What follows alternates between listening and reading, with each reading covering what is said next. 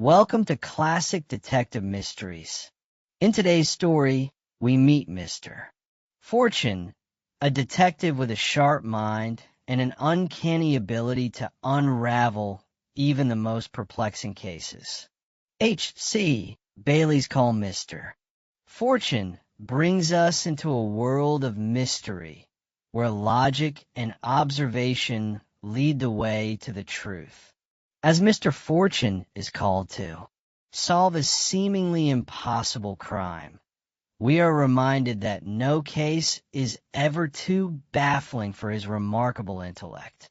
Join us as we delve into this intriguing tale of deduction and suspense. Chapter 1. The Archduke's Tea. Mr. Reginald Fortune, M.A., M.B., B.Ch. FRCS was having a lecture from his father. You only do just enough, Dr. Fortune complained. Never brilliant. No seed. Now, Reginald, it won't do. Just enough is always too little. Take my word for it. And do be attentive to the Archduke. God bless you. Have a good time, sir, said Mr. Reginald Fortune, and watched his father settle down in the car, a long process, beside his mother, and drive off. They were gone at last, which Reginald had begun to think impossible, and the opulent practice of Dr. Fortune lay for a month in the virgin hands of Reginald. Beautifully patient the mater is, Reginald communed with himself as he ate his third muffin. Fretful game to spend your life waiting for. A man to get ready. Quaint old bird, the pater. Deathbed manner for a tummy ache. Wonder the patients lap it up. But old Dr. Fortune was good at diagnosis, and he had his reasons for saying that Reggie lacked zeal. At Oxford, at his hospital, Reggie did what was necessary to take respectable degrees, but no more than he could help. It was remarked by his dean that he did things too easily. He always had plenty of time, and spent it here, there, and everywhere on musical comedy and prehistoric man, golf, and the newer chemistry, barges, and psychical research. There was nothing which he knew profoundly, but hardly anything of which he did not know enough to find his way about in it. Nobody, except his mother, had ever liked him too much, for he was a self-sufficient creature, but everybody liked him enough. He got on comfortably with everybody from barmaids to dons. He was of a round and cheerful countenance, and a perpetual appetite. This gave him a solidity of aspect emphasized by his extreme neatness. Neither his hair nor anything else of his was ever ruffled. He was more at his ease with the world than a man has a right to be. At 35, it is presumed that he had never wanted anything which he had not got. Old Dr. Fortune possessed a small fortune and a rich practice, and Reggie enjoyed the proceeds and proposed to inherit both. The practice lay in that pleasant outer suburb of London called Westhampton, a region of commons and a large park, sacred to the well-to-do, and still boasting one or two houses inhabited by what auctioneers call the nobility. In Boulderwood, the best of these places, there lived at this moment, in Reggie Fortune's existence, the Archduke Maurice, the heir apparent to the Emperor of Bohemia. You may remember that the Archduke came to live in England shortly after his marriage. It is, however, not true, as scandal reported, that his uncle the Emperor sent him into exile. There is reason to believe that the Archduchess, a woman equally vehement and beautiful, was not liked in several European courts.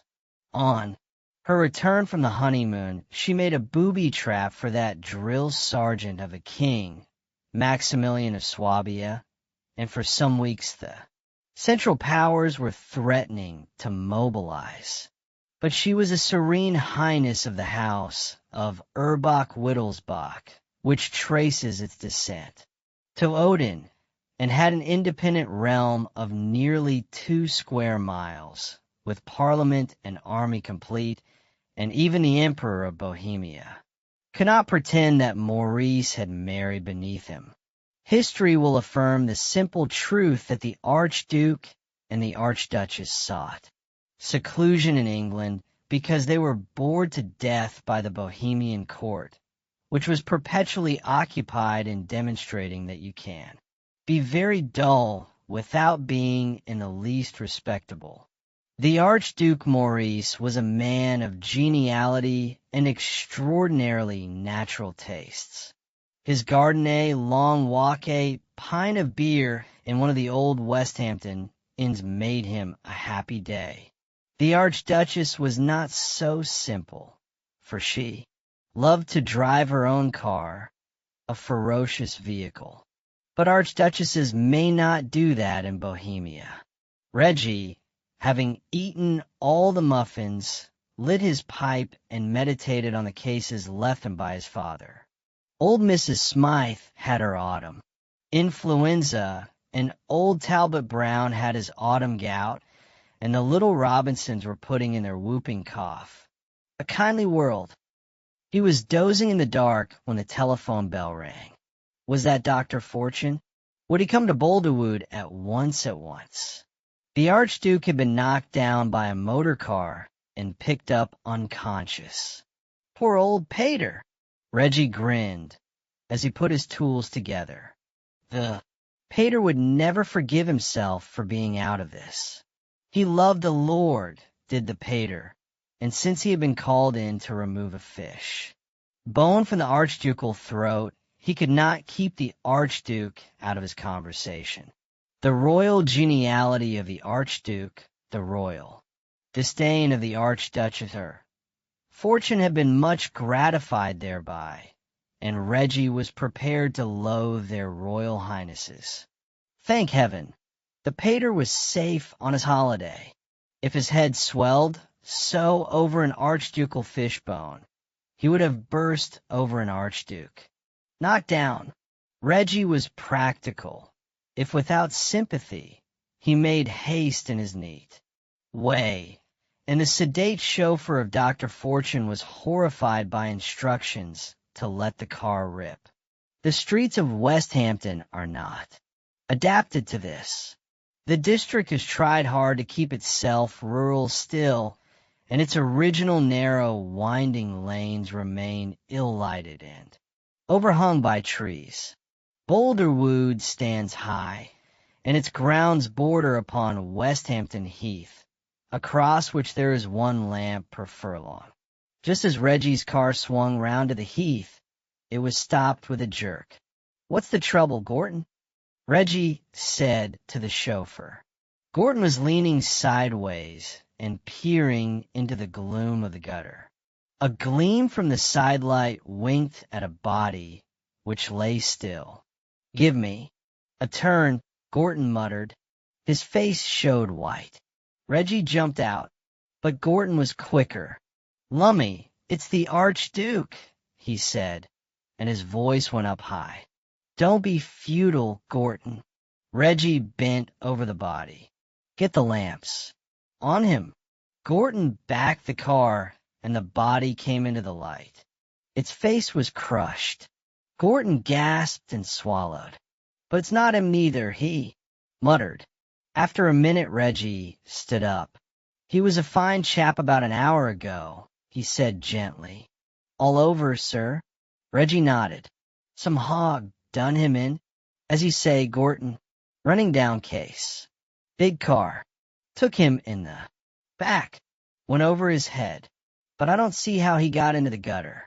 He walked round the body, moved it a little, and picked up 2 matches, unusual matches, in England very thin vestas with dark blue heads.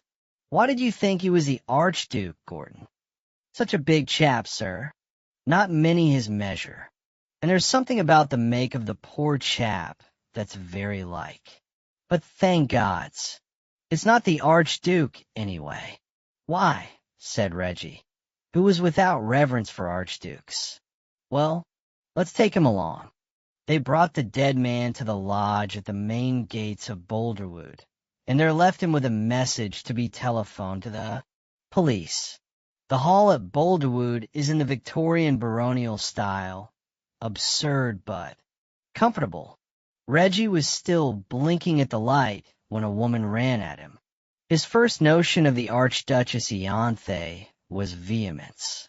She came upon him, a great fur cloak falling away from her speed, panting, black eyes glowing, and then stopped short, and her pale face was distorted with passion. "Dr. Fortune, you are not Dr. Fortune," she cried. "Dr. Fortune, Junior, madam. My father is away, and I am in charge of his practice." She muttered something in a language he did not know, and looked as if she was going to kill him. His second notion of her was that she was wickedly beautiful, a Greek perfection in the pale face, but Lord, what a temper! The daintiest grace of body, but it moved and quivered like a whiplash. "My dear Ianthe," a man came smiling from behind the screen by the fire. He was tall and slight and dandyish. A lot of color in his clothes, an odd absence of color in him. A bright blue tie with an emerald in it. A bright blue handkerchief hanging half out of the pocket of the silver-gray coat. But his face had a waxy pallor. His hair, his mustache, and little pointed beard were so fair that they looked like patches of paint on a mask. "We are much obliged by Dr. Fortune's coming so quickly." The Archduchess whirled round. "He is too young," she said in German. "Look at him.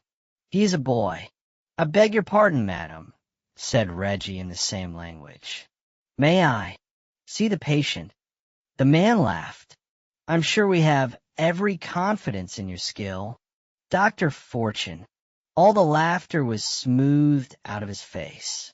"And your discretion," he said in a lower voice. "I am the Archduke, Leopold.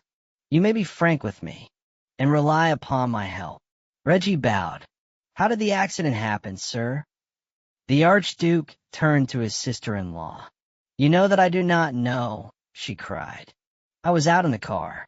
As my sister says, Dr. Fortune, she was out in the car." The Archduke paused. "She drives herself. It is with her a little passion. My brother was out walking alone. Those long walks, how I hate them!" The Archduchess broke out. "Again, it is with him a little passion. Well, he did not come back. I grew anxious. I am staying here, you understand. My sister was late, too. I sent out servants. My brother was found lying in the road, not far from the gate of the lodge. He remains unconscious. I fear." He spread out his hands. You always fear," the Archduchess cried. They exchanged glances, like blows. "May I go up, madam?" Reggie said solemnly. She whirled round and rushed away. "The Archduchess is much agitated," said the Archduke. "It is most natural," Reggie murmured. "Most natural. Pray follow me, Dr. Fortune. I will take you to my brother." The Archduke Maurice lay in a room of austere simplicity. A writing table, a tiny dressing table, 3 chairs, and a narrow iron bed were all its furniture. Only 3 small rugs lay on the floor. At the head of the bed a man stood watching. The Archduchess was on her knees, her face pressed to her husband's body, and she sobbed violently. The Archduke Leopold looked at Reggie, made a gesture towards her, and said, "My dear Ianthe." She looked up flushed and tear-stained. "I beg your pardon, madam. This is dangerous to the patient, Reggie." said. She gave a stifled cry and rushed out of the room. The Archduke Leopold seemed to intend to stay, but in a moment the voice of the Archduchess was heard calling for him. "Better go to her, sir. Keep her out of here," Reggie said, and turned to his patient. It was obvious that the Archduke did not relish so brusque an order, but the passionate voice was not to be denied. The man by the bed and Reggie took each other's measure. "English," said Reggie. "Yes, sir. Holt, I am. The Archduke's valet." "You undressed him?" "Yes, sir." "Was that wrong?" "Depends how you did it." Reggie began his examination. The Archduke Maurice was a big man. That is a habit in his family. He had their fairness, but even in coma his cheeks showed more color than his brother Leopold's, and his yellow hair and beard had a reddish glow. A bold, honest face with plenty of brow. Reggie went over his body with an anatomical enthusiasm for so splendid a specimen. "Give me some warm water, will you?" Holt went out of the room. Reggie bent over the broad chest. From just above the heart, he drew out a thin sliver of steel. He made a face at it and put it away. Holt came back, and there was sponging and bandaging. "You wash him before, I see. Anyone else touched him but you?" "Only carrying him, sir. I've been with him the whole time. I found him."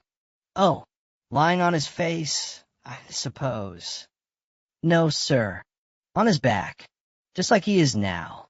"Oh, notice anything?" "No, sir, I wish I had. I'd like to have the handling of the bounder that did it." Well, we mustn't get excited. Preserve absolute calm, Holt. He's well liked, is he?" "Why, sir, we'd do anything for him. He's a gentleman." "Quite so. You mustn't leave him a moment. No one is to. Come into the room. I'll be back soon." "Very good, sir." "Beg pardon, sir." The good Holt flushed. "What's the verdict?"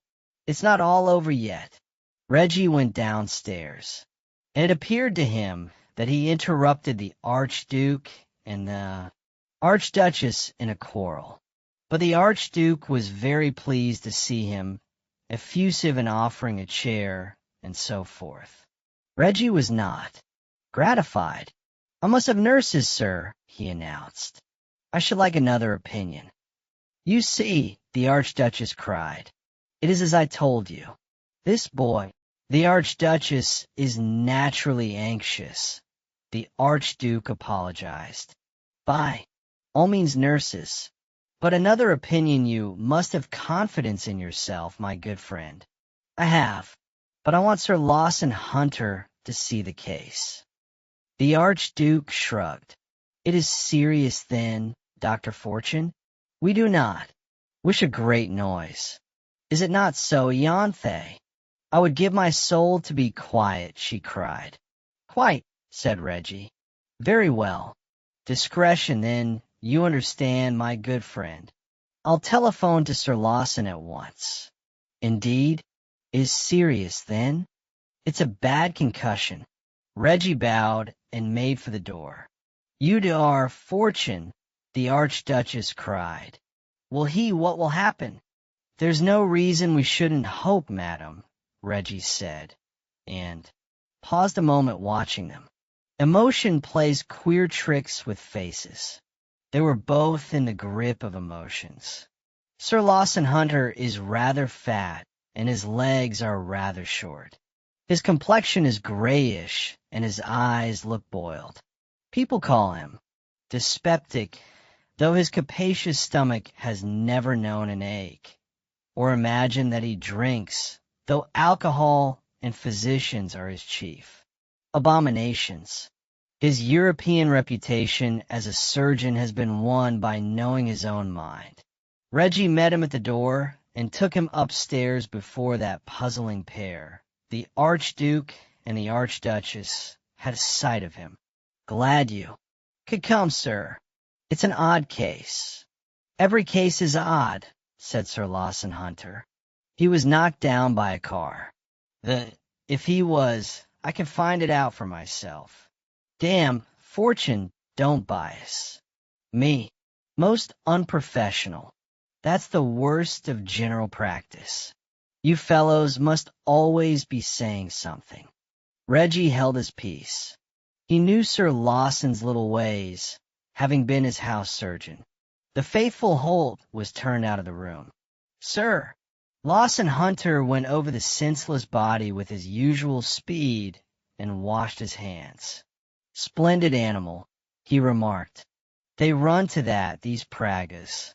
I remember his uncle's abdominal muscles. Heroic. Well, he was walking. A big car driven fast hit him from behind on the right side, fractured 2 ribs, and knocked him down. Impact of his head on the road has caused a serious concussion. That car should have stopped. Reggie smiled. Oh, one of the odd things is that it didn't. There's a damned lot of road hogs about, my boy, said Sir Lawson heartily. He was himself fond of high speed. Well, they sent out, I suppose. Found him lying on his face, unconscious. No, sir. What? Sir Lawson jumped. He was lying on his back. Oh, that's absurd. Yes, sir. But I've seen his valet, who found him. These fellows have no observation, Sir Lawson grunted, but there was some animation in his boiled eye. Damn, fortune, he ought to have been on his face. Yes, sir. Miracles don't happen. No, sir. Now all these abrasions on the legs, as if the car had been driven at him again while he lay. A queer thing. Or have there been 2 cars at him? And there is this too, sir. Reggie held out the sliver of steel. I saw the puncture. I was coming to that. Humph. Whoever put this in meant business and didn't know his job. It slipped along the bone and missed. Everything. Sir Lawson turned the thing over. A woman's hat pin. About half a woman's hat pin. Fresh fracture. Broke as it was pushed in. They're a wild lot, said Sir Lawson, and smiled. You have no nerves, fortune. I believe not, sir. This ought to be the making of you. You want shaking up. You must. Stay in the house. By the way, who's in the house?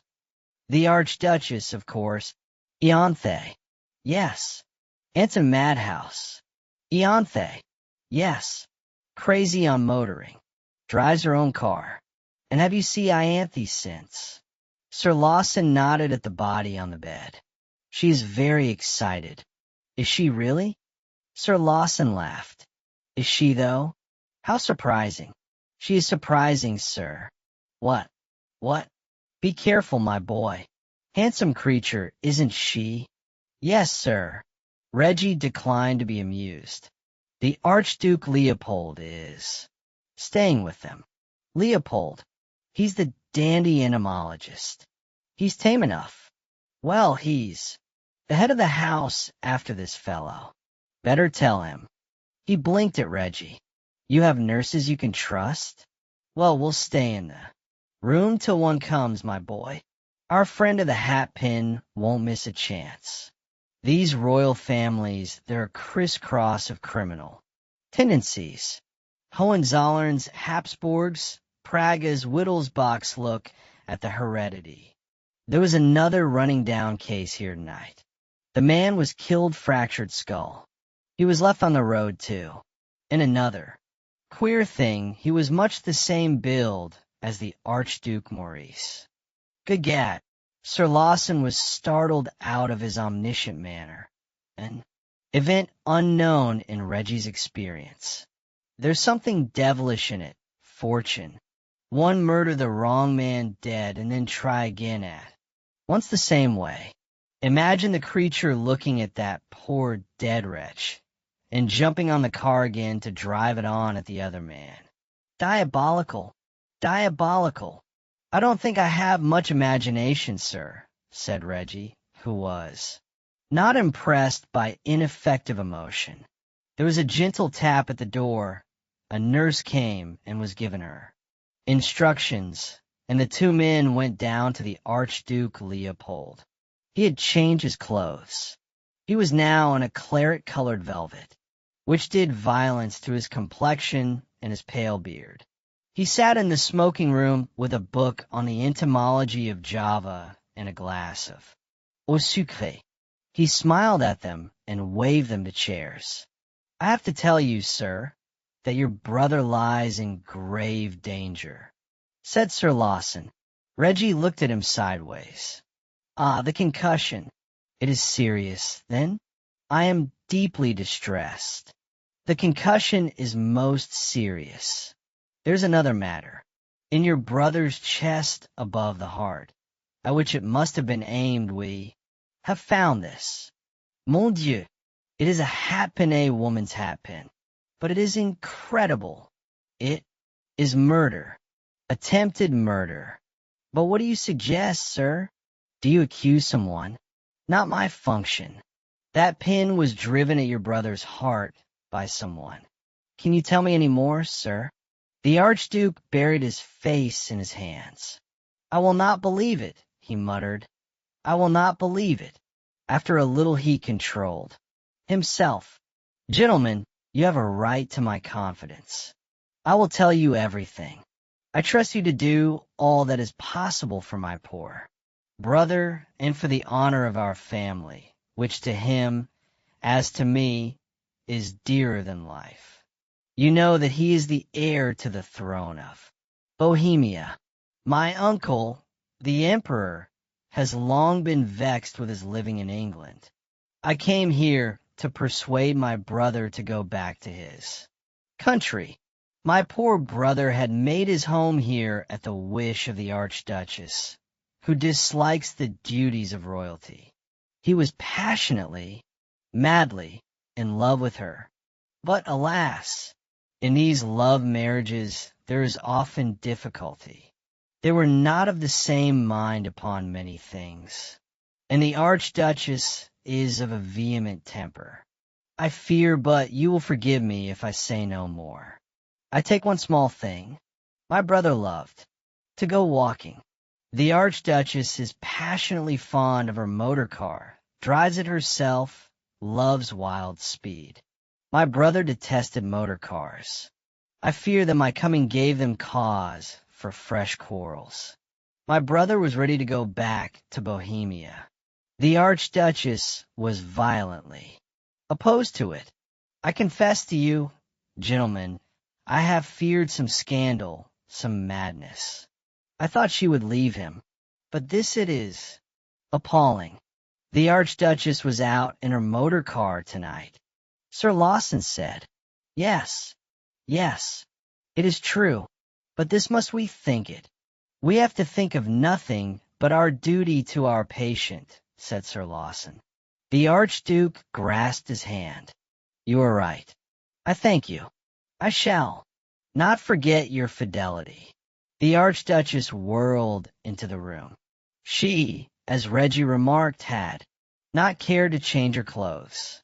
She had not even touched her hair, which was escaping in a wild disorder from under her hat.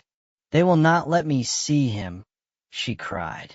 Leopold, it is by my instructions, madam, Sir Lawson said. I am responsible for the Archduke's safety. She bit her lip.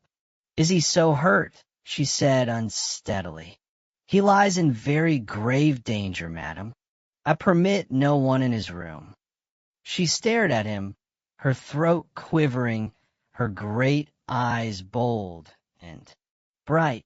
Then with a little shrug she turned away and, plucking at the gold things which jingled from her waist, took out a cigarette and lit it.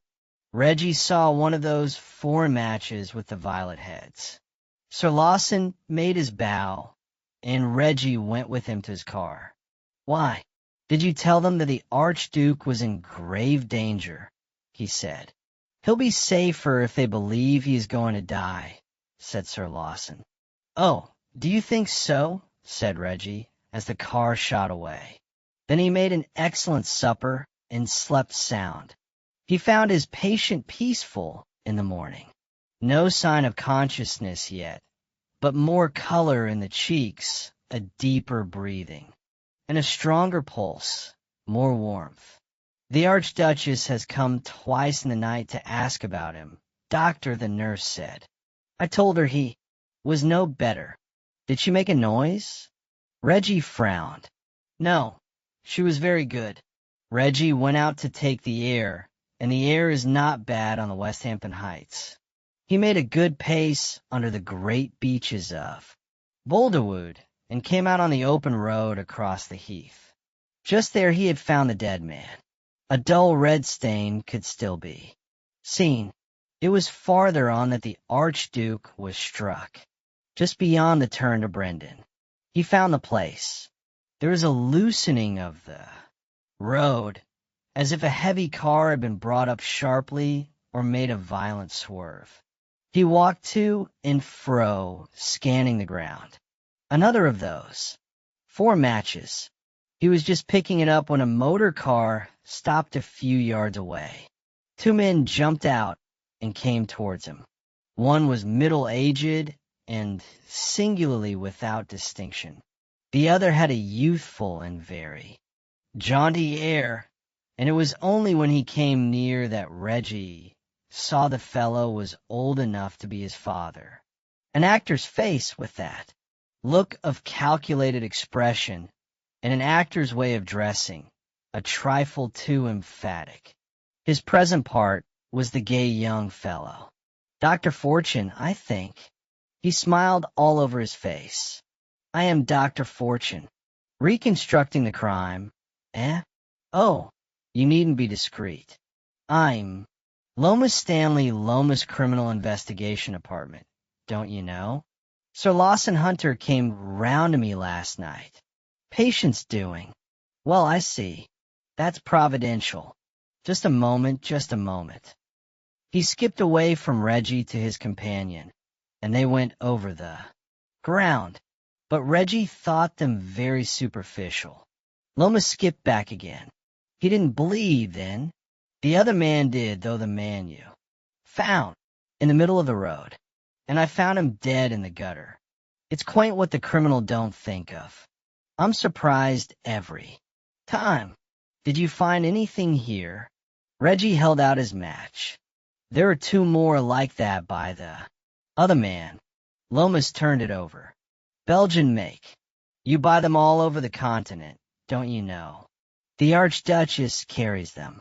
Now, that's very interesting. If you don't mind, I'll walk up to the house with you." Upon the way, he praised the beauties of nature and the quality of the morning air. As they came to the door of Boulderwood, a big car passed them with the Archduchess driving alone. Lomas put up his eyeglass. "She's not overcome with grief, what?" "Not quite. Might be bravado, don't you know?" "I don't know. It takes some of them that way," Lomas said pensively. He turned on the steps of the house and looked after the car as it wound in and out among the beeches. "Striking woman. Yes. I'll come up to your room, if you don't mind." "I thought you wanted to say something," Reggie said. Lomas did not answer till they were upstairs. "Well, no, not to say anything," he resumed and lit a cigarette. "I want another opinion, as you fellows say. Sir Lawson Hunter has made up his mind." "Oh, he always does that." Lomas lifted an eyebrow. "Well, look at it. Somebody in a car laid. For our Archduke. The other poor devil was cut down by mistake. And the somebody had nerve enough to go on. That's striking. The Archduchess comes of pretty wild stock. In love, or out of love, she wouldn't stick a trifle. You find her matches by each body. You find a hat pin in the Archduke. That's a blunder, what? Yes, but it's a woman's blunder. She finds he isn't quite dead after all her trouble. She is desperate. Enter servant. He made a gesture of stabbing. So you've made up your mind to, Mr. Lomas? Lomas blew smoke rings. I'm wasting your time, Doctor. I want to know, has it occurred to you, the Archduchess and the Archduke, Leopold working it together? If she's fallen in love with Leopold, that straightens it out, don't you know? Guess again, Reggie said. Lomas lit another cigarette. Well, that's what I want to know. You saw them together just after the crime. He lifted an eyebrow. Nothing doing, said Reggie. I'm afraid so. I'm afraid so. It's a disturbing case, Doctor. Nothing doing, as you say. If I had all the evidence in my hands, I expect there's no one I could touch. You can't indict royalty. The Archduke's smash well. Let's say it's all in the family. But this, poor devil they killed. Who's to pay for him? These royal dagos come over and run amok on an English road, and I can't touch them. Disheartening, what? That's the trouble, Doctor. Reggie nodded, and as his breakfast made its appearance, Lomas rose. To go. He would not have even coffee. Better get busy, don't you know? We must see if we can put the fear of God into them. If fail, go scurrying back to Bohemia. It's the best way out. He skipped off, his jauntiness put on again like a coat. Reggie was standing at the window with his after-breakfast pipe when the Archduchess brought her car back. She was very pale in spite of the morning air, and her face had grown haggard. Something will snap, Reggie was saying to himself, when a voice behind him said aloud, Nice car, sir. He jumped round and saw, standing at his elbow, the insignificant little companion of Mr. Lomas. After all, there's nothing like an English car, said the little man. Oh, you've noticed that, Reggie said. You do notice something, then. Of course we aren't gifted, sir, but we're professional. Something in that, don't you think? Yes, sir, as you say. We have noticed something. It was a foreign car, and foreign tires did the trick last night. And the Archduchess drives English. And yet did you know we had the other half of the hat pin? I picked it up last night. He held out a scrap of steel with a big head of wrought silver. German work, they tell me. Viennese, Reggie said. You know everything, sir. Such a convenience. But Vienna being quite near Bohemia, as I've heard, looks awkward, don't it? Is that what you came to say? Not wholly, sir. No, I am Superintendent Bell. Mr. Lomas sent me to you. He considered you might find it convenient to have someone in the house who could keep an eye open. Very kind of Mr. Lomas. There was a tap at the door. The Archduke Leopold's valet appeared. The Archduke Leopold was much surprised that Dr. Fortune had not brought him news of the patient. The Archduke Leopold desired that Dr. Fortune would come to him immediately. Really, Reggie said, Dr. Fortune's compliments to the Archduke, and he's much occupied. He can give the Archduke a few moments. The valet, having the appearance of a man who has never been so surprised in his life, retired. It's a gift, Superintendent Bell murmured. It's a gift, you know. I never could handle the knobs. Reggie began to get together some odds and ends, a bottle full of tiny white tablets, a graduated glass, a jug of water, a hypodermic syringe. You'd better clear out, you know, he said to Superintendent Bell. Will he come? He'll come all right, Reggie said, and took off his coat. When he turned, Superintendent Bell had vanished. Just setting the stage, sir, said a voice from behind the curtain. Confound your impertinence, Reggie growled. Here, but the Archduke came in. He was now a decoration in a russet brown. You are very mysterious, Dr. Fortune, he complained. I expect more frankness, sir. My patient is my first consideration, sir. I desire that you will consider my anxieties. Well, sir, how is my brother? You may give yourself every hope of his recovery, sir. The Archduke looked round for a chair and was some time in finding one. This is very good news, he said slowly, and slowly smiled. Underscore for doctor. It seems too good to be true. Last night you told me to fear the worst. Last night was last night, sir, Reggie said. This morning we begin to see our way. All the symptoms are good. I believe that in a few hours the patient will be able to speak. To speak? But the concussion? It was so dangerous. But this is bewildering, doctor. Most fortunate, sir. You might talk of the hand of Providence. Well, we shall see what we shall see. He may be able to tell you something of how it all happened. You'll pardon me. I'm anxious to prepare the injection. He dropped the tablet in the glass and poured in water. Fact is, this ought to make all the difference. Wonderful things. Drugs, sir. A taste of strychnine, one of these little fellows, and a man has another try at living. 2 or 3 of them just specs. Aren't they? Sudden death. Excuse me a moment. I must take a look at the patient. He was gone some time. When he came back, the Archduke was still there. All goes well, doctor. I begin to think so. I must not delay you. My dear doctor, if only your hopes are realized. What happiness! He slid out of the room. Reggie went to the table and picked up the glass of strychnine solution. From behind the curtain, Superintendent Bell rushed out and caught his arm. Don't use it, sir, he said hoarsely. Superintendent. Bell was flushed. Don't be an ass, said Reggie. He put the glass down, took up the bottle of tablets, turned them out on a sheet of paper, and began to count them. Good Lord, said Superintendent Bell. You laid for him, did you?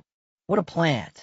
You know, you're an impertinence, Reggie said, and went on counting.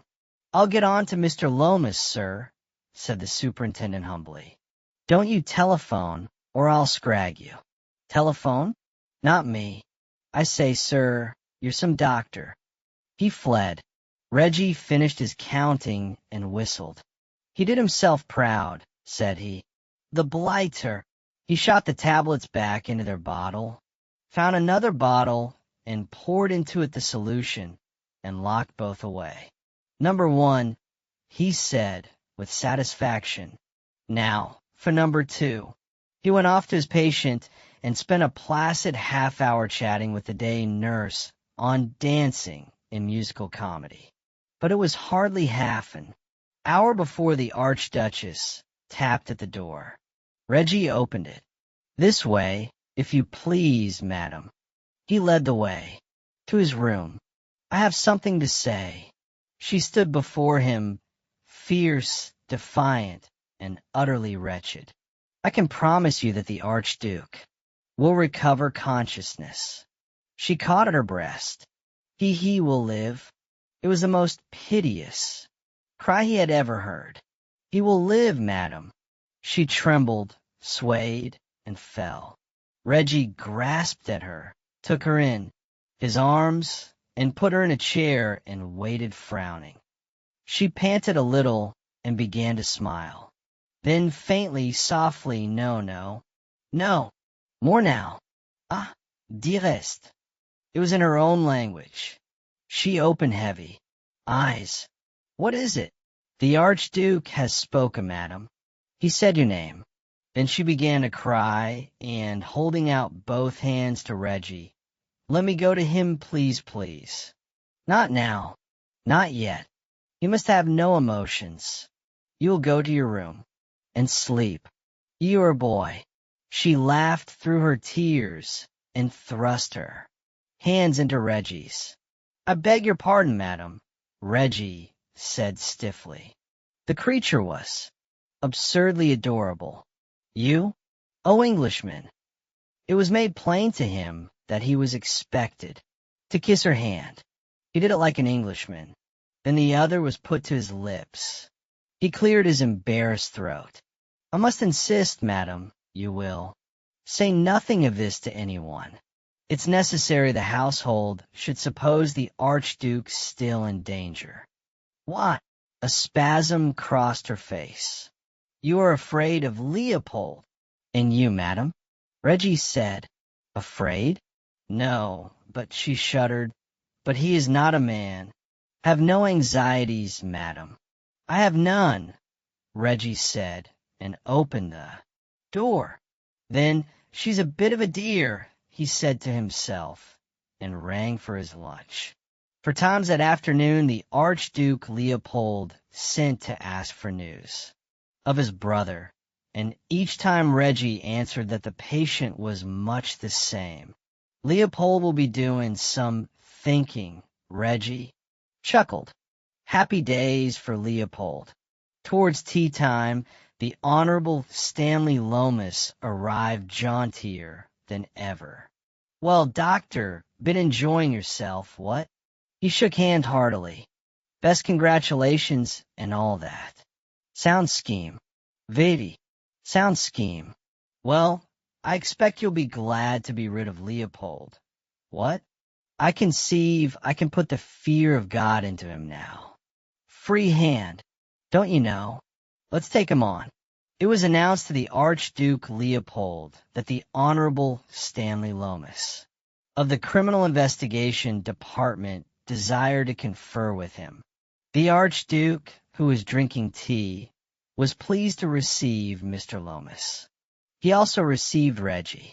Dr. Fortune, you have something to tell me. There is no change, sir. No change yet. And you gave me such hopes this morning. These are anxious hours, Mr. Lomas. I can imagine it, sir. But I hope to relieve some of your anxieties. I believe we shall discover who was responsible for last night's outrage. So, and so soon. But you are wonderful, you English police. You will. Sit down, Mr. Lomas.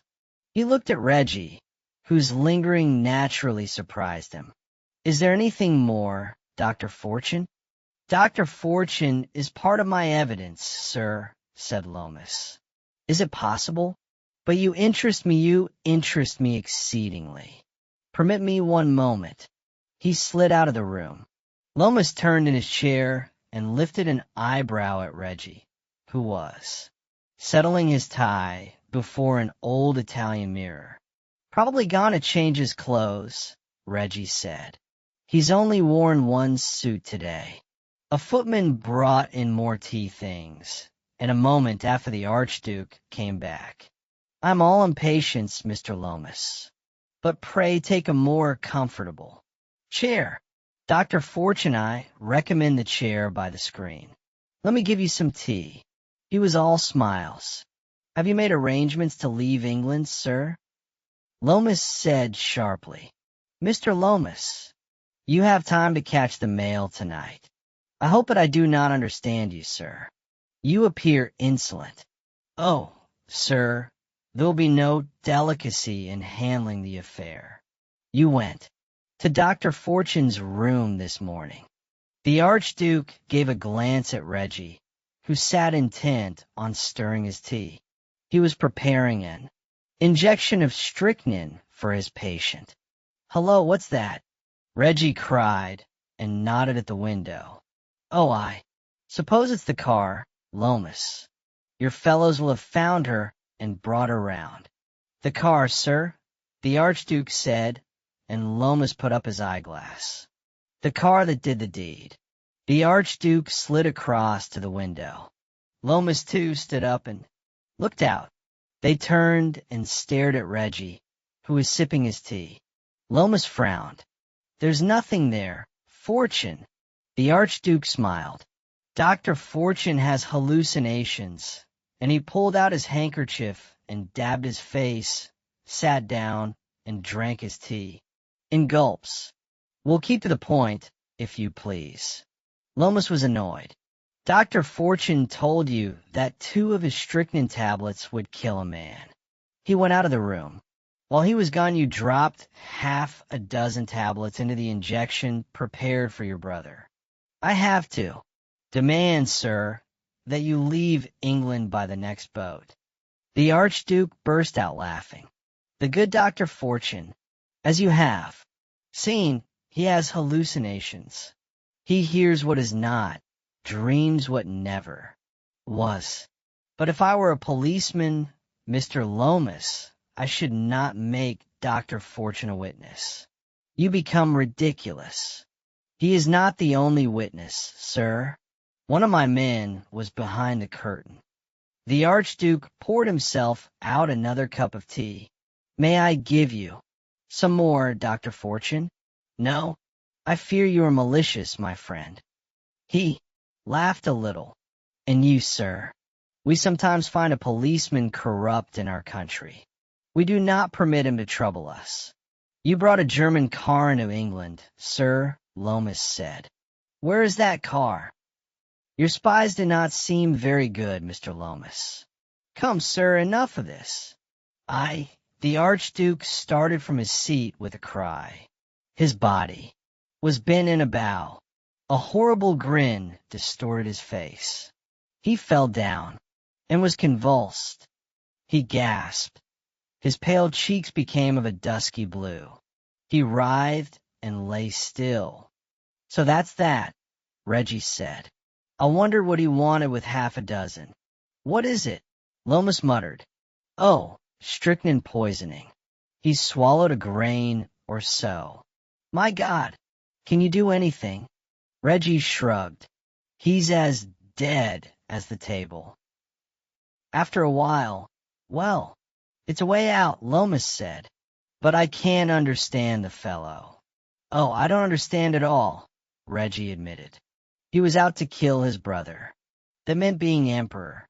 But why kill him now more than before? And the Archduchess. She's straight enough, I know. But just how she was to this fellow, I don't see. There's not much in that, Lomas said. Maurice couldn't stand the court, and it was common talk he meant to resign the succession. While he was quiet over here in England, Leopold felt safe. But lately, they tell me Maurice has been making up his mind to go back. Duty to his country, don't you know? The Archduchess was strong against it. She hates all the business of royalty. But Maurice is a resolute sort of fellow, even with a woman. Leopold came over to see what he could do. I suppose he set the Archduchess on to make Maurice give up the idea and stay quiet. They worked together, or that's the notion, at the Bohemian embassy. She's a gypsy, what? But she's straight. She is. Not in this. It wasn't her car. Well, when Leopold found there was nothing doing, he said about the murder. He was a bad egg, don't you know? There was a woman in Rome, they kicked him out there. But it was a sound scheme. He had it all straight except the wrong tires on his car. Good touch, the hat pin. Seemed like a woman in a rage.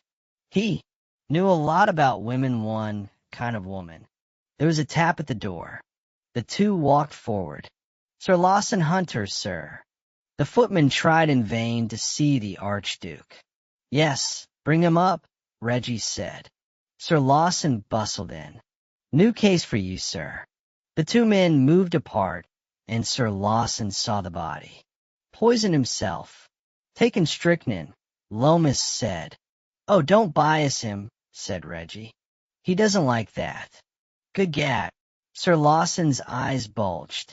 Yes, that beats me, Fortune. Lomas waved his hand at the body. I would have sworn he hadn't the pluck. Oh, he hadn't. He meant it for me. I changed the cups. Lomas stared at him. That was when you heard the car. That was why I heard the car. And you let him take the dose. Yes. Seemed fair. You see, I picked up that poor fellow he smashed. Last night. Good gad, said Sir Lawson. The footman was again at the door. Dr. Fortune was wanted at the telephone. There's one here, isn't there? Put me through. The footman, hardly able to speak at the sight of the dead Archduke, retired gulping. The bell rang. Reggie took up the receiver. Yes, yes, at once, and he put down. I must be going. Serious case. Mrs. Jones's little girl may have German measles. Chapter 2. The Sleeping Companion. Bertie screamed like a seagull and leapt onto the stage. The audience rumbled the usual applause, and Dr. Reginald Fortune put up his opera glasses. He considered himself a connoisseur in the art of music halls, and Bertie Bolton was unique and bizarre. She was no longer young and had never been pretty. A helmet of black hair, a gaunt face which never smiled, a body as lean as a boy's, which sometimes slouched and sometimes jerked, such were her charms. She wore nothing much above the waist but diamonds, and below it barbaric flounces in a maze of color. She began to sing in a voice wildly unfit for the strange creature. She looked a small, sweet voice, and what she sang was a simple ditty about her true love forsaking her. And then she went mad. There was a shrieking chorus, can you imagine? A steam whistle playing ragtime, and a dance of weird, wild vehemence. The lean body was contorted a dozen ways at once. The long, white arms whirled and stabbed. She seemed to be a dozen women fighting, and each of them a prodigy of force.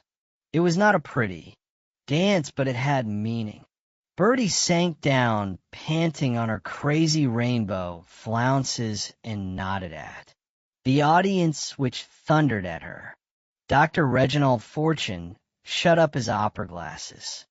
She's a bit of a wonder, you know, he said to the naval lieutenant who was his companion. It's a wild bird, the lieutenant agreed, and as the rest of the review was merely frocks, and the absence of frocks, they went off to supper. In the morning, which was Sunday, Bertie Bolton came to see Dr. Reginald Fortune. It was her remarkable creed that she could not live in a noise, and so for years she had owned a house in the still rural suburb of West Hampton where Reggie and his father practiced. The elder Dr. Fortune at first looked after her, but when Reggie came on the scene, Miss Bolton, declaring with her usual frankness that she liked her doctors young, turned herself over to him. By daylight, Miss Bolton dressed, and even overdressed, the part of a brisk British spinster. She was very tailor-made and severely tweedy, and thus looked leaner than ever. But her eyes retained a gleam of devilment. You gave us a great show last night, Reggie said. Were you in front? Said Miss Bolton, and made a face. Oh, Lord, sorry. I was rotten. Reggie understood that his professional interest was required. What's the trouble? He said cheerfully. That's your show, said Miss Bolton. Put me through it. The conversation then became confidential and dull upon the usual themes of a medical examination. At last, well, you know, we don't get to anything, Reggie said. This is all quite good and normal. What's making you anxious? Dreams, said Miss Bolton. Why do I have dreams? I never dreamed in my life till now. What sort of dreams? Oh, any old sort. Belly haute. One night, it was a motor bus chivying me on the stage. One night, May Weston was her companion. May would keep parrots in the bathroom. Then I hear a noise and wake up. And there isn't any noise. Do you have this every night? Snakes. Not much. Now and again. But I say, Doc, it's not fair. I don't drink and I don't drug, but I'll be seeing pink rats if this goes on. Is there anything worrying you just now? Was it possible that Miss Bolton blushed? Reggie could not be sure. You're a bright boy, Doc. Be good. She shook hands and gripped like a man. The big emerald she always wore ground into his fingers. Bertie, the strong girl. Bye-bye, she laughed. On the next morning, Reggie was just out of his bath when he was told that Miss Bolton's housekeeper had rung up. Miss Bolton had had an accident and would he go at once. Tell Sam, said Reggie, and jumped into his trousers. Samuel Baker, a young taxi driver who's omniscient. Impudence had persuaded Reggie to enlist him as chauffeur and factotum, had the car around and some sandwiches inside it by the time. Reggie was downstairs. Neither he nor Reggie lost time. Normanhurst, Miss Bolton's house, stands by itself in an acre or so of garden and is in a mid-Victorian or amorphous style. As Reggie jumped out of the car, the housekeeper opened the door. She was a brisk, buxom woman. She looked, and perhaps was, just what a housekeeper ought to be. What's wrong, Mrs. Betts? Reggie said, It's very serious, sir. This way, please. She led the way to Bertie. Bolton's boudoir, stopped, took a key from her apron pocket, and unlocked the door. Hello, Reggie said. I'm afraid you're going to have a shock, sir, said Mrs. Betts, and opened the door for him. Reggie went in. The sunlight flooded Bertie Bolton's face, which was white. She lay on a sofa. She was in evening dress. There was an open wound in one side of her throat, and from it a red line lay across. Her bare shoulder, down her arm, to a purple stain on the carpet. Reggie went across the room in 2 strides and bent over her. She had been dead for hours. Who found her, Mrs. Betts? The upper housemaid, sir. She's been having hysterics ever since. Bah! Was the room just like this? No, sir. Miss Weston was asleep in that chair. What? Reggie stared. The mistress murdered, and the companion placidly asleep by her side perhaps that would not have startled his calm mind. But he knew Mae Weston, and had written her off as a dull, simple creature, a cushion of girl. Miss Weston was asleep in that chair, the housekeeper repeated. I saw her myself. I came in, sir, when Amelia Wynne, the housemaid, screamed. Miss Weston was in evening dress, too. She didn't wake at the screaming, either just stirred. I went to her and shook her. And Miss Weston, I said, whatever's this? I said, and she woke up and looked round her sort of heavy, and she saw Miss Bolton lying there in the blood, and she screamed out, I did it, oh, I did it, and she looked at me very queer, and she fainted. Mrs. Betts stopped and stared at Reggie, waiting for him to express horror. So what did you do with her? Said Reggie. Mrs. Betts swallowed. I had her carried to her room. Dr. Fortune, she said with dignity. I'm told she's come to and been crying. Well, that's natural. Anyway, said Reggie. Natural indeed. Mrs. Betts tossed her head. And what did you do next, Mrs. Betts? I had nothing touched, sir. I locked up the room, and I telephoned to you and the police. I'm sure you behaved admirably, Mrs. Betts, Reggie murmured. Mrs. Betts was appeased. I could hardly bear it, sir. Such a sweet, good mistress as she was. A perfect lady with all her little ways as. You know, sir, and that Miss Weston, so soft and quiet as she seemed. I don't mind saying, sir, I felt as if I was stoned. Oh, she shuddered and shook. Vicious, I call it. Reggie was looking round the room. I suppose it is murder, sir, said Mrs. Betts in a tone that suggested she would like to have the hanging of Miss Weston. I suppose it is, Reggie said. He crossed to the chair in which Miss Weston had been found sleeping and picked up from the floor close by a pair of scissors and a pointed bodkin with an ivory handle. Both were clotted with blood. Ugly things. Ah, Mrs. Betts said. That's what did it. Put him down, sir. I left them there by her chair for the police to see.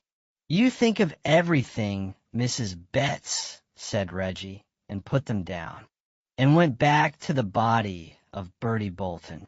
That stab in the throat, it was not so deep as a well, nor so wide as a church door. It was a small wound to be mortal, a small neat wound which had rare luck to slit the jugular vein. Reggie looked back at the bodkin and the scissors. He noticed that Mrs. Betts had gone out. There were other wounds. In half a dozen places the pallid shoulders and breast had bled. No one of these gashes was serious. They were just such as might be expected of those unhandy weapons, scissors and bodkin. It was that neat, lucky stroke at the throat which determined the fate of Bertie Bolton. The minor wounds suggested a struggle with someone in a passion, and that Miss Bolton had struggled Reggie found other evidence. The black evening dress had been dragged from one shoulder and torn, and there on that right shoulder were the blue marks of a hand that had gripped. Reggie's examination became more minute. 2 men bustled in. A hand tapped Reggie's shoulder. Now, sir, if you please. Reggie stood up and confronted a pompous, portly little man. I am Dr. Fortune, Reggie said. Miss Bolton was a patient of mine. Was, said the little man with emphasis. She's a case for an expert now, Dr. Fortune. That's why I was examining her, said Reggie sweetly. The little man laughed. A general practitioner is not much use to her now. Rather beyond you, isn't it? Well, I'm not made up my mind, Reggie said. Don't worry. Don't worry. He waved Reggie off, but Reggie did not. Go. You'll only be in our way, you know. We'll let you know if we want you at the inquest. Just for formal evidence. Still Reggie did not move. I'm the divisional surgeon, sir, said the little man loudly. I was wondering who you were, Reggie murmured. The little man swung round. We'll have the room cleared, Inspector, he said. The detective inspector, who looked more like a policeman than seemed possible, strode heavily forward. Hope you're not meaning to give trouble, Doctor, he frowned, or I'll have to take steps. Fancy, Reggie said. Well, look where you're going. He walked across to the window and looked out at the roses. Clear out, please. The inspector followed him. Zeal, all zeal, Reggie murmured and went. There were 2 doors to the room. He did not use that by which they had come, but the other. He happened to know that it opened into Bertie Bolton's bedroom. There was someone in the bedroom. A startled dark face peeped round the screen by the bed. It belonged to a smart lady's maid. Dear me, I thought this was the passage, Reggie said. It is Miss Bolton's bedroom, poor Miss Bolton. The maid had a slight foreign accent. Of course it is. And you're her maid, of course. Flora, isn't it? Yes, sir. Yes, doctor. Ah, you have seen Miss Bolton. You cannot do anything, no. Miss Bolton is dead, Flora. I was so fond of her, Flora sighed. Well, I liked her. I suppose you heard nothing last night? Ah, no. She have sent me to bed, and I sleep so sound. Reggie nodded. It's a bad business, Flora. Take me to Miss Weston's room, will you? Miss Weston.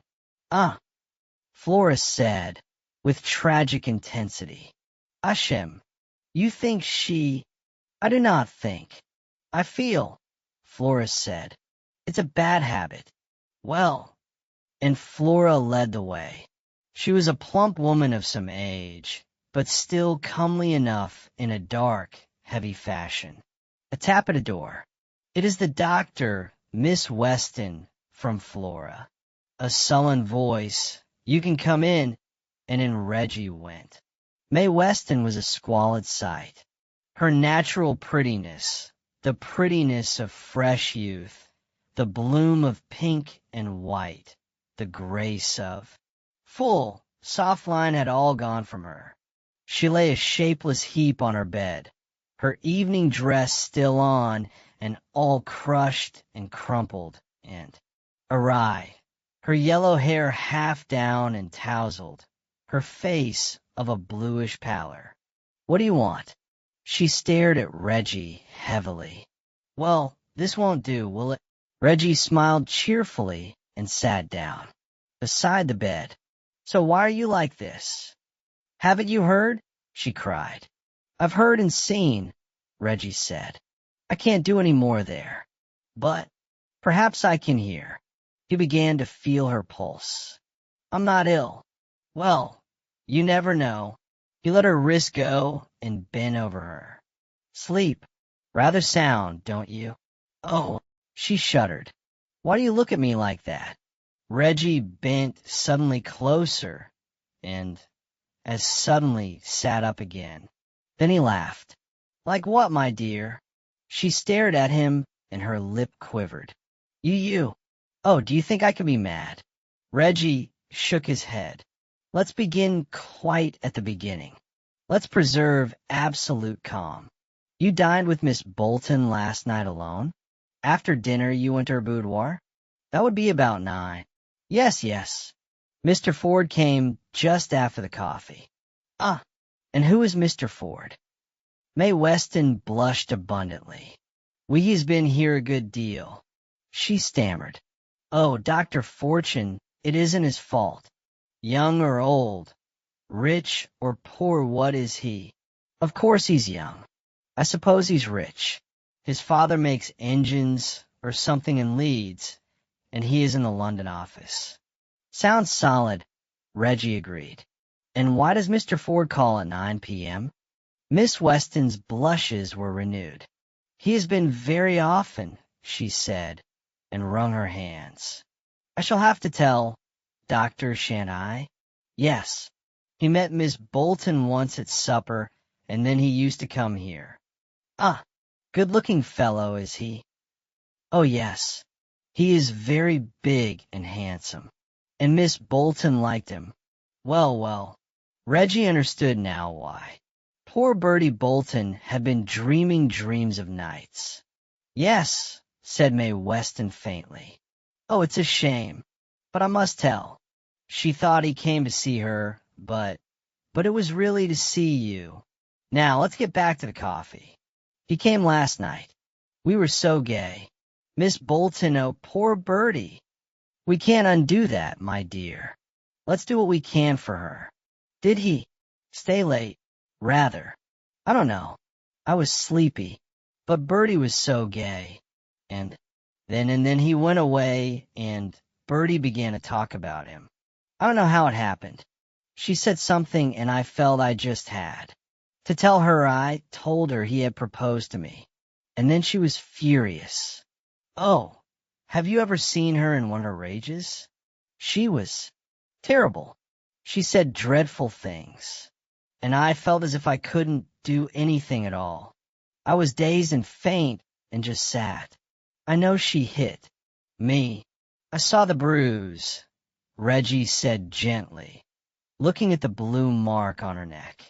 Then she stormed out of the room, and oh, doctor, I don't know, perhaps I fainted. It was as if I was all lead in that chair.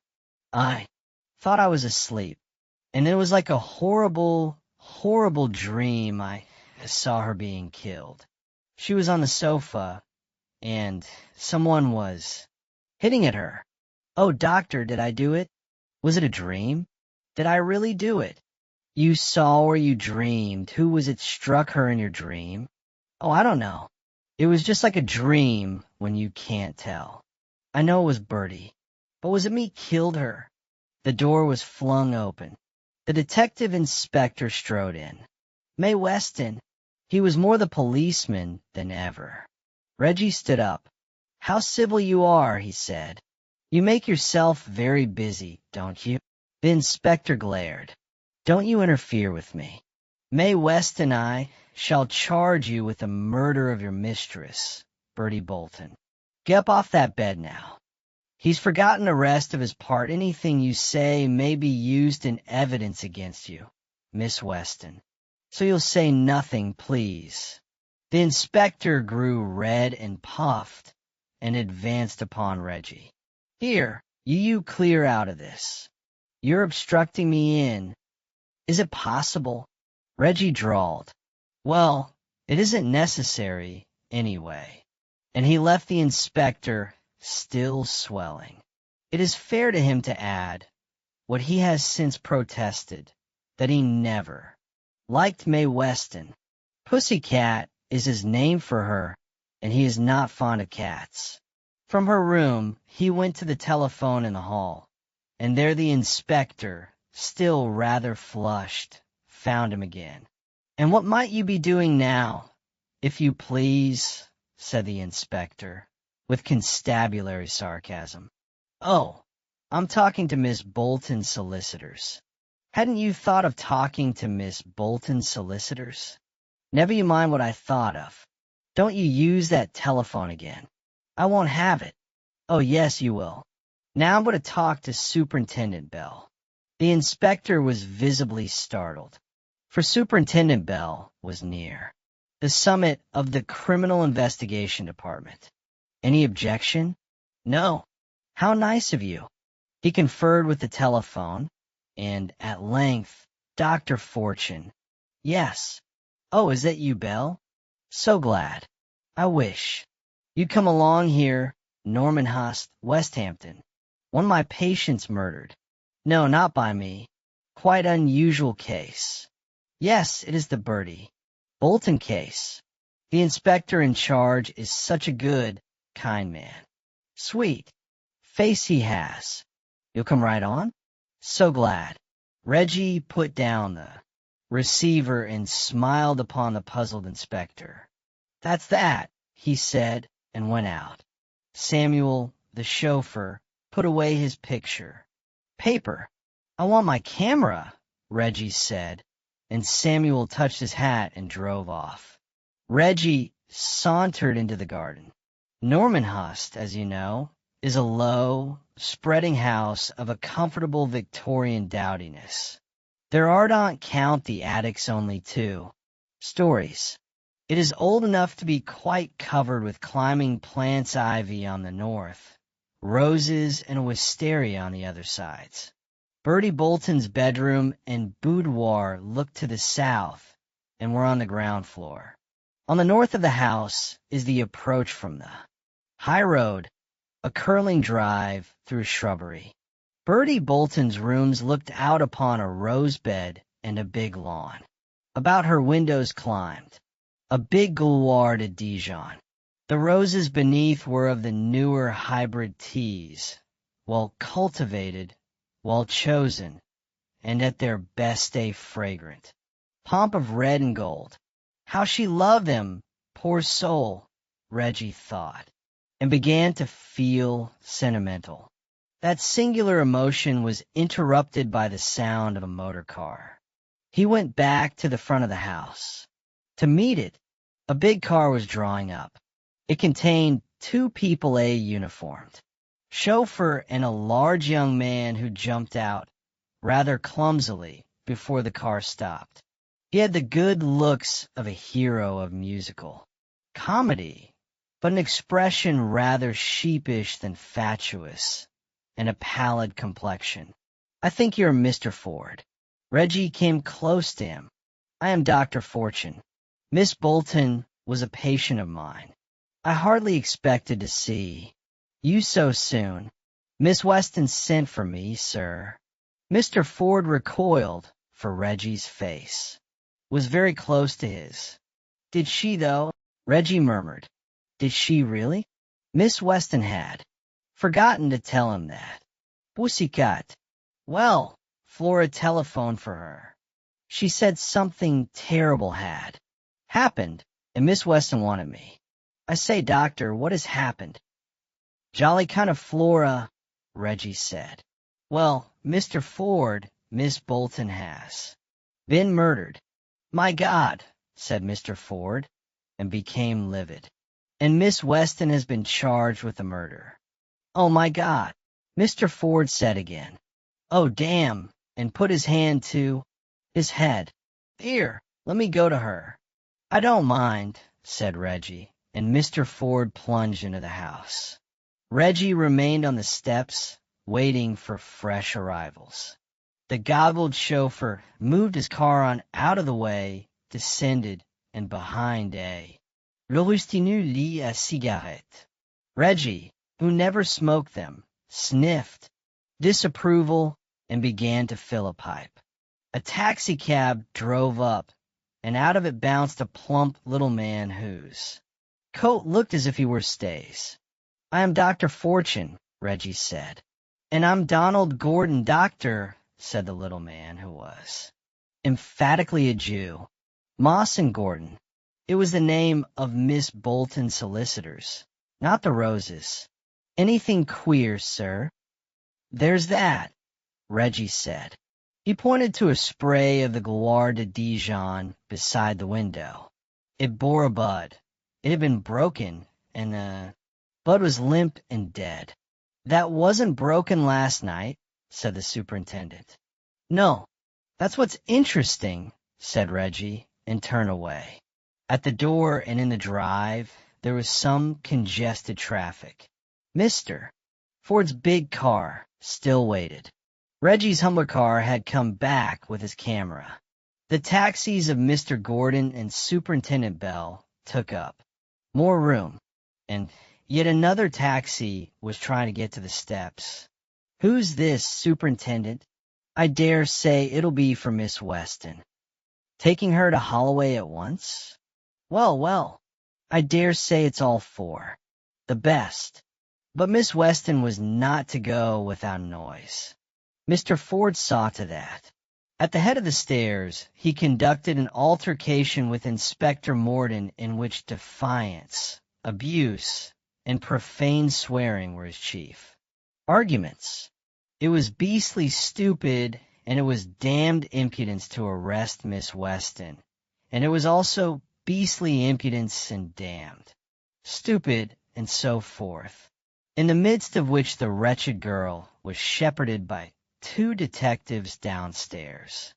"My God, you might as well arrest me," Mr. Ford cried in final desperation.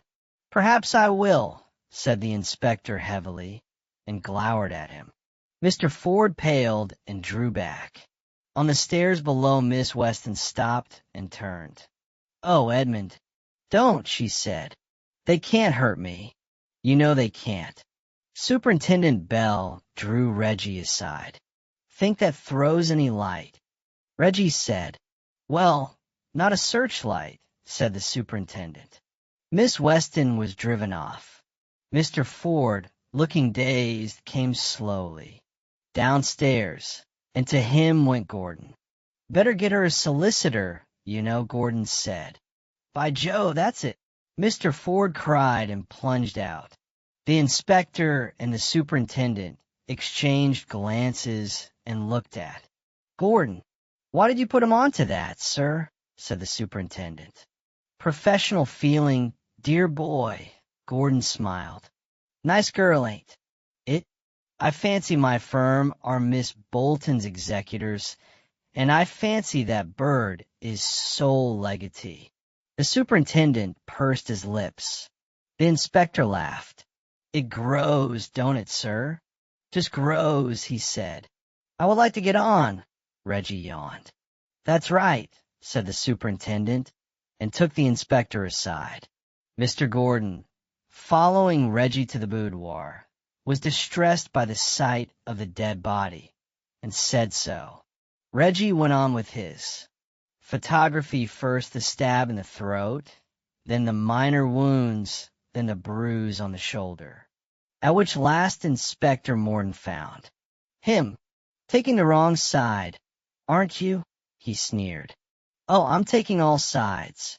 Ever try it? Reggie said. Well, have you done, Doctor? The little Jew broke in. Can't we have her covered up? I'll have the body removed, sir. If the doctor is quite done, said the inspector. And so at last the body of Bertie Bolton was taken away to the mortuary, and Mr. Gordon, much relieved, flung open the windows and turned to his business, the secretaire and its papers. He worked quickly. Nothing there but love letters. Wonder where she kept her will. There's a safe in the bedroom, I think, Reggie said. You bet there is. She had all her jewels in the house, I know, and she had some good stuff, poor old girl. Well, come on. Here's her keys. They went into the bedroom, and the little Jew made for the safe. Reggie wandered across the room. It was a parquet floor with Persian rugs on it. He shifted one by the bedside. There was a small dark stain on the floor, still not dry. An exclamation from Gordon made him turn. Gordon had the safe open, and the safe but for some papers in. Disorder was empty. Not one bally bangle left. Gordon cried. Not a sparkle of the whole outfit. Remember that ruby and diamond breastplate. Remember her pearls. And the stuff that Indian Johnny gave her. My hut. Somebody's had a haul. A spasm crossed his face. I say, Doctor, you were here when I opened the safe. I was here, Reggie said stolidly. I wasn't surprised. The little Jew gasped. You remember that emerald she always wore? It wasn't on the dead body. Oh, God, said Gordon, and with unsteady hands turned over the papers. That's her script. More or less all there, I should say. Where's the will? I know she had her will. Drew it myself. What's that? Reggie said. The one untidy thing in that very tidy room. A paper lay by the fireplace. Gordon picked it up. Here we are. Yes, May Grace Weston. My companion. That's the document. Crumpled up and torn. He whistled, as if Bertie was destroying it, and then Biff. Just as if she'd been destroying it, Reggie agreed. That puts the lid on, don't it? Said the little Jew. Miss Weston, oh lore, there's a soft kid if you ever had one. Just shows. You never know with girls, Doctor. Girls, girls, girls. Well, we'd better tell these bally policemen. So Inspector Morton, vastly to his satisfaction, was told, and Superintendent Bell, appearing from nowhere, heard, and agreed to search the house for the stolen jewels. You gentlemen come too. Please. He cocked an eye at Reggie. Want to keep me under observation? Reggie grinned back. Want you to identify what we find, said the inspector. You'll find something all right, said Reggie. But he showed little interest in the search, mooning after their men in and out of servants' bedrooms and yawning in corners. Inspector. Morton had gone straight to Miss Weston's room, and from it he came glowing with triumph. He called for his superintendent. He collected Reggie and Gordon. You gentlemen happen to recognize that? He opened his big hand and showed the ring with the big emerald which Bertie Bolton had loved. That's it, Gordon cried. That's Bertie's. Coo! What a stone, it. In Weston's room, the inspector proclaimed, on the floor, just under the bed, in Weston's room. Only that, and nothing more? Reggie murmured.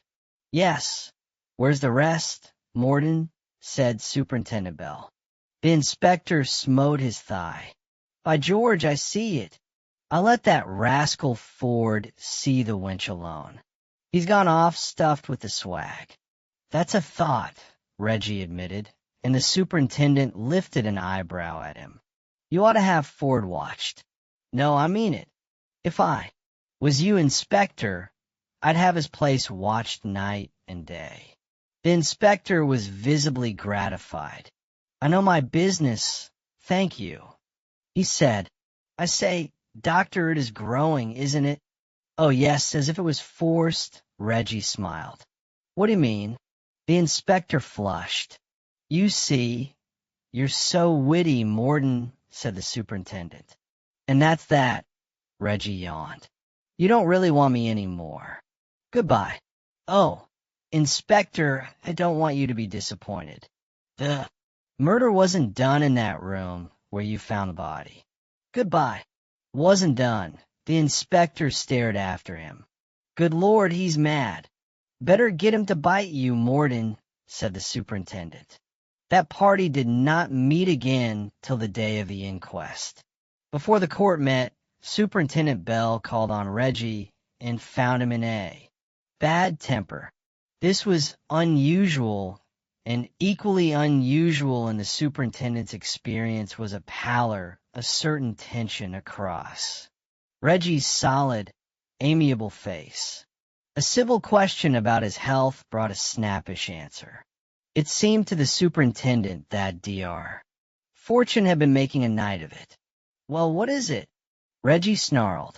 Got anything to tell me? I've been rather disappointed, the superintendent said meekly. More fool you. I told you to watch Ford. That's it, sir. Were you pulling my leg? Oh, damn it, man, this is serious.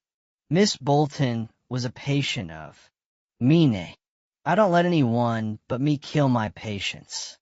Very proper, I'm sure, the superintendent agreed. But we have watched him, Doctor. Nothing doing. Said a man to stand on his doorstep, I suppose. What's the good of that? As you say, the superintendent agreed. We've picked up one thing, though. Just before the murder, his father turned him down for wanting to marry this girl Weston. He hasn't a penny except from his father. That might have made him desperate, him and the girl. It does grow. You know, Doctor. Queer case, Reggie grunted. Going to the inquest? Sorry I can't. Drive you down. My chauffeur's taking a day off. So they walked to the coroner's court, and on the way, Superintendent Bell used his large experience in the art of extracting confidences in vain. But Reggie mellowed, perceptibly mellowed, as he baffled Superintendent Bell. The court was crowded to its last inch. The coroner was conscious of his importance and made the most of it in a long harangue. The divisional surgeon was more pompous than ever and made it a point of honor to use terms so technical that all his evidence had to be translated to the jury, and the coroner and he argued over the translation. What a life, ain't it? Mr. Gordon murmured in Reggie's ear. At last came what the evening papers called dramatic evidence. The housemaid who had found the body and had hysterics over again, as she described it. Mrs. Betts, who had found Mae Weston sleeping beside. It waked her and heard her say, I did it, oh, I did it. Sensation in court was the crosshead for that. The coroner looked over his glasses at the jury, and the jury muttered together, and Mae Weston came into the box. With the manner of a chaplain at an execution, the coroner warned her that she need not give answers that would incriminate her. I want to tell you everything, she said. She was very pale in her black, and listless of manner, but quite calm. What she told was the queer story she had told Reggie, but she was not allowed to tell it her own way. The coroner badgered her with, continual questions designed to make the queerness of it seem queerer. He made her nervous, confused her, frightened her. You bother me so that I don't know if I'm telling the truth or not, she quavered. Then, in the language of the newspapers, another sensation. Mr. Ford, large and red, started up and roared, I ought to be there, sir. Let her alone. I ought to be there. Reggie put his head between his hands and bowed himself, groaning. Everyone else was much excited by Mr. Ford. He was pulled down in his seat. The coroner rebuked him with awful majesty. The foreman of the jury wanted to know if he would be called. The coroner pronounced that the court would most certainly require Mr. Ford to explain himself, and came back to Mae Weston. The fool that he is, he's done the trick, though, Reggie muttered to Mr. Gordon, and Gordon nodded and grinned. For after this interruption, the coroner handled Mae Weston much more gently, almost indulgently, as a good man sorry for a woman's weakness. And he was soon done with her. Any questions? He looked at the lawyers. Reggie bent forward and whispered to the solicitor appearing for Miss Weston. That large, bland man stood up. Now, Miss Weston, about that. Coffee. He had his reward. Everyone in the court, and Miss Weston not least, stared surprise at him. Slowly he extracted from her, she seemed bewildered at each question, the whole history of that after-dinner coffee. Coffee had been brought to the boudoir just before Mr. Ford came. No one but she had expected Mr. Ford. Another cup was brought for Mr. Ford. Mr. Ford and she had both drunk there. Coffee. Miss Bolton wino, Miss Bolton had not. Miss Bolton had been very gay, and in doing a few steps of a dance had upset her. Coffee. No more questions, sir. The large solicitor sat down smiling. The coroner was visibly unable to understand him, and made a great business with his papers. It was now long after tea time. I suppose we shan't finish today, gentlemen, the coroner suggested. Quite impossible, sir, said the large solicitor cheerfully. I have some long medical evidence. Dr. Fortune, Miss Bolton's physician. The first medical man who saw the lady. The first medical man who saw Miss Weston. The court rose. Reggie, with Gordon at his heels, went out by the solicitor's door and found Superintendent Bell waiting for him. Now, are you playing the game, Doctor? Said Superintendent Bell sadly. For keeps, Reggie laughed. Come and dine with me. Bring Morden. He's so genial. We do have to take these little things so seriously, the superintendent murmured. But a party of four, the superintendent and the large inspector, Reggie and the little Jew, packed themselves into a taxicab and drove into town. Reggie was full of elegant conversation. He grew Iris and told them all about Iris, with appendices on the costumes in review. Once or twice Superintendent Bell tried to turn his attention to serious subjects. Vainly. At last Inspector Morden broke out with, I say, Doctor, what's the wheeze about the coffee? The inspector touches the spot. Care not. All will be known ere long. There's a jolly little iris from the Himalayas. Reggie returned with enthusiasm to horticulture. Where are you taking us, Doctor? Said the superintendent. The taxi, which had for some little time been running through the city, seemed to intend coming out on the other side, a locality promising no good dinner. As he spoke, it turned into Liverpool Street Station. Liverpool Street. By George, the inspector said. This is a bean feast. Going to take us to Epping Forest, Doctor. We may have to go farther, Reggie said, and Gordon laughed. Are you in this, sir?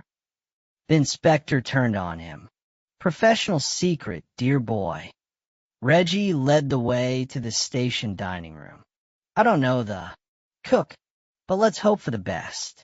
A tiring day, an active evening. Strength is what we need. Strength without somnolence.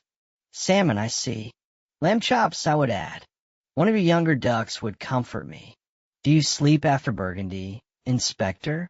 A warm night, as you say. La Rose is a genial claret. Let us all be genial. Well, you're a bit supercilious, the inspector complained. How can you say so? I'm keeping all the glory for you. Glory on ice. All ready for Inspector Morton. So gather you roses while you may. Talking of roses, what do you think of the hybrid Austrian briars? He explained what he thought of them to his silent audience, sliding gracefully into an appreciation of salmon eaten at Waterford, at Exeter, and at Berwick. Few are the men who will not talk about food. The detectives produced much valuable experience of bourgeois cookery, and the dinner went merrily. In its later stages, Reggie became silent and watched the clock. He seemed to grudge Inspector Morton his cheese, and as soon as it was swallowed, made a move. Well, Doctor, I did think we should have had some coffee. The inspector chuckled, but Reggie was already making for the door. By the door stood his chauffeur looking for him. Reggie beckoned impatiently to the detectives and followed the chauffeur out. He led them to the main line departure platforms. It was near the time of the Harwich boat train. A dark, wiry man was registering some luggage for Amsterdam. By his side stood a veiled woman of full figure. Both he and she carried suitcases. As the man turned round, he bumped into Reggie, who was looking the other way, and seemed to have some difficulty in disentangling himself. He glared at Reggie and hurried away. The woman was ahead of him. Reggie grabbed Superintendent Bell. See that pair? Take them both. Picking my pocket. Get the bags. Bell and Morton hurried after the pair. Bell tapped the man's shoulder, and he jumped round. I thought so. You'll come with me to the station, my man said. Superintendent Bell, with admirable calm. What is it? The man cried. His accent was slightly foreign. What? Station? What do you mean? You know all right, said the superintendent. I am Superintendent Bell of Scotland Yard. I do not know at all, the man protested. What do you want with me? The woman saw Reggie. She hissed something to the man in a foreign argot and turned to run. The superintendent laid hold of her. Inspector Morton closed with the man. The inspector was large and brawny, but at the end of a moment he was on his back and the man making off. Reggie dived for his legs in the manner of rugby football, and they went down together. The railway police came on the scene. The man was handcuffed, and he and the woman and the two detectives packed into a cab. Reggie and Gordon followed in another to the police station in Old Jewry. When they arrived, the two prisoners were already in the charge room, and the woman was protesting vehemently, to the great edification of the uniformed inspector at the desk and a plainclothes friend of his, and the embarrassment of Superintendent Bell and Inspector Morton. It was an outrage. Why did they assault her and her husband? Why? They were respectable people. She would not endure it. Oh, Flora, Flora. Reggie shook his head at her. The woman whirled round on him. You? Ah, it is you then, the doctor. You are a traitor. You are a wicked villain. I spit upon you. And she did. The man said something to her in the strange foreign argot they seemed to use between themselves, and she was silent. The plainclothes man came forward grinning. "Why, Bunko, it is my dear old pal, Bunko. What have they got you for now, old thing?" The man scowled, dusty and bruised from the scuffle and in the ignominy. Of handcuffs, he had still a certain arrogant dignity. He was well made for all his slightness, and the strength which had upset Morden showed in his poise. It was a dark, aquiline face with a good brow, but passionate and cruel. "What is the charge, Doctor?" said Superintendent Bell. "Oh, on the 7th instant murder of Wilhelmina, otherwise Bertie." "Bolton," Reggie drawled. "Better search them." "It is a lie." Flora screamed, and continued to scream. Reggie and Gordon were smoking in another room when Bell and Morden came back with the results of the search. A suitcase was put on the table, opened, and seemed to be full of light, a mass of jewels. "Can you identify, gentlemen?" Morden said. Superintendent Bell laid on the table a sheath knife. An unusual knife, rather long, rather narrow, rather stiff. "I'll identify that," Reggie said, and took it up. "That's the thing that killed her." "Coo," said Mr. Gordon. "You got a real head, Doctor. This is Bertie's bunch, all right. Swear to those rubies anywhere." "Who's the man?" said Reggie. Superintendent Bell sat down with a bump. "He asked me that. He appealed to the company. I put it to you. He asked me that. The woman, she's Miss Bolton's maid, of course. But the man, oh, he's Ford's chauffeur. I told you to watch Ford. But you only sat on the steps of his flat. You've given me a lot of trouble, you know. I was up all last night. Chauffeur doesn't sleep in, of course. But who is he?"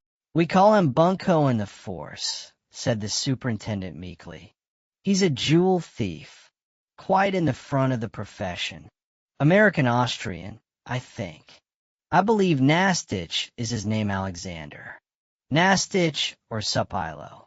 Croat, I think," Reggie said. "This knife, they use him down that way.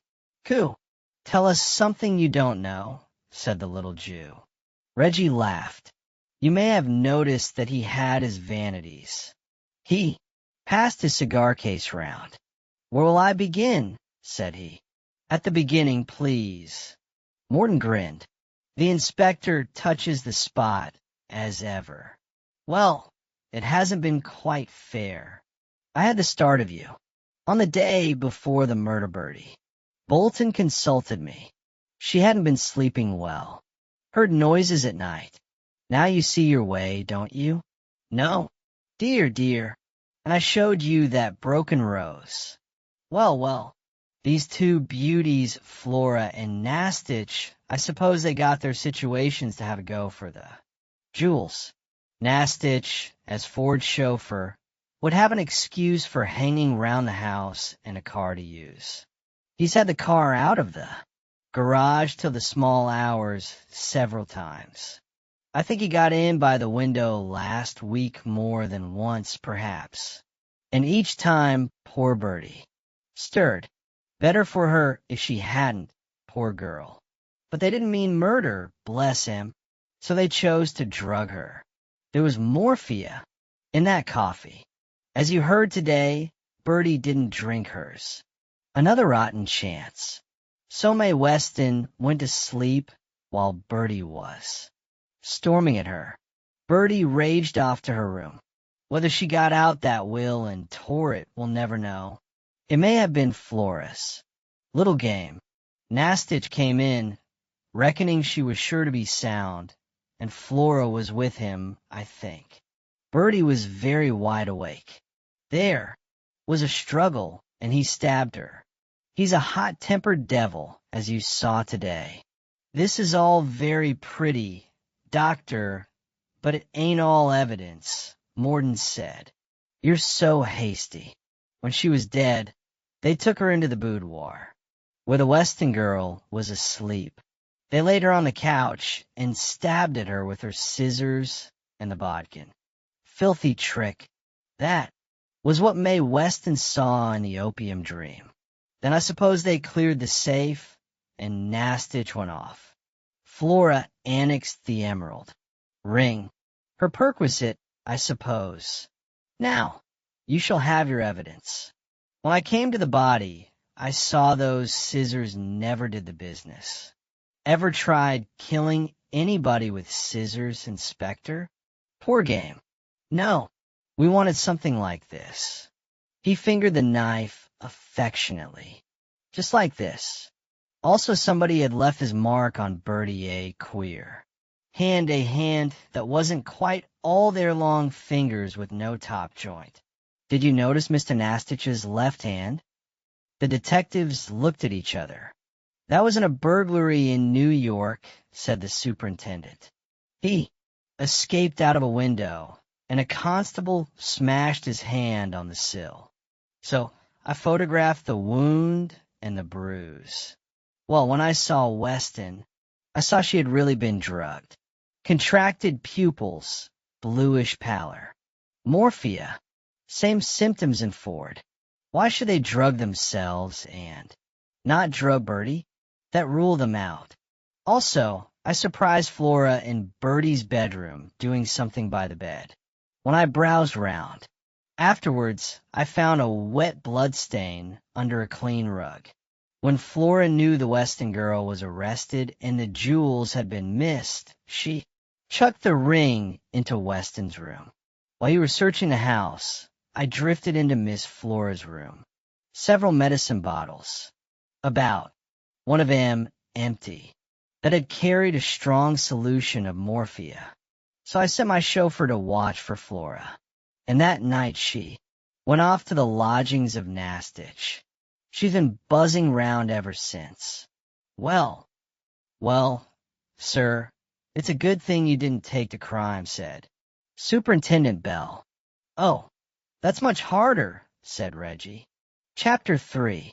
The Nice Girl. Some are born great. Some achieve greatness. Some have greatness thrust upon them.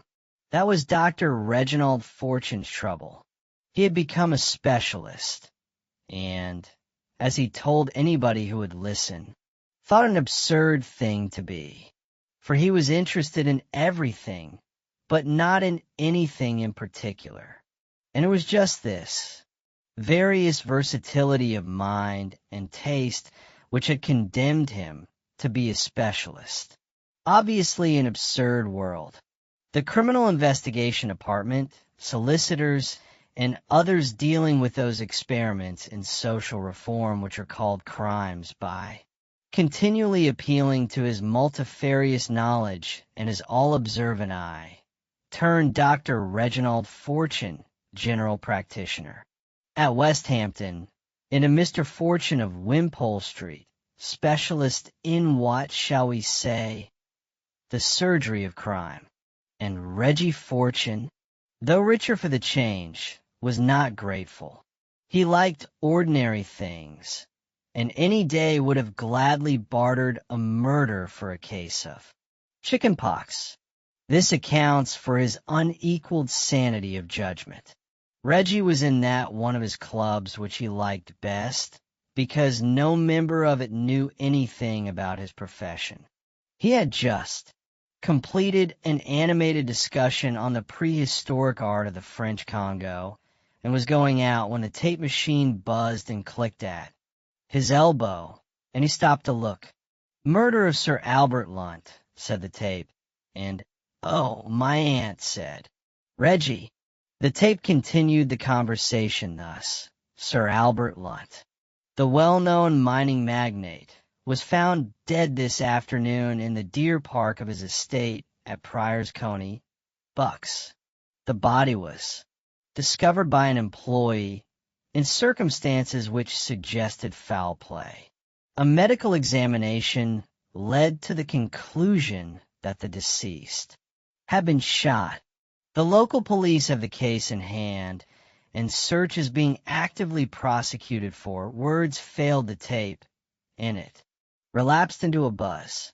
Reggie stared at it with gloomy apprehension. I believe the beggars. Get murdered just to bother me. He was reflecting when a jovial tea merchant, wholesale that club is a most respectable club, clapped him on the shoulder and asked what the news was. They only do it to annoy because they know it teases, said Reggie, and held up the tape. Albert Lunt, said the tea merchant, and whistled. Well, he won't be missed. Don't you believe it? Reggie groaned and went out.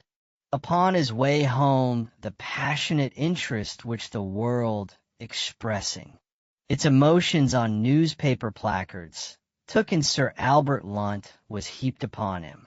When he let himself in, his factotum, Samuel Baker, was hovering in the hall. Oh, don't look so alert, Sam. It's maddening, Reggie complained. Samuel Baker grinned. You'll want all the papers, sir. I suppose so. I'm getting each edition as they come along, sir. Would you like a photograph of Sir Albert? Go away, Sam. Reggie waved at him. Go quite away, Sam. Do you know, one reason why many fellows get murdered? It's because other fellows can't live up to them. As he changed, Reggie looked through the papers. They were eloquent upon Sir Albert Lunt. His career, even when treated with the delicacy, due to those who die rich, was a picturesque subject. Sir Albert Lunt, with his surviving brother Victor, had gone out to South Africa in the early days of diamonds. His first vocation was discreetly veiled. Some references to his lifelong passion for sport reminded the knowing of the story that he and his brother had been in the front rank of the profession which works with 3 cards, the thimble and the pea. Sir Albert, always in close alliance with Victor, had come out into daylight in the second stage of the diamond. Fields, when the businessman was following in the steps of lucky adventurers. It had been Sir Albert's habit through life to appear in the second stage of things. The polite newspaper biographies called this prudence and sound judgment. He had always been fortunate in reaping other people's harvests. There were strange tales of his devices at Kimberley and Johannesburg, and just a hint of a clash with Cecil Rhodes, in which Rhodes had said what he thought of the brothers Lunt with a certain gusto. So ways that were dark and tricks that were anything but vain in Kimberley and Johannesburg made Albert Lunt a millionaire. He was not satisfied. South Africa was too small for him. Or was it too hot for him? He had spread his operations round the world. He was interested in some Manchurian tin and the copper belt of the Belgian Congo. One of our modern empire builders, as the evening papers sagely said. How Sir Albert came by his title was a problem left indecent. Obscurity. Much was said of the magnificence of his life in England. His Rococo palace, not quite in Park Lane, his pantomime splendors at Prior's Coney, the ballroom which was in the lake, and the dining room which was paneled in silver. The knowing reader could divine that Sir Albert had lived not only blatantly, but hard and fast. Yeah, said Reggie Fortune. Just as he was putting on his coat, Sam arrived with a photograph of Sir Albert, and Reggie sat down to it. A plump man of middle height, rather loudly dressed, a long, heavy face, rather like a horse's, but with protruding eyes commonplace enough. It was only the expression which made Reggie examine the fellow more closely. Under the photographic smirk was a look of insolence and conceit of singular force. The man who owned that would never allow any creature a right. Against him, behold the secret of Sir Albert Lunt's success. And oh, Peter, I don't wonder someone murdered the animal, said Reggie. Justifiable porcicide, on which he went off to dinner with his sister, who had married a man in the Treasury, and gave him the pleasant, somnolent evening you would expect. When he came back, there were 2 telegrams waiting for him. Number 1 was called in a Lunt case. Desire consult you. Lady, Lunt also anxious your opinion. Gerald Barnes. Number 2, desire consult you Lunt case. Please see me Priors. Coney morning. Lomas.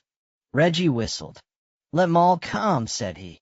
Gerald Barnes had been house surgeon when Reggie was surgical registrar at St. Simon's Hospital and had gone into practice somewhere in Buckinghamshire. The Honorable Stanley Lomas was the head of the Criminal Investigation Department. Have they had a scrap? Reggie smiled to himself. Lots of zeal at Prior's Coney. Sam, the car after breakfast. We'll go and see life. And he went to bed. But in the morning, just as he was finishing breakfast, he was told that Nurse Dauncey wanted to see him and said it was most urgent. Nurse Dauncey was at St. Simon's Hospital and had a partiality for Reggie, who, quite paternally, liked her for being gentle and kindly, and pretty, a trim figure, a pair of honest gray eyes, a wholesome complexion, and an engaging red mouth were the best of Nurse Dauncey's charms, but there was a simplicity about her which commended them. Types of English beauty, third prize Nurse Dauncey, somebody said once, and it was felt to be just. On this morning, Nurse Dauncey's nice face was troubled, and she had lost her usual calm.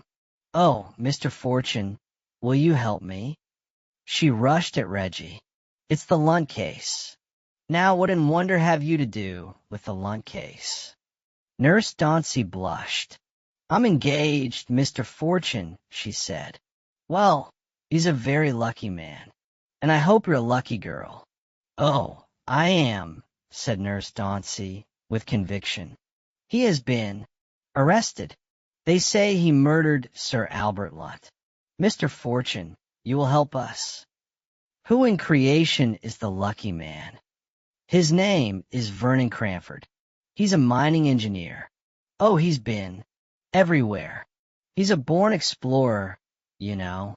He discovered a copper mine in Portuguese East Africa, one of the richest mines in the world. He came home last year and told Sir Albert Lunt about it, and Sir Albert sent him out to show the place. There was a sort of expedition, you know, and then, somehow, on the way up country, Vernon was left behind. The other men tricked him, and when he got back to Mozambique, he found that the other men had claimed the place was theirs. They had, what do you call it?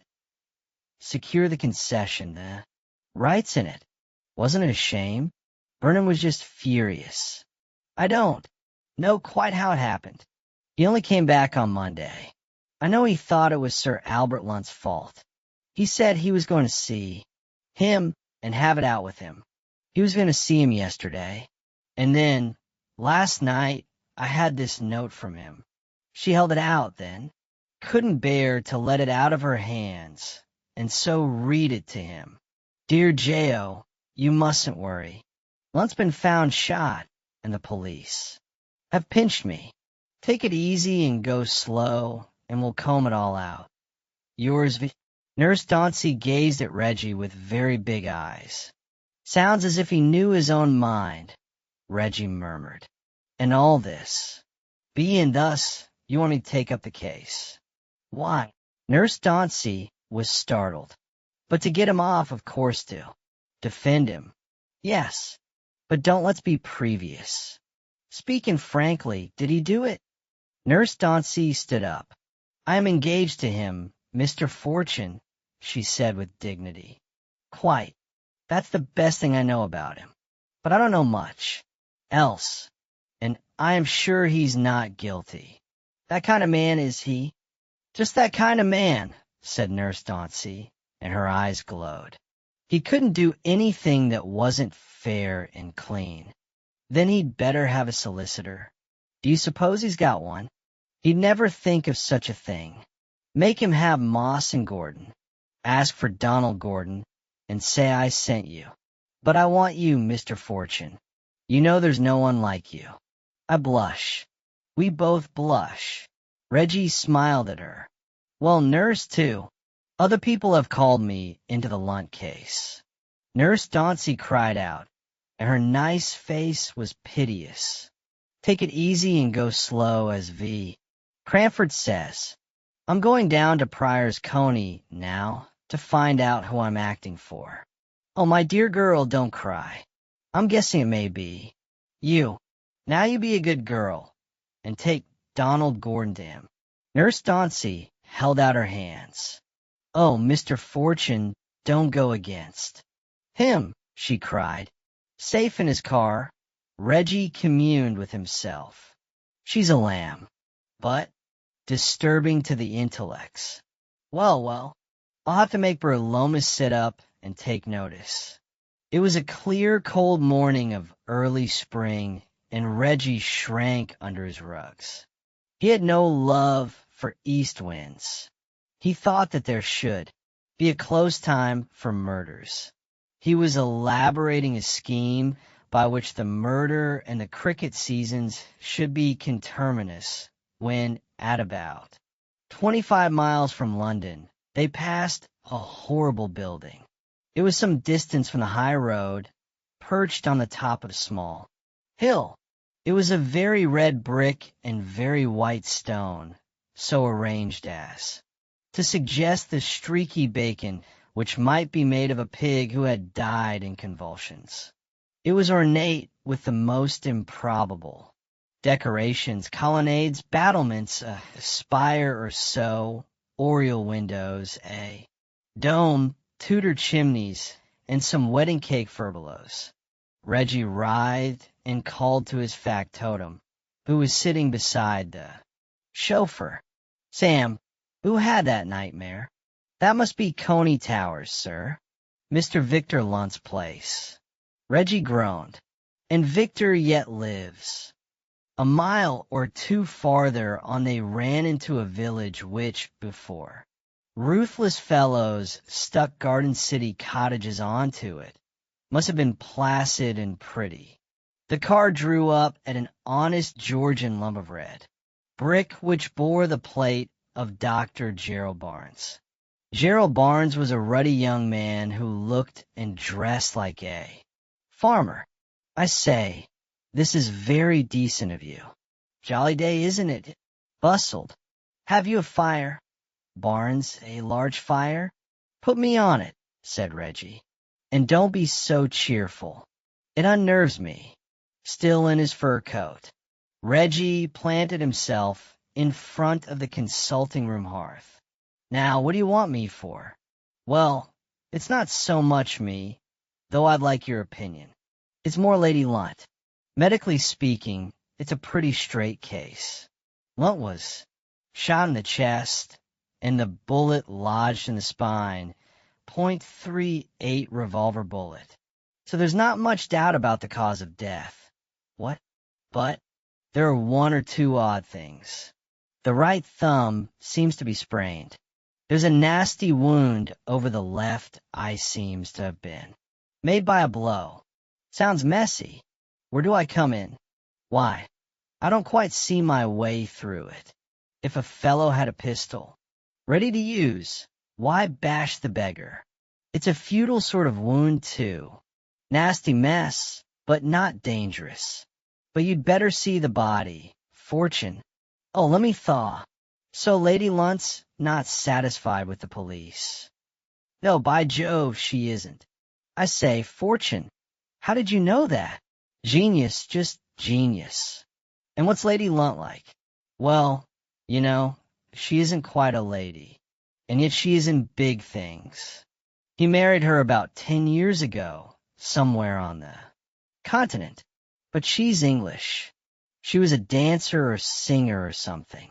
Pretty low class, I believe. She was awfully handsome, big, dark, dashing type. She hasn't kept her looks, but she's still striking. She was pretty rowdy at first, went the pace. Like he did. He was an awful old bounder, you know. But for a good while now, she's been different, quiet, and serious looking after. Things down here, good work on the estate, that sort of thing. She quietened him down too, but he was pretty bad.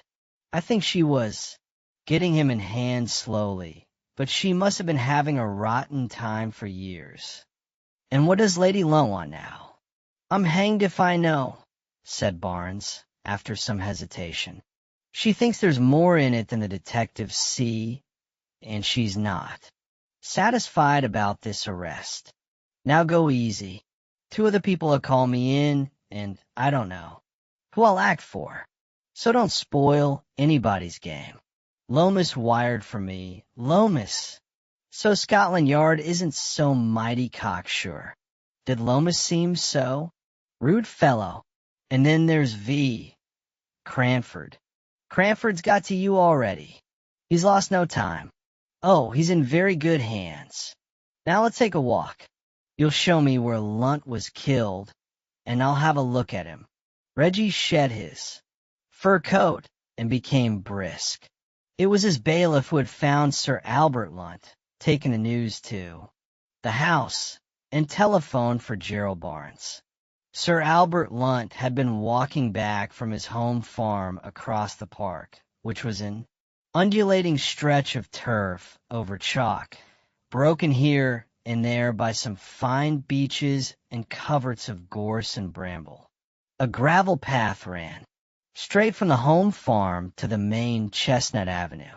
Barnes halted at a place where the turf was trampled and half frozen. Footprints. Reggie looked around him. Humph. Well out of sight of any house. Nobody heard the shot. Nobody noticed it. It's a good way from the house, you see, and a mile from the farm. A shot or so what's that in the open country? You often hear a gun somewhere. Quite. Where's that path go to? Reggie pointed to a track across. The turf diverging from the gravel. That? Oh, over to Victor Lunt's place.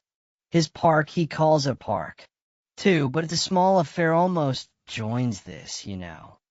Well, let's see the body. Reggie yawned, and they marched on to Prior's Coney. It had once been a comely place in a staid 18th century fashion. Oh, my only aunt. Reggie groaned. Looks like your grandmother put into the Russian ballet. It was loaded with excrescences of contorted ornament, still raw and new against the mellow solemnity of the original homely house. A motor car stood at the door.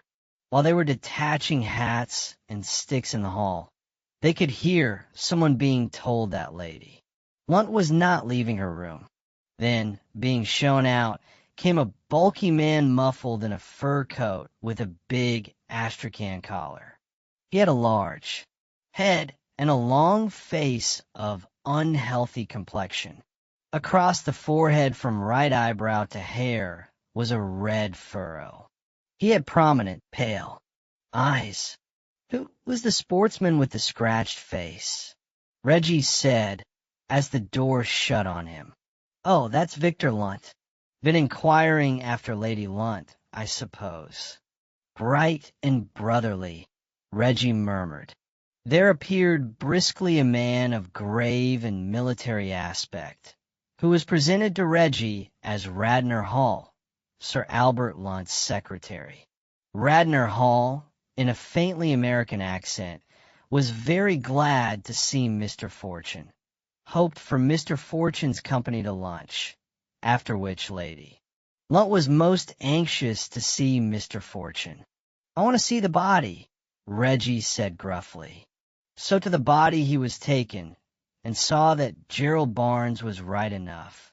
there could be no doubt of the cause of death. A pistol, bullet, fired from some little distance, had entered the chest and lodged in the spinal vertebrae.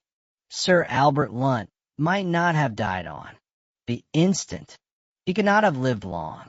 But that mortal wound was tiny. What made the dead man look horrible was the gash in his forehead and the bruise round it. And over that Reggie frowned and pondered. "Showy, isn't it? Very showy," he complained. "Such a hurt, eh? Man might get by falling on a stone." But Sir Albert Lunt had fallen on his back on the turf. If someone had hit him with a stone or some such jagged thing, but why should any man take a stone who had a pistol and was not afraid to use it? If there was any sense in it, I'd say it was a fake, Reggie grumbled. He gave up the wounds at last and moved round the body. "Oh, you're looking at the wrong hand," Barnes said. "Am I, though?" "Yes, this is the one where the thumb sprained the right hand." "Well, he seems to have been busy with his hands. What did you make of this?" Barnes came to look. The fingers of the left hand were bent towards the thumb as if the dead man had been plucking at something.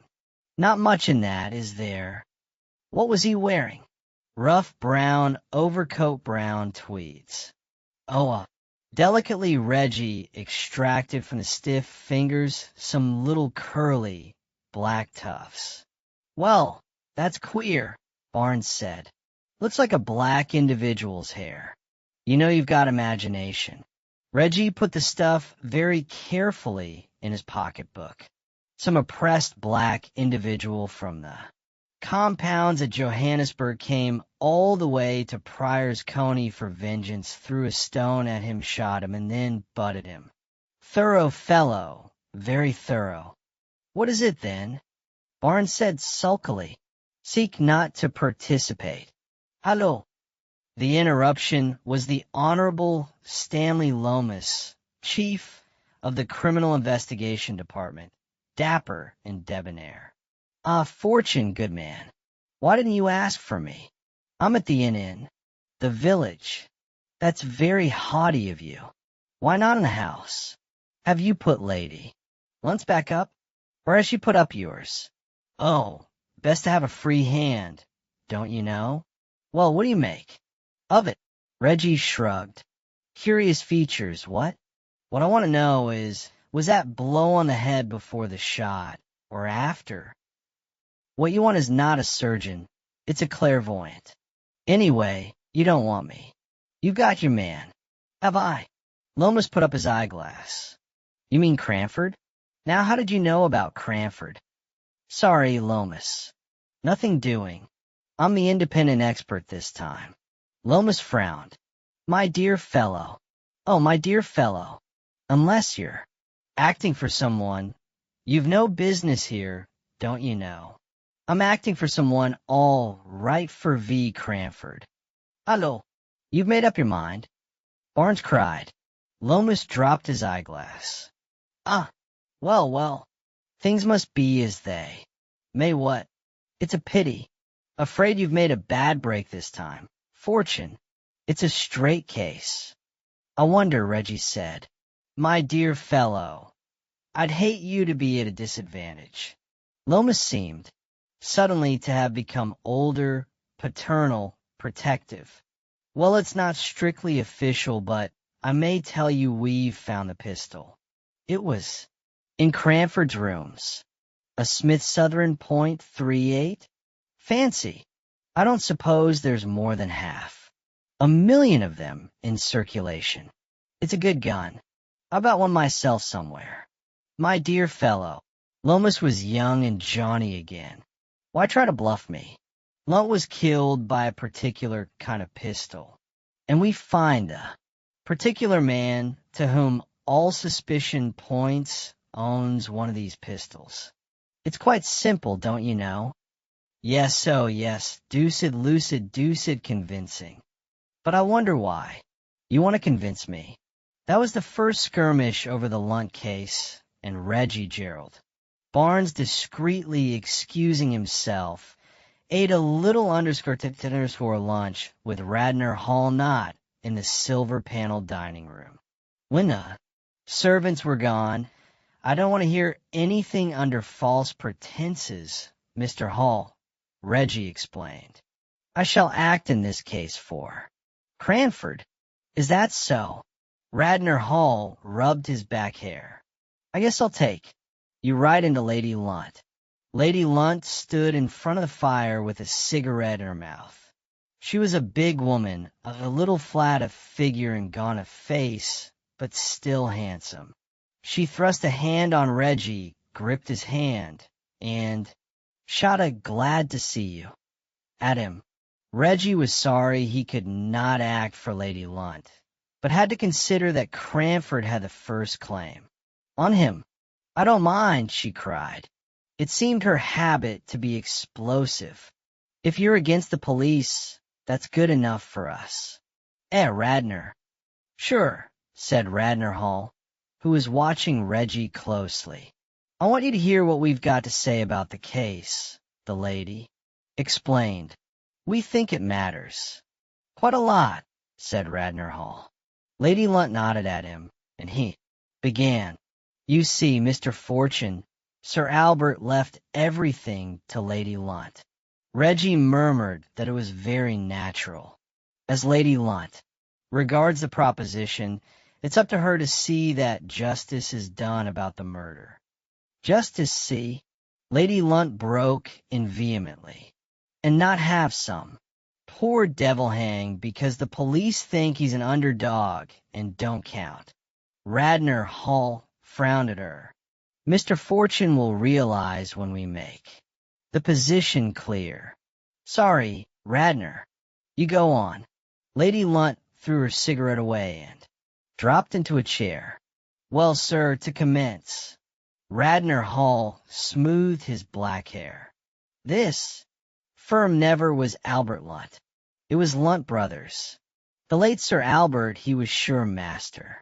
He put in a get up and get, but quite a lot of the head work came from Mr. Victor Lunt. And lately, Sir Albert having largely relapsed into living on his rents, Mr. Victor Lunt has had considerable control. Now, sir, speaking as man to man, I would wish to say that the methods of Lunt Brothers have been complex, highly complex. I conjecture that in early days Albert and Victor were both out for scalps. But in my time, Sir Albert having mellowed, largely mellowed under prosperity and certain influences. Oh, don't blether, Radnor," Lady Lunt exploded. "Well, Mr. Fortune, Sir Albert has lately showed a tendency to more conservative methods of finance. Mr. Victor Lunt has gone on putting in his sharp-head work. There has been friction, sir, some friction. Now, in this affair of Cranford's without prejudice, I would like to say that Mr. Cranford has been hardly used by Lunt Brothers." "He's been damnably cheated," said Lady Lunt. "There's a point of view," said Radnor Hall. Lady Lunt had put her point of view to Sir Albert. "Well, sir, the Cranford case was largely handled by Mr. Victor Lunt. I wouldn't say Sir Albert disavowed the methods used, but he considered Mr. Victor was taking too much control. Words passed, and we find Sir Albert shot. That's the proposition, Mr. Fortune." Reggie smiled. Reggie put the tips of his fingers together and over them, looked very blandly at the military face of Radnor Hall. "Your view is that Sir Albert was murdered by his brother Victor," he said. Lady Lunt started and looked at Radnor Hall. Radnor Hall gave no sign of surprise. "Pitch up another, doctor." Smiled back. "No, sir. Your guess, not mine. I'm giving out facts." "Oh, cut it out, Radnor," said Lady Lunt. "Well, well." Reggie surveyed her benignly. "And so Sir Albert's death leaves Victor in control of the firm?" Sir Albert's share comes to me, Lady Lunt said. 5/8. I'm master now. A responsibility, Reggie murmured. If I understand, one cause of quarrel between the brothers was that Victor resented your influence. Madam, which Sir Albert encouraged you to use?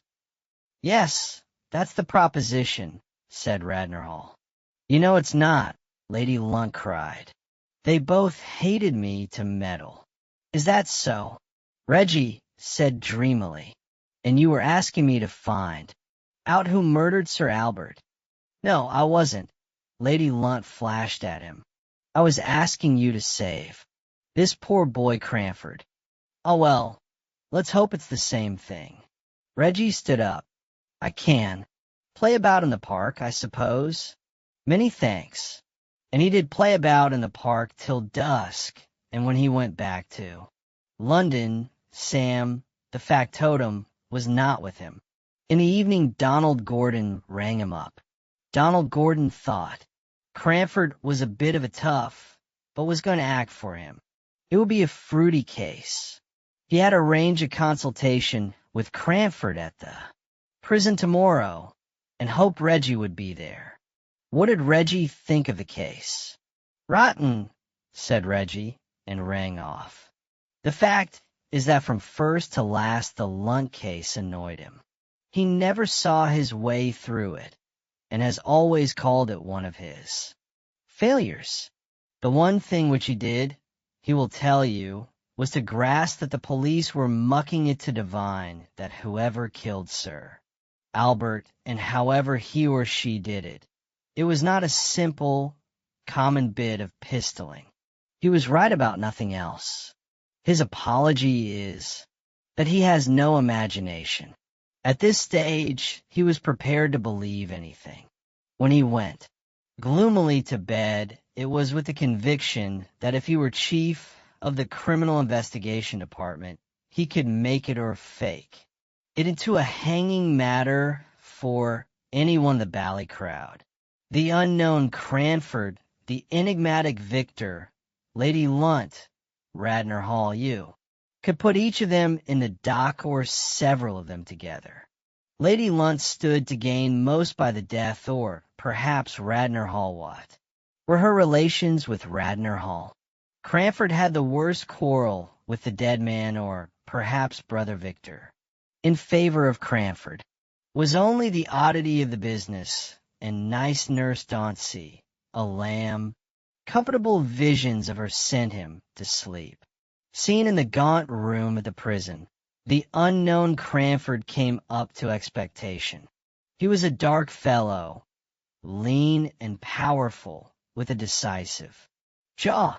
The little Jewish solicitor, Donald Gordon, became nervous before him.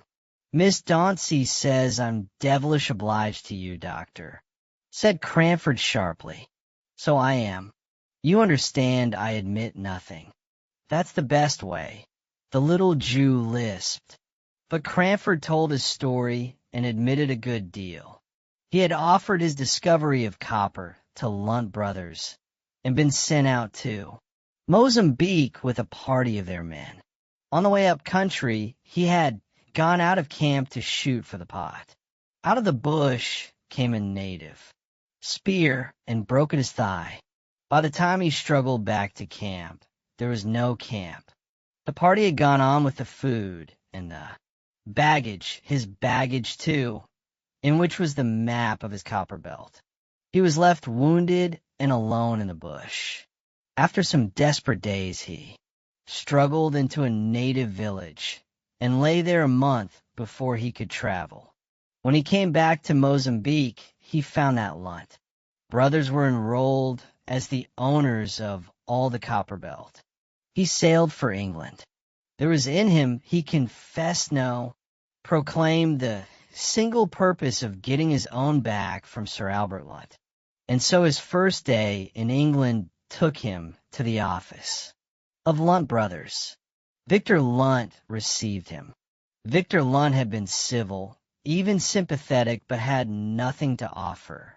Victor Lunt admitted that they had jumped his claim, did not conceal that the trick had been planned by Sir Albert Lunt, agreed that Cranford had been damnably swindled, but gave him no hope that Sir Albert Lunt would do anything. "You didn't kill Victor, anyway?" Reggie said. "Victor?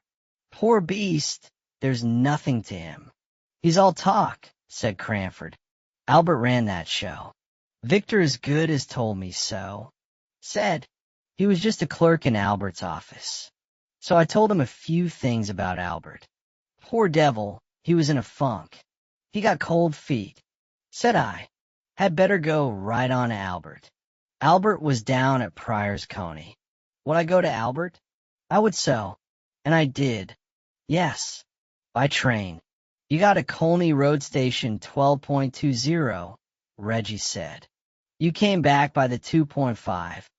That's so. Cranford stared at him. You know something, Doctor? I walked up to Prior's Coney. Flunky said Albert was out. I walked back and caught the 2.5. There was silence for a moment. Then the little Jew said, "That's the story.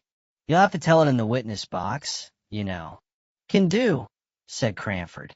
"That's nice," the little Jew lisped. "Now you know some fellow will. Ask you not you tell me if you don't want, did you murder Albert Lunt?" "I did not, sir." The little Jew rubbed his hands. "That's nice, ain't it, Doctor? That gives us a free hand." He got up. "Well, Doctor, any questions? I wonder what coat you were wearing, Mr. Cranford?" Reggie said, "Coat? Brown raincoat. Devilish cold it was, too. Only coat I've got. I've not had time to fit out for an English spring." "Quite.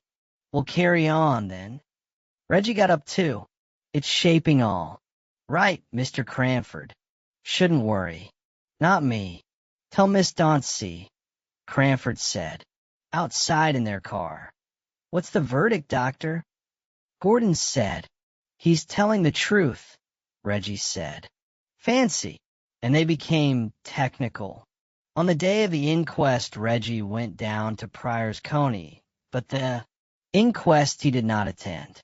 The Honorable Stanley Lomas noticed that, and remarked on it with surprise to Donald Gordon. It was the one thing in a successful day which gave Mr. Lomas concern. But at the close of that day, Mr. Lomas, going back to the inn for his car and his tea, found Reggie eating buttered toast. "I envy you. Fortune, don't you know?" Lomas sat down beside him. "Oh, Mr. Lomas, sir," Reggie mumbled.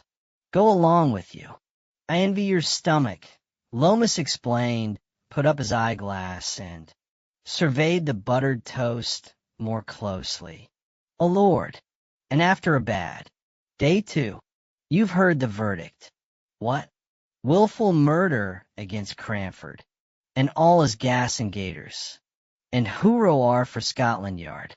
And you shall pay for my tea. It was the pistol did for him, you know." Lomas smiled as a man who can afford to smile. "Childhood's years are passing o'er us, Lomas," Reggie murmured. "Soon our school days will be done. Cares and sorrows lie before us, Lomas. Hidden dangers, snares unknown. I've found a real pistol. Old thing. Goodbye." Lomas caught him up outside. "I say, Fortune, without prejudice, what's your line?"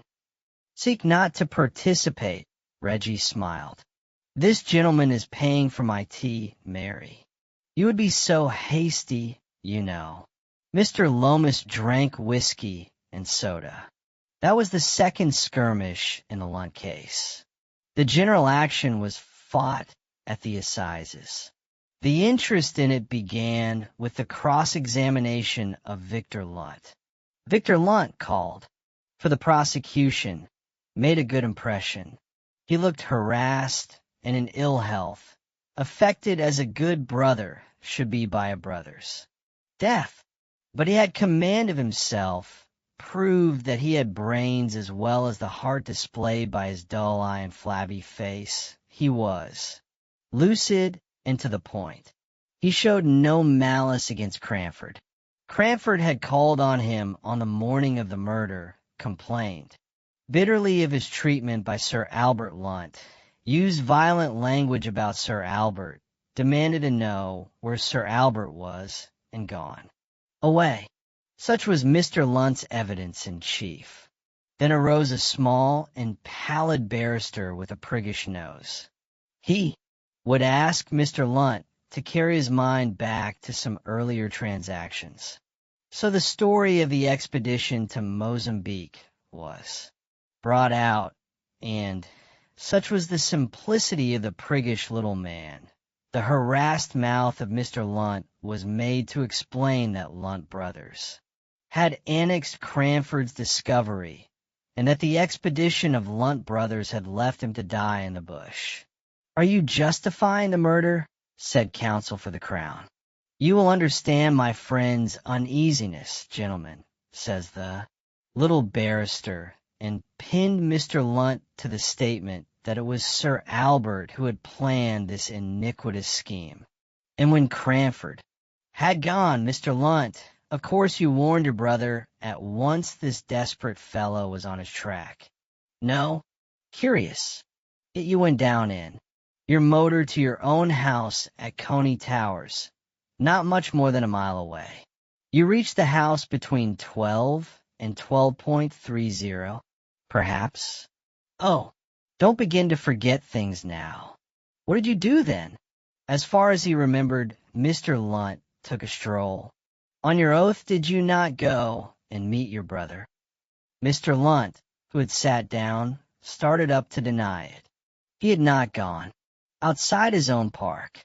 Would it surprise you to hear that on the path from your house to Sir Albert's there were found next day fresh footprints which your boots fit? Mr. Lunt often walked that way. What clothes were you wearing? Mr. Lunt could not remember. He went as he was. You don't deny you were wearing a coat with an astrakhan collar? Mr. Lunt could not say he had such a coat. He did often wear it. Very well. And, as you were saying, you have had quarrels with your brother about the policy of the firm. Not quarrels, no. Mr. Lunt protested eagerly and struggled to explain them away. On the day after the murder, you had a large scratch on your forehead, which was not there before the murder. Mr. Lunt could not remember. The scratch. Anybody might have a scratch. He was let go, and the jury looked at each other.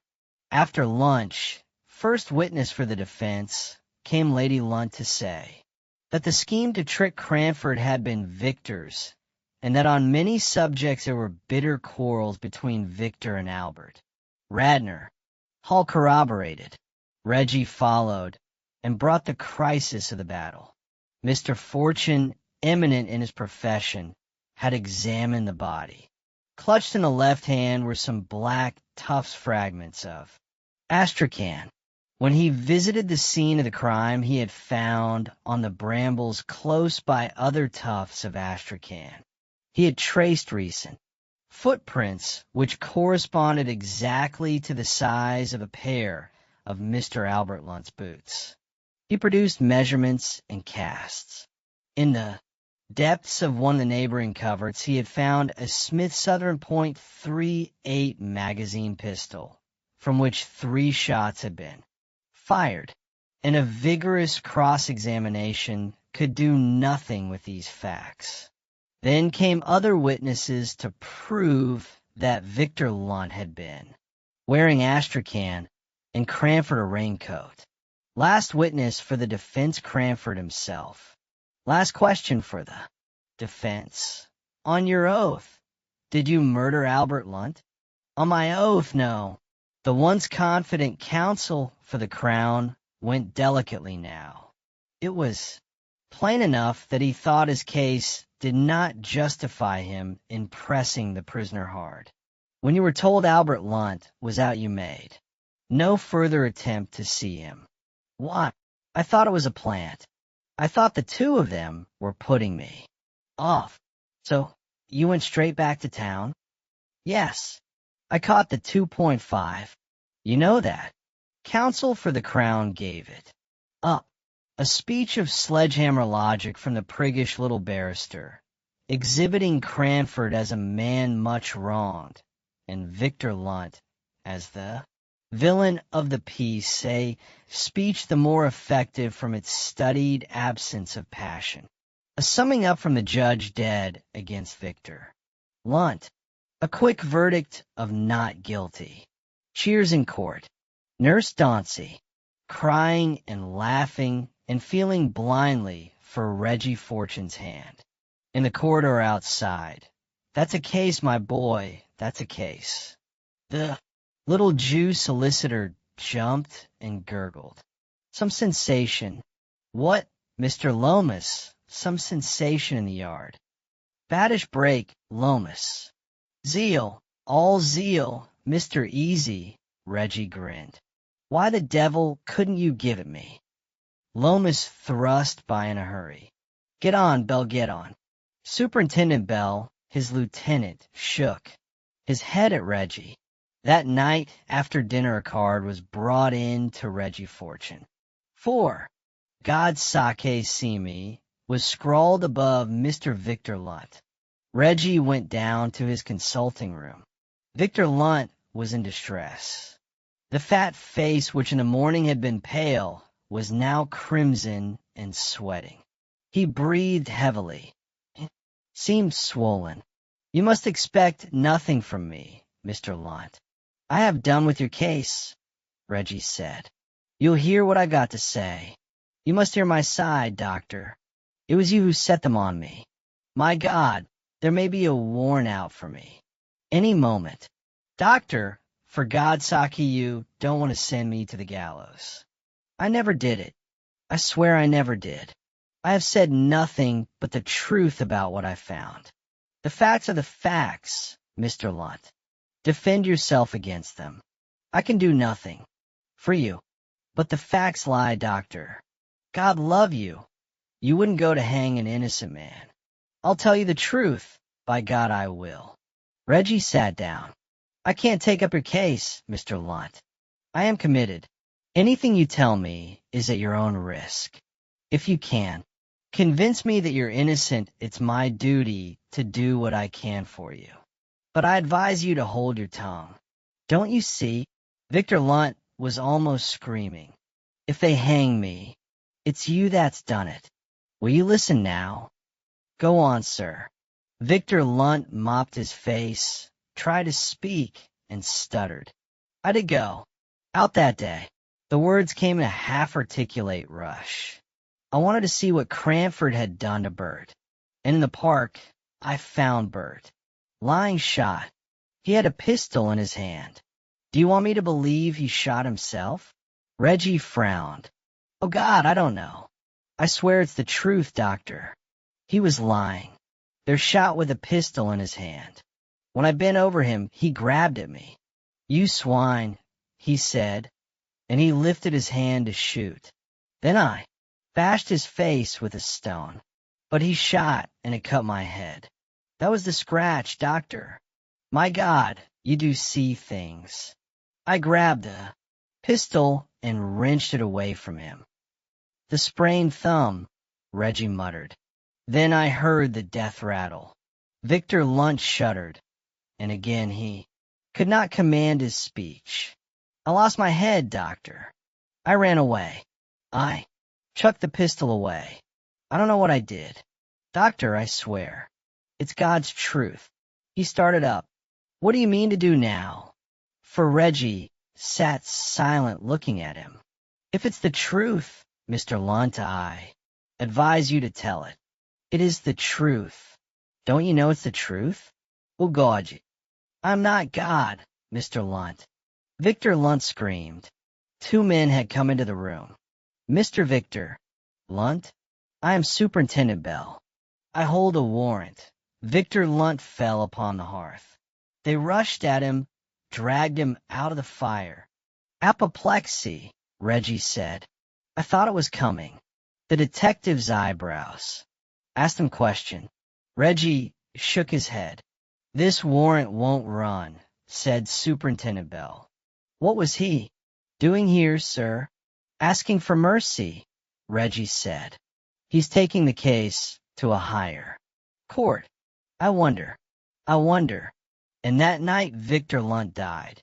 A few days afterwards Reggie gave a little dinner to Cranford and Nurse Dauncey, and Nurse Dauncey, in a shy evening frock, was adorably happy.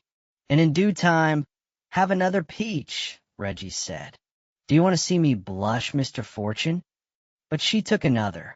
You could do pleasant things with the stones. He loves me. He loves me not. It's not interesting any more, said Nurse Dauncey, and looked demure. I'm off to British Columbia next week, Cranford announced. Alone, said Reggie, with his eye on Nurse Dauncey. This year, next year, Nurse Dauncey counted. May I have 5 peaches, Mr. Fortune? I'm sure you know what's good for you. So you're dropping the Mozambique copper claim, Cranford. Lady Lunt offered to turn it over to me. I couldn't touch it. Of course not, said Nurse Dauncey. Good thing for me Victor Lunt didn't stand his trial, Cranford said. Yes, it would have kept you in England. Huggy Lia Siga. I should have had to tell the whole story. Reggie stared at him. Yes, that's the proposition, sir. It was the case you put up against, and got me off. I put up nothing, Reggie cried. Everything I had against Victor was true, and he knew it was true. That's what broke him. He had a queer story of his own, though, and Reggie told them Victor Lunt's version of the crime. I wondered how much of that was true. He wanted me to believe Albert committed suicide, you see, and that's impossible. Maybe it was all true, Cranford said. Poor beggar. He went through it. I didn't feel merciful, Reggie said. Whatever was the way of it, he meant to get his brother murdered. He worked you up and sent you off to do it. He meant the murder. No, I didn't feel merciful. And yet I wonder. I always meant to put you wise, Cranford said. You'll pardon me. I couldn't afford to give anything away. And I told you no lies. I didn't murder Albert Lunt, but I killed him. Fair and clean, sir. On my soul, it's as good a bit of work as ever I did. He was a yellow dog. It was up to me to wipe him out. This is the way of it, Doctor.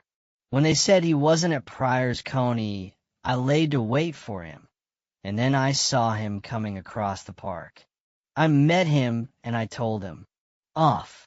I had it all cut out. He had to have his chance, though he gave me none. I had 2 guns.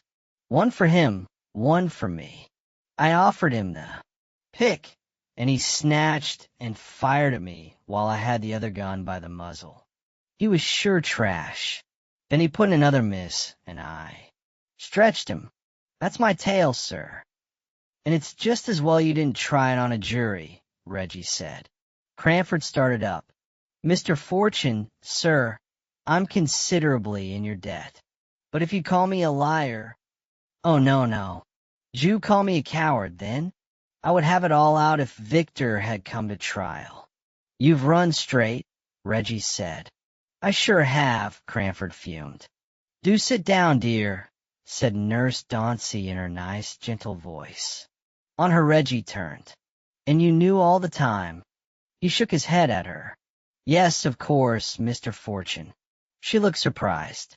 Cranford, my congratulations, said Reggie. Never trust a really nice girl unless you're marrying her. Perhaps you knew that. Chapter 4. The Efficient Assassin. There was a silence that might be felt. The judge put on the black. Capitolo. The prisoner gave a queer cackle of laughter, and Mr. Reginald Fortune, the surgeon whose evidence had convicted him, yawned and still out of court. The Sunday school murder, one of the most popular crimes of our generation, had bored Mr. Fortune excessively, and now That the Sunday school superintendent was safely on his way to the hangman, Mr. Fortune desired to forget all about it at once. He stood on the steps of the Shire Hall, lighting a cigar. A large young man, who had been struggling to get in, detached himself from the guardian policeman and ran at him. "Fortune, my God," he said emotionally. "I thought I'd never get at you. I say, come somewhere where we can talk." Mr. Fortune looked down through his smoke with sleepy eyes. One moment, he murmured. "Oh, you're Charlicote Beaver." "Charlicote? Well, and what's the best with you, Beaver?" "It's murder, old man," Charlicote muttered. "Everybody's doing it." Mr. Fortune frowned at him. "Who's slain now?" "It's my father." "My dear chap." "Oh, my dear chap." Mr. Fortune was startled into sympathy. "I say, Fortune, for God's sake," Charlicote gasped. "Quite, quite," said Mr. Fortune, linked arms with him, and marched him off. When Reggie Fortune ambled through his 4 years at Oxford, Geoffrey Charlicote was one of the great men of his college, a cricket blue, socially magnificent, and even suspected of brains. The Charlicote family dated from the Victorian age. When the building of railways began, Geoffrey's grandfather was a navvy. He became a contractor, made $500,000, and died. Shares of his practical ability, his originality, his driving power, and his disdain for the Ten Commandments, he was a mean old sinner, were inherited in different proportions by his 3 descendants. Stevenson Charlicote, his son, had 1 child, Geoffrey, and was also the guardian of an orphan nephew, Herbert. Stevenson Charlicote was a capable man of business. In his hands, the family wealth increased. His only ambition was that the family should get on in the world. So was Eton and Oxford for Geoffrey, Harrow, and Cambridge for his cousin Herbert. Herbert emerged elegant and ordinary. In spite of Eton and Oxford, Geoffrey disturbed his father by showing signs of originality. He was bored by the big house in Mayfair.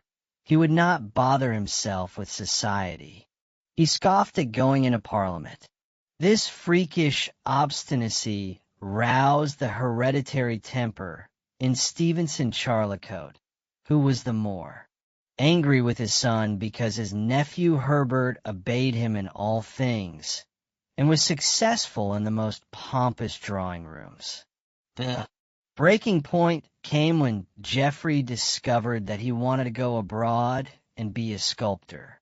Stevenson Charlicote raged and decreed that he should not, and Geoffrey went.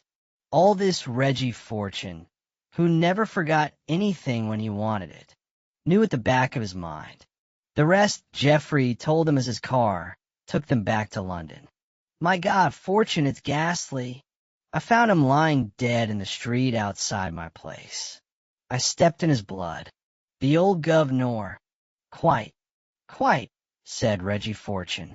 "Now begin at the beginning." "What is the beginning?" "Well, you quarreled, didn't you?" "He quarreled." "Oh, that sounds blackguardly." "I dare say it was my fault." "Yes, we had a big row." "Damn it, man, what do you mean?" "Do you think I say this is loathsome? I believe that's what the police think. The old governor." "Yes, but this don't help him," said Reggie Fortune placidly. "From the beginning, please." Geoffrey Charlicote stared at him, gulped, and became more coherent. "Well, after the row, I went abroad. Paris, Rome, Munich. I kept up a little place in Chelsea, too. I never saw the old man, and we didn't write. I suppose I've been a brute. Hard stuff in the Charlicote family." "What?" "Yes. I'm sorry. Fortuné swear I'm sorry." "Get out," said Reggie Fortune. "Well, in Munich I married. He flushed. You know, she's an angel. Fortune. Quite. German angel. No, she's Italian. She came to Munich singing, and we met in an month we were married. I tell you, Fortune, I've been a different man since. It's as if she'd given me a soul, you know. Did you tell your father that? It was she made me write to my father again. Lucia she can't bear being in a quarrel. She's so gentle. Any sort of bad feeling hurts her. So she brought me to try and make it up. I wrote to the old man, and he answered just a short, civil, formal note. But Lucia was sure it would lead to something, and so we came back to England. Then I wrote to him again, and he came to see us in Chelsea. That was a week ago, just a week ago today. He was pretty stiff and standoffish, but he took to Lucia. Everybody does, you know. Fortune, old man, she's wonderful. I thought he seemed a good deal aged, but he was just as brisk and sharp as ever. He had us to dine with him on Monday. And then, well, last night he called on us again, came about 4, stayed a long time. And he was so jolly and genial. And afterwards I went out to post some letters, and there he was, lying not a dozen yards from our door. He'd been stabbed. He was in a pool of blood. Good God, it was awful. Yes, yes. Seems to be a quiet street where you live. Vinton Place sits a little cul-de-sac. It was dark when he left. And you heard nothing? Yes. I wonder who his money goes to. What the devil do you mean? Geoffrey cried. Well, that's quite a fair question, said Reggie Fortune placidly. If I'm acting for you, and if you like, I look only to your interests. If I'm acting for Scotland Yard, and if it's a hard case, they'll call me, and I'm only concerned to get the truth out, whoever suffers. And do you think I don't want the truth? Geoffrey cried. What are you hinting at? Do you mean I murdered him? Preserve absolute calm, said Reggie Fortune. I'm not calm. What a beast I should be if I was calm. I want the thing cleared up, man. I want my father to have justice. Whether you act for me or act for the police, it's the same thing. If you take it that way, I'll act for the police, Beaver, said Reggie placidly. Geoffrey Charlicote stared at him. That's enough, thanks, he said. Stop the car. I won't worry you any more, Mr. Fortune. Mr. Be blowed. Don't be an ass, Beaver. It's a bad business. Let's make the best of it. Will you stop the car? Geoffrey said loudly, and stood up. 5 miles from nowhere. Oh, go easy. But Geoffrey turned and opened the door. So the car was stopped, and Geoffrey Charlicote left forlorn in his rage on the road. Reggie Fortune lay back and sighed. Poor beggar. I wonder. Poor beggar, he said. And when he came back to Wimpole Street the first thing he did was to ring up the Honorable Stanley Lomas, the chief of the Criminal Investigation Department. As a consequence, you behold him, sitting under the French prince in the study of Mr. Lomas. I thought you'd be on to this, don't you know? Lomas said, it's a pretty case. Wealthy old gentleman, impecunious heirs, sudden death. That's natural enough. But impecunious heirs don't stab, much not in England. Yes, you're intelligent, Lomas, but you're prejudiced. You always believe in the obvious. The obvious is what happens. Oh, Peter, if it did, we wouldn't want a criminal investigation. Department. Well, now, this is what I've got. Check it, please. Geoffrey quarreled with the old man, went away, commenced artist, and married an Italian girl at her wish, tried to make it up with the old man was willing, called on Geoffrey twice, and after the second visit Geoffrey found him stabbed and dead just outside. That's all right, Lomas nodded. An odd thing is just before the murder, the old man remade his will in favor of Jeffrey. When they quarreled, he had a will drawn up which left everything to the nephew Herbert. Under this last will, Herbert gets 20,000, and all the rest goes to Jeffrey. It was only signed on the morning of the murder. There's a deuce of a lot of unknown quantities in this equation, Reggie said. Silly, futile things facts are. This set will do for anything you please. As soon as he knew the will was in his favor, Jeffrey does the old man in. Or when he heard there was a new will. Cutting him out, Herbert sees red and knifes the old man. By the way, Lomas, I suppose the old boy was stabbed? What? Oh, damn, don't be clever. He was stabbed all right. The divisional surgeon and his own doctor, Newton, they both went over the body. Stab in the throat. We got a weapon, too. Sort of stiletto or dagger. Reggie cocked an eye at the head of the Criminal Investigation Department. Sounds Italian, he murmured. It is Italian. And Jeffrey married an Italian wife. An Italian singer at cafes. That's the kind she was.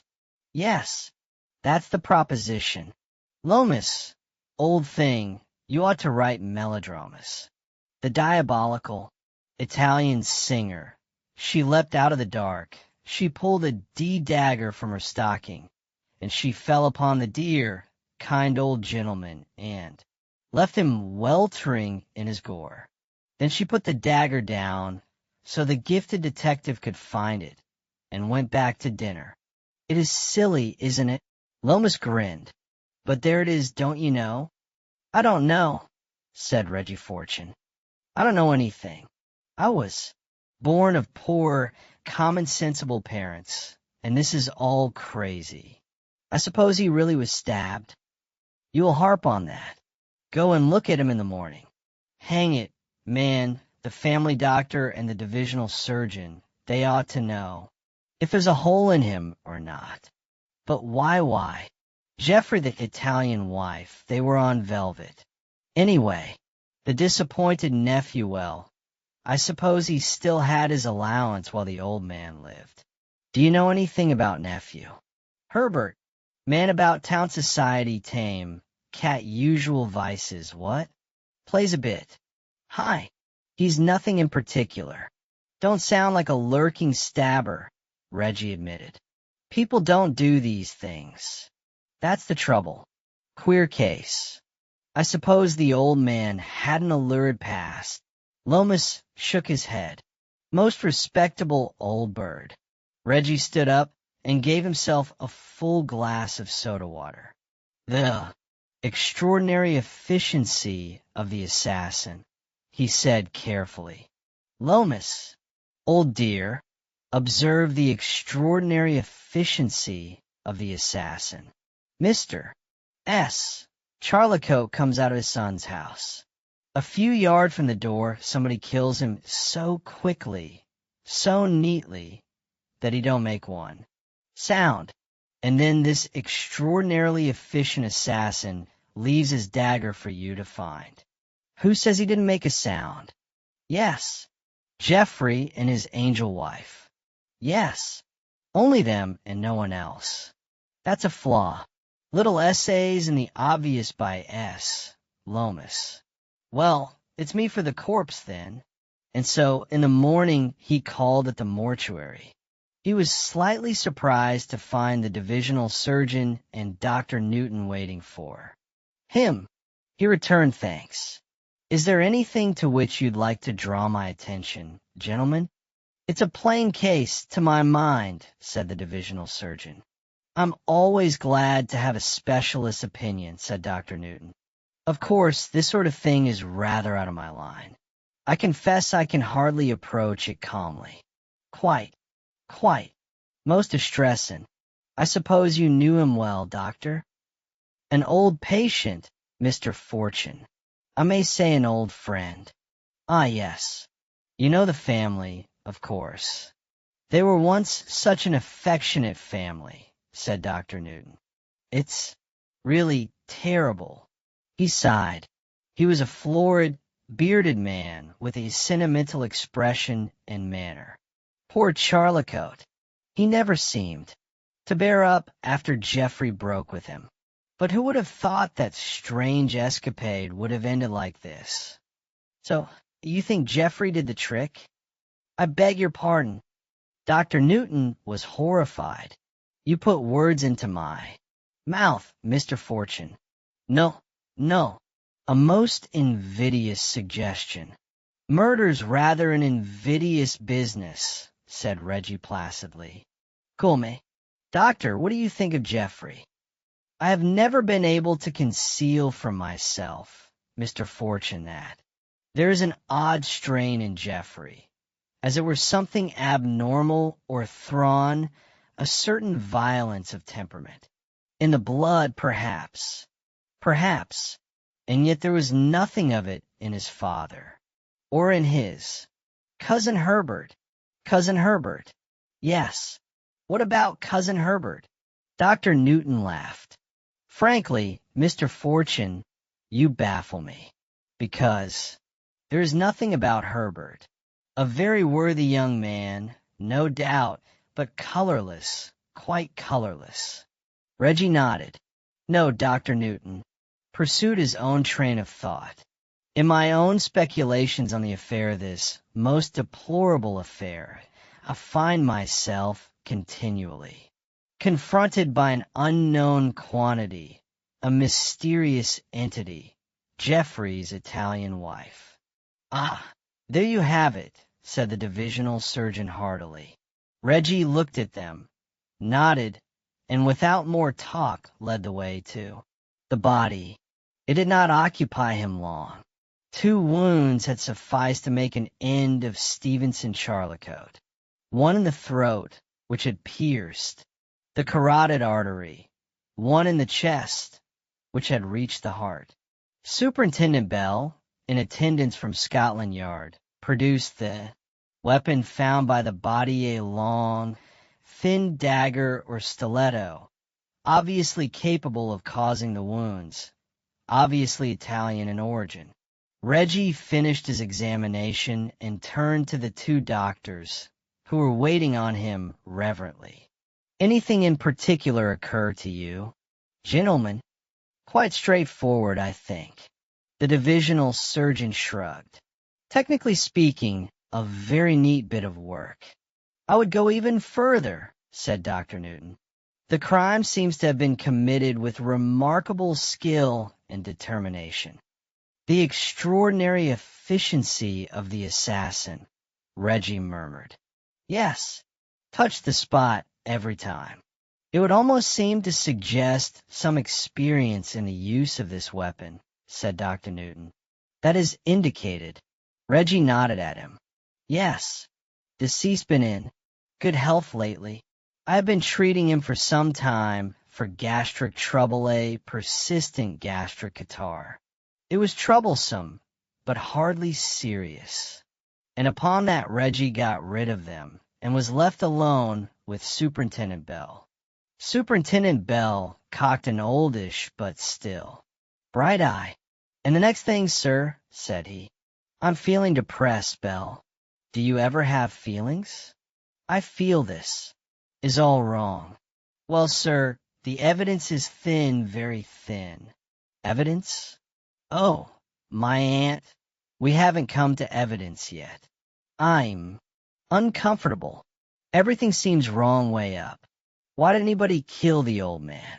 He was making friends with Geoffrey again, and anyway he had enough to live on. Herbert had an allowance, and something of his own, too. Nobody else stood to gain by his death. If you leave out the Italian girl, sir. It keeps coming back to her, Reggie said mournfully. But why? Suppose he was nasty to her when he called. Would she run out and stab him in the street? I wonder, did he know some horrid secret about her past? Was her past, Belle? Pretty short, sir, anyway. She's not more than 18. She was a cafe singer, all right, but we have nothing against her. In my experience, they're no worse than others. And that's that. Have you seen his papers? Better come up to the house, sir. His solicitor will be there. But I understand there's nothing in them. Very few private papers at all. Well, I suppose he was murdered. Superintendent Bell stared. Mr. Lomas said you were harping on that. Pretty clear, sir, isn't it? I suppose so, said Reggie drearily. But it's all wrong, Bell, it's all wrong. At the dead man's house, his solicitor, old Sir Thomas Long, was busy in the library, and helping him, to Reggie's surprise, was Herbert Charlecote.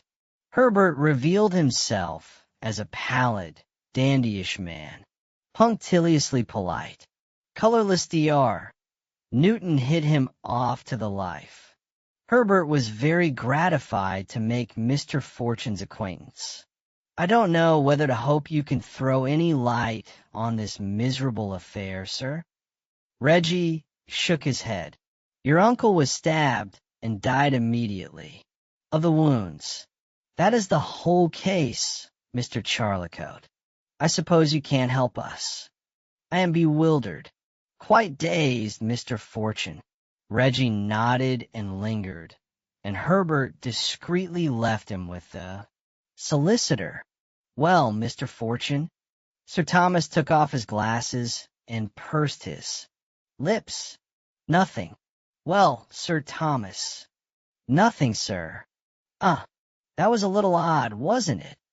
Reggie nodded at the door by which Herbert had gone out. Mr. Herbert Charlecote offered to help me. He used to act as his uncle's secretary. It was hardly for me to point out that there might be objections, if he was afraid of none. Does he know of the new will? Neither he nor his cousin Geoffrey. Mr. Herbert, I infer, believes himself sole heir, and Mr. Geoffrey believes himself disinherited. And yet, just after the new will is made, the old man is murdered. Oh, it's all wrong, Reggie said peevishly. An odd case. A very odd case, Mr. Fortune. Sir Thomas put on his eyeglasses again. But I'm afraid I can't help you. Superintendent Bell opened the door. But Reggie seemed reluctant to go, and on the stairs he loitered so much that the superintendent turned. Anything doing, sir?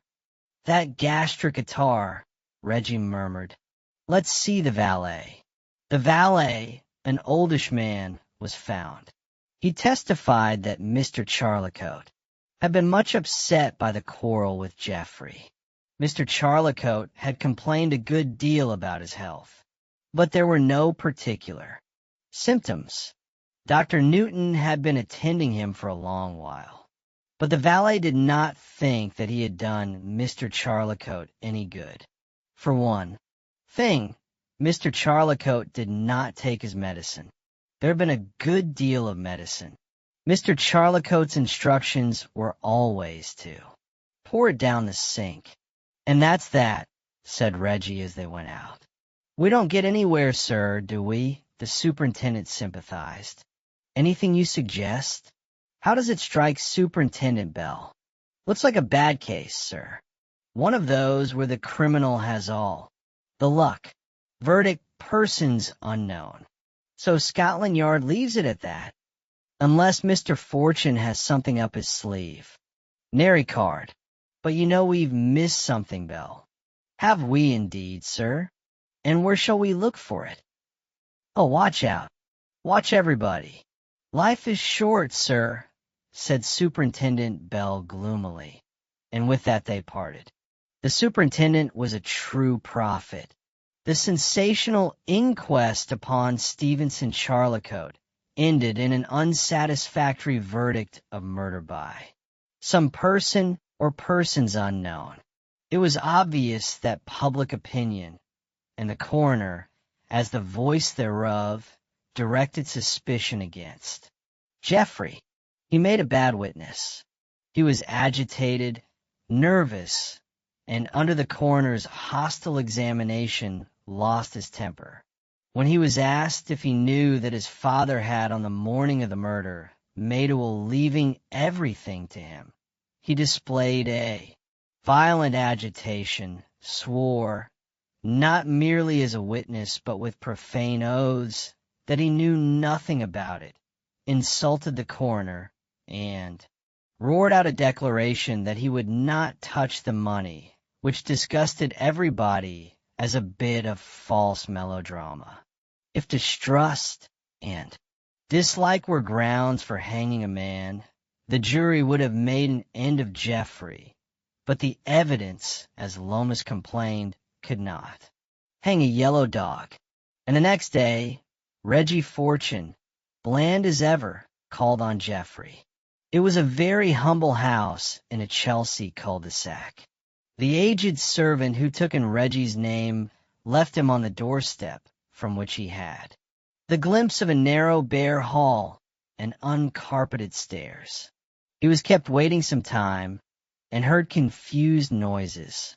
When at last he was shown into the studio, he met signs of storm.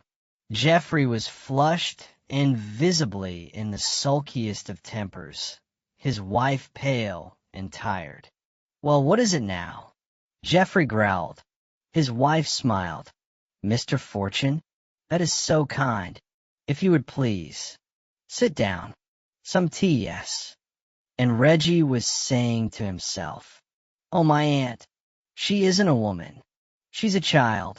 For Lucia Charlicote was so frail, of such a simplicity, that she looked rather like an angel in one of the primitive Italian pictures than a woman. "Shut up, Lucia," Jeffrey growled. "What do you want here, Mr. Fortune?" "Trying a bit of your detective work. You're rather difficult, aren't you?" Reggie said mildly. You told me you wanted to have the truth brought out, justice for your father, all that sort of thing. Well, I'm still on it. Much good you've done, haven't you? I don't mind confessing we've missed something." "Missed?" "Yes, you haven't quite hanged me, thanks. You've only made everybody think I murder my father. And so that don't satisfy you. Thanks very much." "Well, are you satisfied?" said Reggie. You're not fair. I'm making every allowance. But you're not fair. If you want the thing cleared up, you've got to give us something more. And that's why I'm here. Now, is there anything new?" "Oh, go to the devil." Jeffrey, Lucia, standing behind him, touched his shoulder. "Mr. Fortune is very kind. He desires to help us." And she smiled and nodded at Reggie. "Oh, hold your tongue, baby. Mr. Fortune's a damned tricky policeman, and he can take his tricks to another market. But you are impossible," Lucia cried. "Mr. Fortune, you see what I have to live with. This great bear." She rumpled Jeffrey's hair, and he made an exclamation of disgust and dashed her hand away. "But yes, Mr. Fortune, there is something new. This great animal, he desires not to take his father's money. He writes to the lawyer to say he will not have it, but I forbid him. I say it is mad. Say if I am right, Mr. Fortune. What is the father's, it is the son's. And Jeffrey, he has done nothing. But if he says he will not take it," she made a fine theatrical gesture, "people will think it is because he is guilty. Is it not, Mr. Fortune? Why can't you hold your tongue?" Jeffrey snarled at her and turned to glare at Reggie. "There's a pretty story for you. And what's your beastly detective trade make of that? Mrs. Charlicote, he's always in such a hurry," Reggie said. Confidentially. "Very disturbing, isn't it? You're a difficult Charlicote, old thing. Is your mind capable of receiving a thought? Yes. Well, just suppose that I may have refused to act for you, because it would be better for the son and heir I shouldn't be acting. To his order. What the deuce do you mean? Well, I don't quite know, you know. Do you? Is there anything you really want to tell me? I never want to see you again. Geoffrey, his wife protested.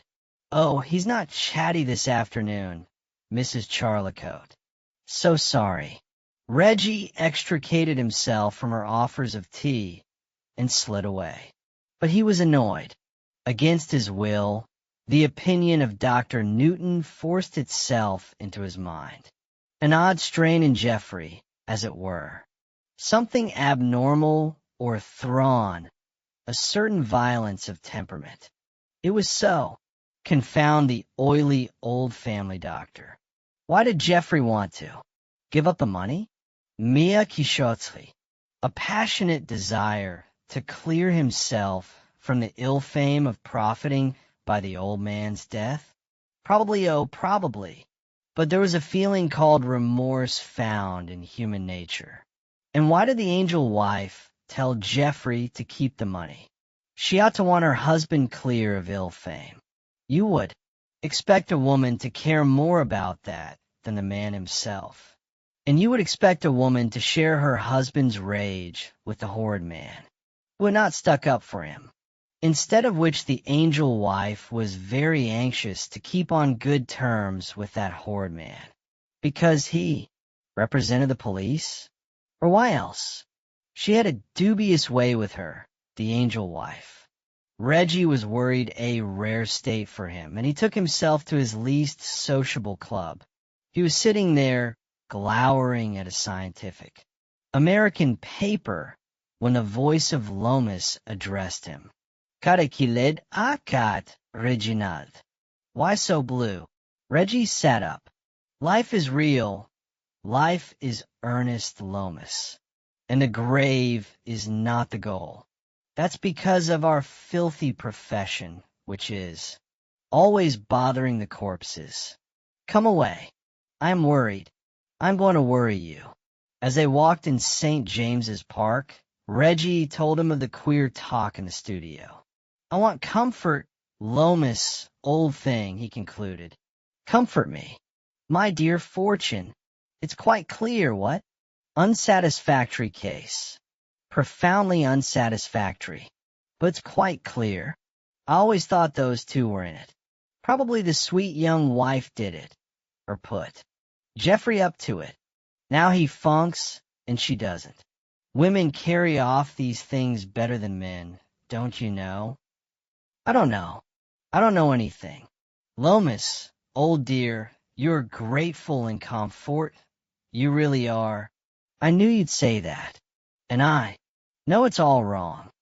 My poor dear fellow, you never will reconcile yourself to an unsatisfactory case. It's so common to a case you can't act on while you know it's sound. Oh, Peter, you can always act on a sound case. You're so young. Lomas smiled indulgently. We've missed something, don't you see? And what have we missed, Reginald? Reggie pulled him up and looked at the ducks. For a long time he looked at the ducks. Then, Cousin Herbert, he said.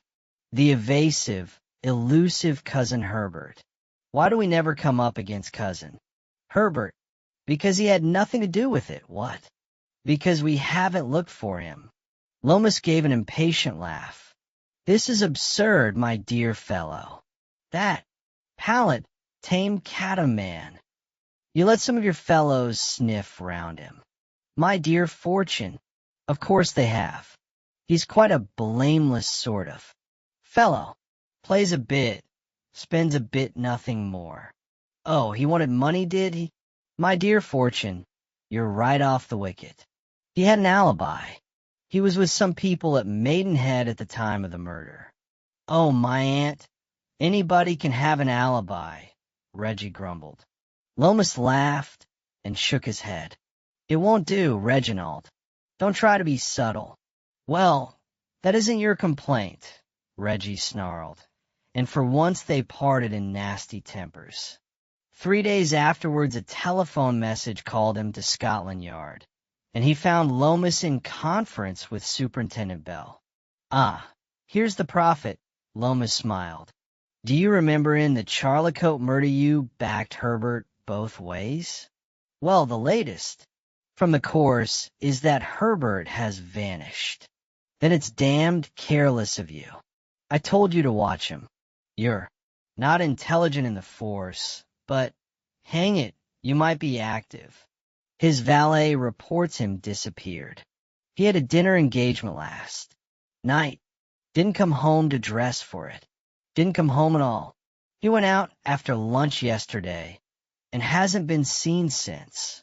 Reggie sat down. "One of your larger cigars would do me good, Lomas," he said, and helped himself. "Oh, Mr. Lomas, sir, this is so sudden." Cousin Herbert was feeling nervous, no doubt. But why this dramatic exit? What gave Cousin Herbert cold feet yesterday? Superintendent Bell coughed. "I was wondering, sir, if Mr. Fortune had taken any steps on his own with regard to Herbert, to alarm him, so to speak. Nary step. Why the blazes didn't you watch him? After all, sir, we've not a thing against him. Not now. Well, sir, it's not criminal to disappear. But I don't mind saying, it's odd, quite odd. Oh, I expect Jeffrey and the angel wife murdered him too. Just to round it off, Lomas, old thing. You're very merry and bright," Lomas grumbled. "I wish you'd tell me how this helps us. Why should he bolt now?" "There's another unknown quantity somewhere," Reggie admitted. "The telephone," claimed Lomas. He took it up, and his face was eloquent as he listened. He put it down again very gently. "Afraid you're right out of it, Fortune. Herbert Charlicote didn't bolt. Herbert Charlicote has been found drowned in the Basingstoke Canal." "Good Lord, sir," the superintendent exclaimed. "Pretty conclusive, what?" Lomas shrugged. "And why the Basingstoke Canal?" said Reggie placidly. "Lots of nice places to drown in nearer home. I ask you, why the Basingstoke Canal?" Lomas and his superintendent looked at each other. "It really is a crazy case," Lomas said slowly. "I don't quite—" Reggie jumped up. "Oh, come on. Let's go and look at him. My car's outside. Where is he?" "Woking. Half a minute." Lomas rang his bell and turned to his papers. So Reggie went down first. He dismissed his chauffeur with some long instructions, and himself took the chauffeur's seat. "Superintendent." Bell joined him. "Darker and darker, sir, isn't it?" "Changeable weather," Reggie said. "Come on, Lomas, all aboard." "Are we downhearted?" "No." The car shot forward, and when it stopped in Woking, "Is my hair white, Fortune?" Lomas said. The two stood humbly aside while the expert was busy with the corpse. "As often as I've seen this game, sir, I'll never like it," Bell said, and Lomas nodded. But Reggie Fortune whistled as he worked. When he turned from the body and put a scrap of something in his pocketbook. "Well, what is it?" Lomas said. "He was drowned, I suppose. He was drowned all right about tea time last night. Say at dusk. Now for the scene of death. Where is it?" "Just by a bridge on a by-road somewhere between here and Byfleet Station. I ask you, why does a gentleman of fashion about to commit suicide come and look for a bridge on a by-road somewhere between here and Byfleet Station?" "Somebody's took some pains in this Charlicote business," the superintendent said. Reggie laughed. "The superintendent touches the spot as ever. Come on." He stopped his car some distance from the bridge, and they went forward on foot.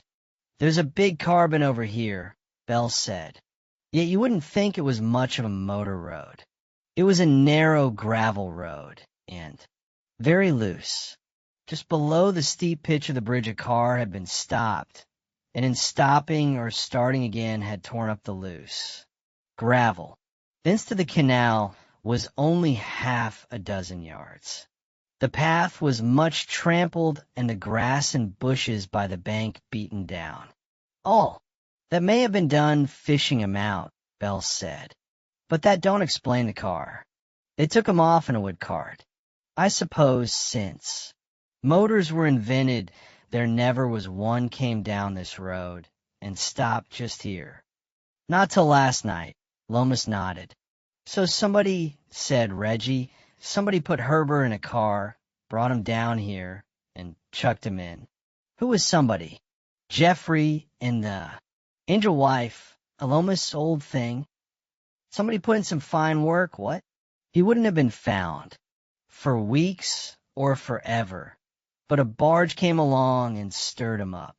And they don't have a barge along here once a month. Yes, there's plenty of brains about somewhere. Well, let's get busy. Herbert's happy home comes next. The car again broke the law on the way back. Herbert Charlicote had lived in a big block of flats, several stories. Up. Did himself pretty expensively, don't you know? Lomas said, looking round the elaborate room. He's paid for all now, sir, said Superintendent Bell. Do you know, I don't feel sentimental about dear Herbert's doom. Reggie smiled. You'd better get on to his papers. I want a man on the phone, and he went out and was gone some time. When he came back, he sat himself down in the window seat and opened the big casements. There was a low stone sill which held a box of flowers. The smell of oak leaf geranium and verbenas came into the room.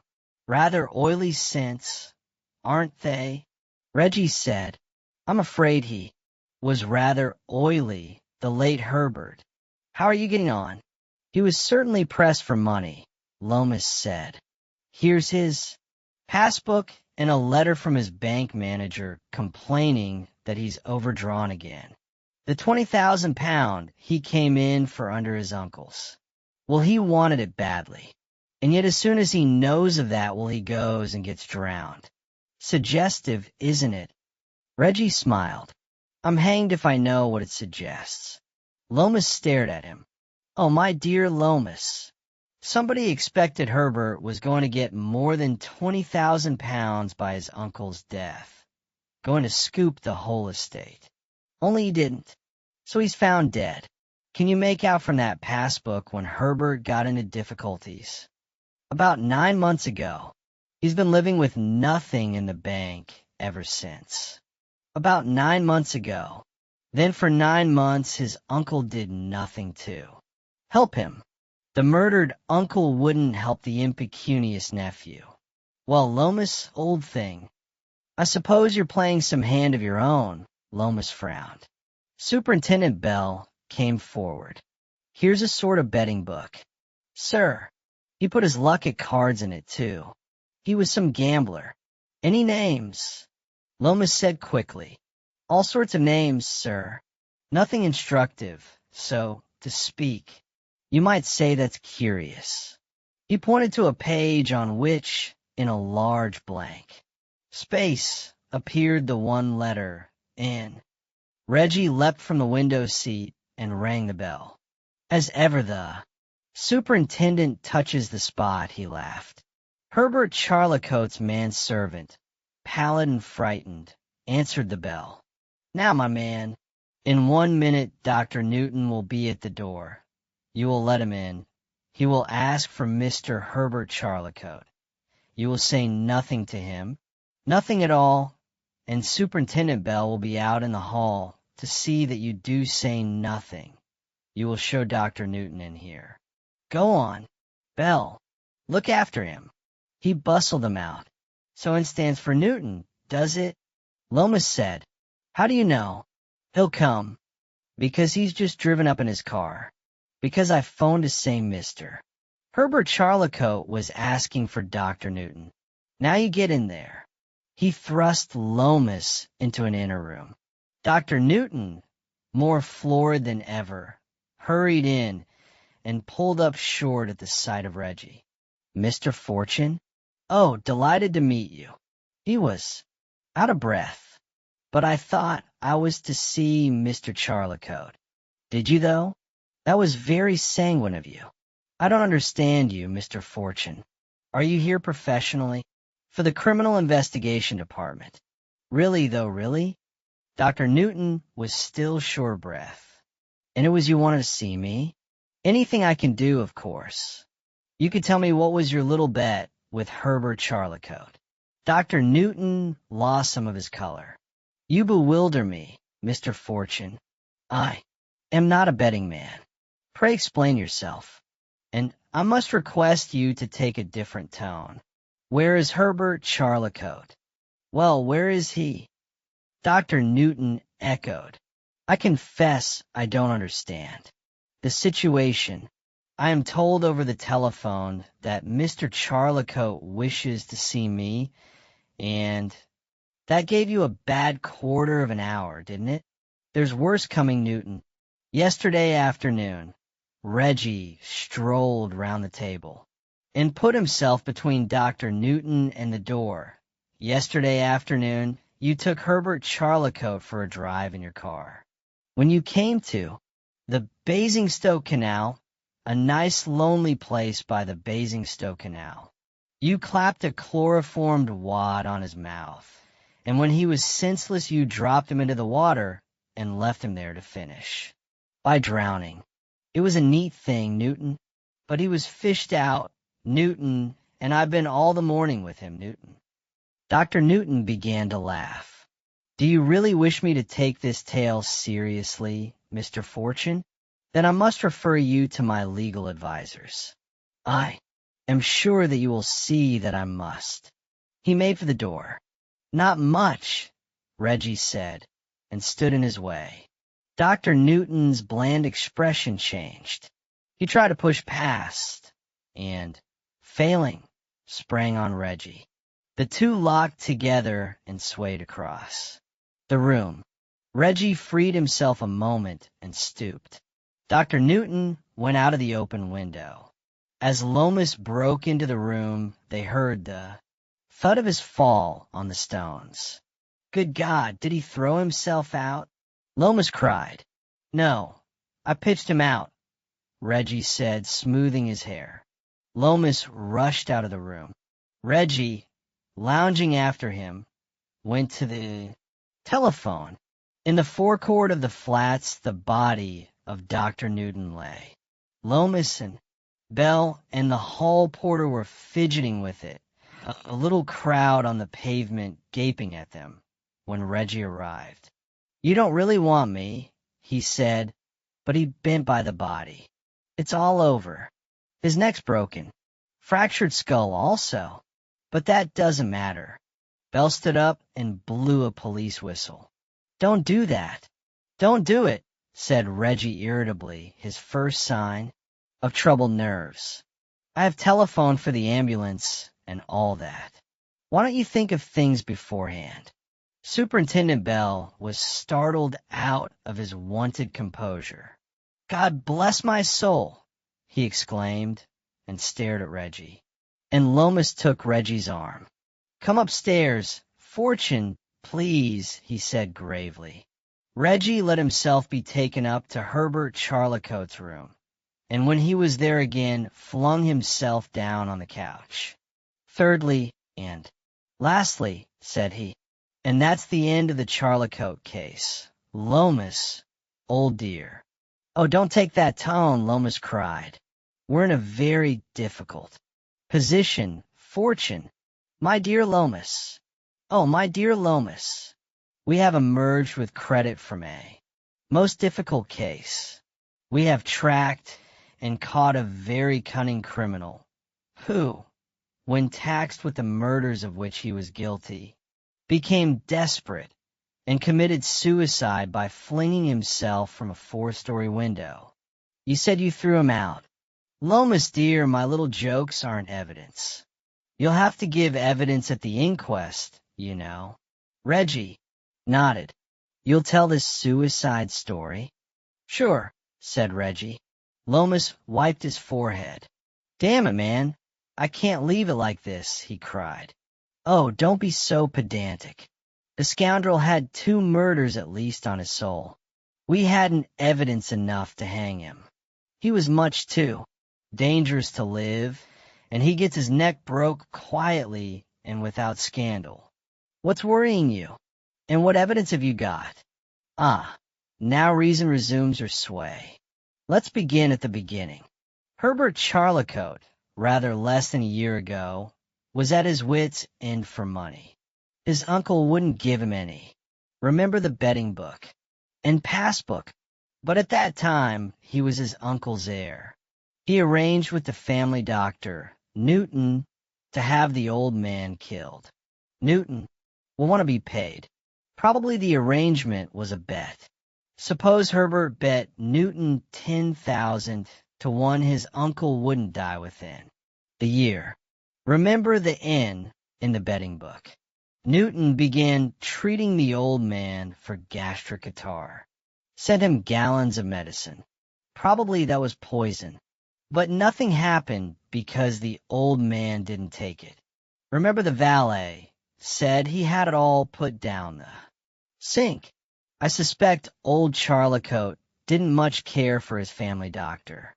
The time began to run out. And then came the reconciliation with Geoffrey. There was no time to lose. If the will was altered in Geoffrey's favor, no use in killing the old man. So Newton had to hustle. He was pretty neat. He chose an Italian knife and did the killing close to the house where the Italian Mrs. Geoffrey lived. But he did it. Remember the extraordinary efficiency of the assassin. Neat piece of surgery, that murder. And then the bottom fell out of the bucket. The will had been altered. Herbert only got 20,000, hardly enough to pay his debts. And so he wouldn't stump up Newton's price. Newton would cut up rough, of course. He threatened, I suppose, and Herbert threatened back. You know, I don't fancy the late Newton was a man to take kindly to being bilked. It may have been revenge. It may have been that he thought Herbert would give him away.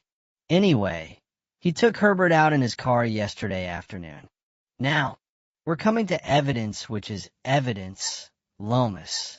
Newton was out in his car yesterday afternoon. I sent my chauffeur to make inquiries. And Newton drove himself. And his car fits the marks on that road, 24.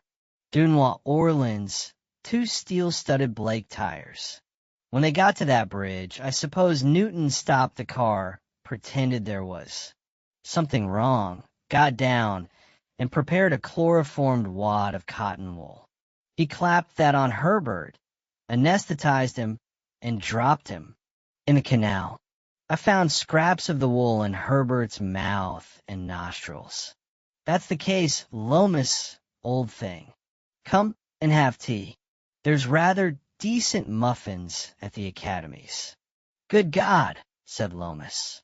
Muffins. Chapter 5. The Hottentot Venus. It was a night in June.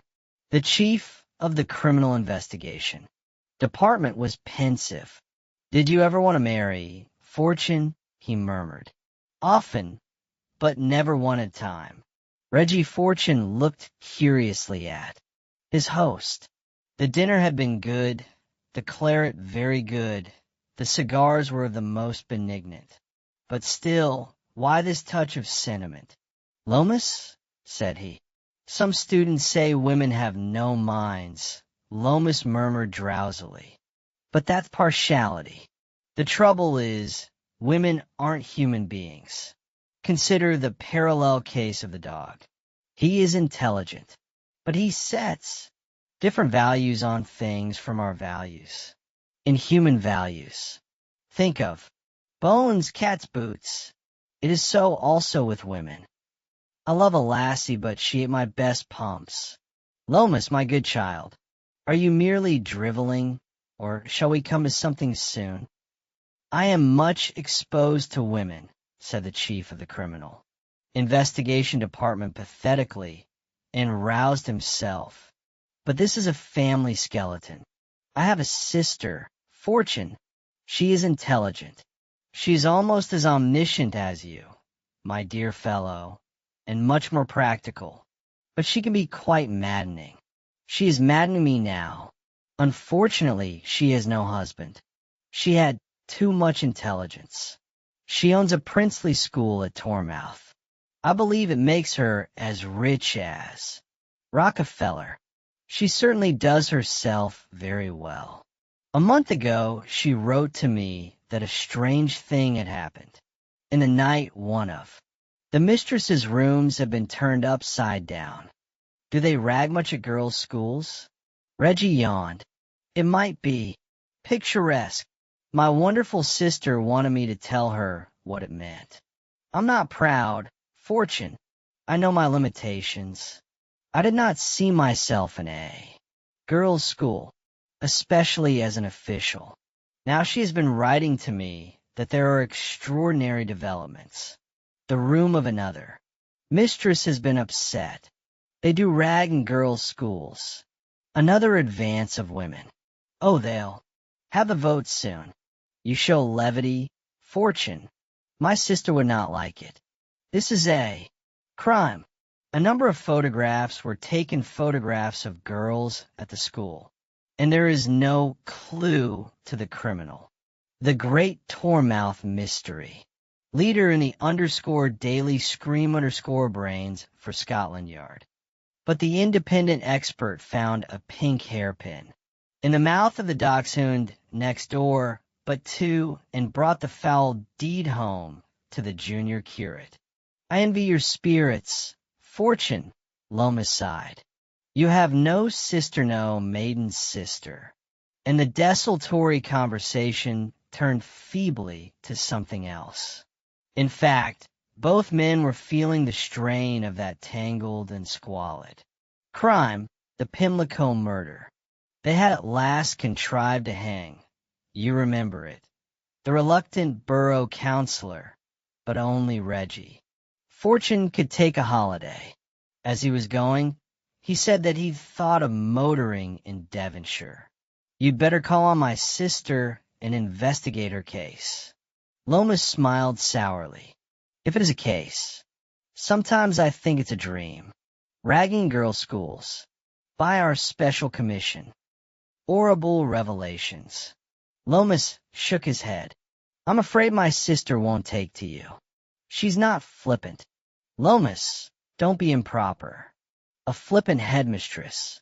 I blush. A few days later, Reggie Fortune drove into Tormouth, liked its hotel, and called on the Honorable Evelyn Lomas. Miss Lomas was her brother's sister in face and shape, correctly handsome, slight, dapper, not the least like her brother in manner. She was frankly middle-aged, brisk, and direct. So glad you could spare time, Mr. Fortune. She sat down to her writing table. My brother tells me I can have every confidence in your discretion. So good of him, Reggie murmured. He was annoyed with Lomas. He had meant only to make friends with the good lady. It appeared that the theta. A throb passed through the yacht. Reggie looked out of the porthole and saw the water sliding by. So we're off, he smiled. The yacht sails immediately for Ragusa. I shall not be able to put you ashore, sir. For any discomfort you undergo, be pleased to blame yourself and your employer. I see a rashness in your actions which I should have expected from my wife. Reggie chuckled. Well. And of course you don't like being rash. On our arrival at Ragusa you may, if you choose, remain and be present at my daughter's marriage. Oh, shall I be present, sir? Said Hilda, with a dangerous meekness. My dear child, His Highness said affectionately.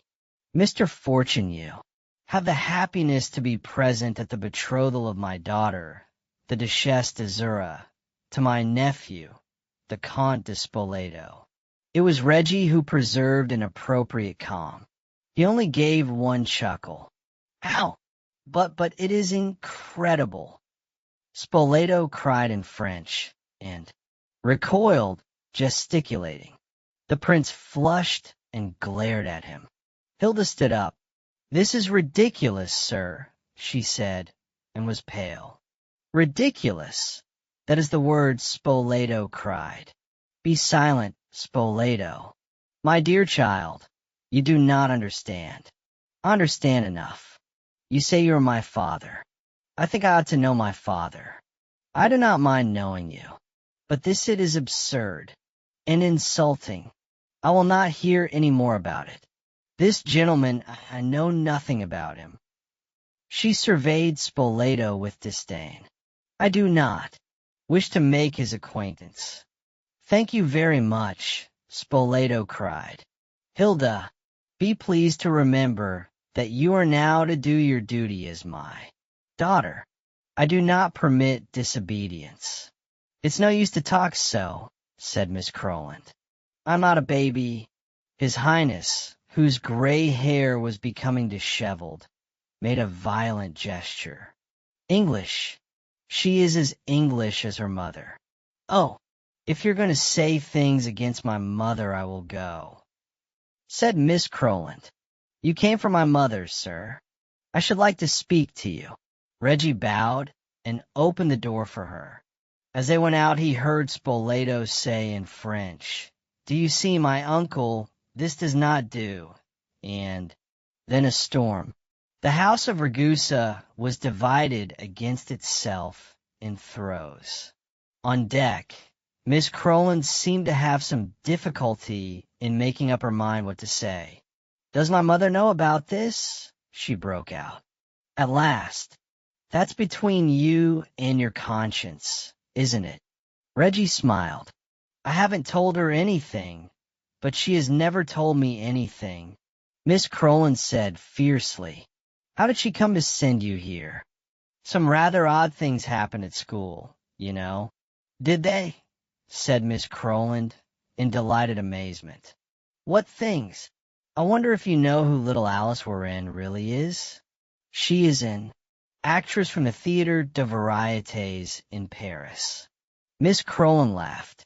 "She was employed to get a photograph of you, to find out all about you, to arrange for you to be kidnapped like this, and to persuade you to come aboard. Monsieur is a detective." Alice slid up between them. "Oh, but a very great detective. I knew all that, except that she is an actress." Miss Croland turned to her. "Are you an actress?" "Darling." Alice laughed all over her baby face. "That is the prettiest compliment, is it not, am the detective?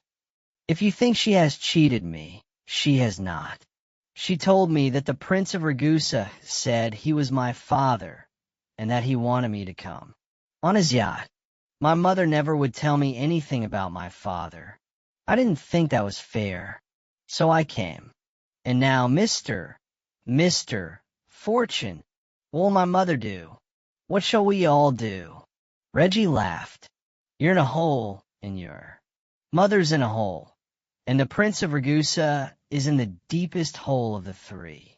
Excepting always M, the detective," Alice laughed. "Look, monsieur, the beautiful England she vanishes. Adieu, the respectable country and the nice policeman." "Do you imagine you are here to look after me?" said Miss Croland. Fiercely. "Think of me as a mother," said Reggie, and she went away in a rage.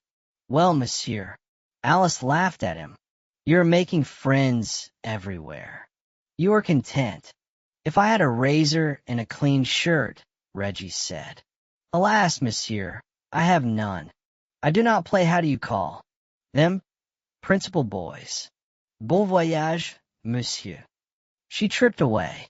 It was made clear to Reggie that he was not going to be popular on board. The retinue of the prince avoided him emphatically. The royal, family remained below. He was taken to a cabin, and their dinner was served him. And not a bad dinner either, said Reggie, as he went on deck again. It was dark and a moonless night. The yacht was meeting a southerly breeze, and the first of the ocean swell, and grew lively. Reggie had the deck to himself. He was nearly at the end of his cigar before any one disturbed his humorous meditations. Mr. Fortune, you amuse yourself. It was the Count de Spoleto. I can smile. In effect, my friend, we are ridiculous. My uncle, he is a dreamer, student. He sees a thing in his mind. It is logical. It is to his desire, and he conceives it done. He has been like that always. Temperament. He is not a man of the world. I guessed that, Reggie murmured. But what to do? The situation is impossible, my friend. Conceive my feelings. This young girl, she is fresh. She is superb as a morning in the mountains, and by me she is exposed to this humiliation. And, whatever I do, I am ludicrous. I beg of you, my friend, believe that I feel it. Imagine my position. Imagine mine. You might lend me a razor, but hardly a toothbrush. He will not touch land before Spain. Oh, yes, he is capable of it, my friend. But this young girl, did you bring a toothbrush for her? There is everything for her. Maid's clothes. Oh, he has thought of everything, my uncle. He calls it her trousseau. What a man! Better mutiny. Seize the yacht. Can you navigate? I can't. That was always the trouble in the pirate stories. Mutiny? They would all die for him. Oh, you are laughing at me. Mon Dieu!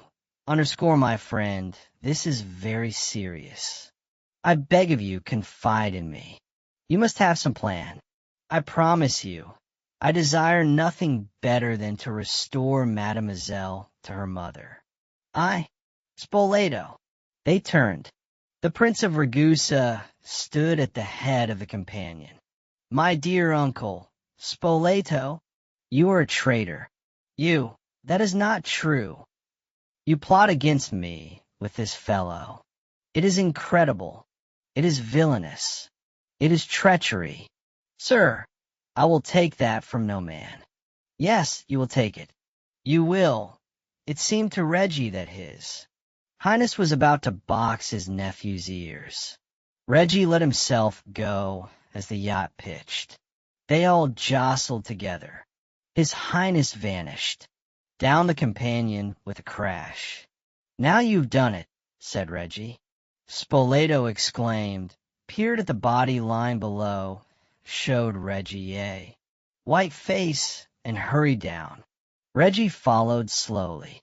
His Highness was already surrounded by servants and his suite. When you have all finished, I'll tell you where he's hurt, said Reggie incisively. Yes, you're a surgeon, Spoleto cried. Stand azide, stand. Aside. The gentleman is a surgeon. Tell me, is he dead? His Highness had begun to groan. Don't be futile, said Reggie, and knelt and began to straighten out the heap. The process caused His Highness anguish. Yes, he can't walk. We must get him to bed to examine him. It was an elaborate process and punctuated with lamentations. When at last His Highness lay stripped in bed and groaning faintly. My aunt, what a patient! Reggie grimaced to himself. I think I am everywhere a bruise, Mr. Fortune, the prince groaned. That scoundrel Spoleto. That won't do, sir. I'm sure he meant nothing, said Reggie with admirable magnanimity. The yacht pitched. Now about the elbow. He began handling it skillfully. Yes, it is certainly the elbow that is most painful. But my knee also gives me great pain. and my head aches violently. The knee. Yes, the knee is badly bruised. There may be, well, I can make you more comfortable for the time, sir. But it is my duty to tell you frankly I am anxious about the arm. I must have that. Elbow x-rayed at once. I am afraid there's a fracture. A small operation may be necessary. Just a screw in, you know. A screw in my elbow, the prince screamed. I suppose you don't wish to lose your arm, Reggie said sternly. Lose my right arm. Good God, Mr. Fortune. You don't mean? I mean that I must have an x-ray of your elbow immediately and surgical resources at my disposal, or I won't answer for the consequences. The yacht must make for harbor at once. Am I in danger, Mr. Fortune? I hope to save your arm if you give me the chance. I am in your hands, Mr. Fortune, said the prince feebly. Oh, if you could do something to stop this neuralgic pain in my arm. In fact, Reggie had a difficult time with him, which you may think was only fair. It was very late before His Highness, who took a morbid interest in his limbs, could be got asleep. Very late, or early before Reggie went to bed. But all the while the Julia was steaming back to Tormouth, and when Reggie came on deck again, pink and beautiful, as he remarked to his mirror, thanks to a razor and linen of Spoleto's, the brown Tormouth headlands loomed through the morning haze. Already upon deck were Spoleto and Hilda walking together, negotiating, as it appeared, a defensive alliance. This is very gratifying, said Reggie. How is my uncle? Mr. Fortune, said Spoleto. Still asleep? Thank heaven. He is not in any danger, said Hilda. Well, you know, he's so anxious about himself. I should never forgive myself if anything happened. Spoleto cried. Oh, I should. Reggie murmured thoughtfully. They did not attend to him. But you're not to blame. Hilda was interested in Spoleto. You're not to blame for anything. You say that. Spoleto cried. Thank you, my cousin. And he kissed her hand. Oh, but you are absurd, said Hilda, and flushed faintly and turned away.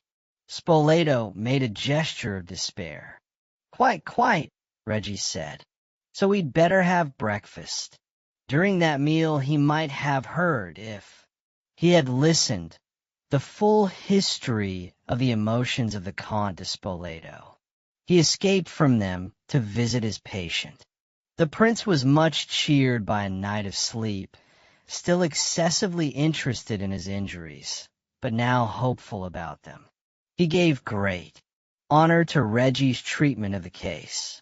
My dear sir, I must consider it providential that you are on board. Oh, but certainly. Providential.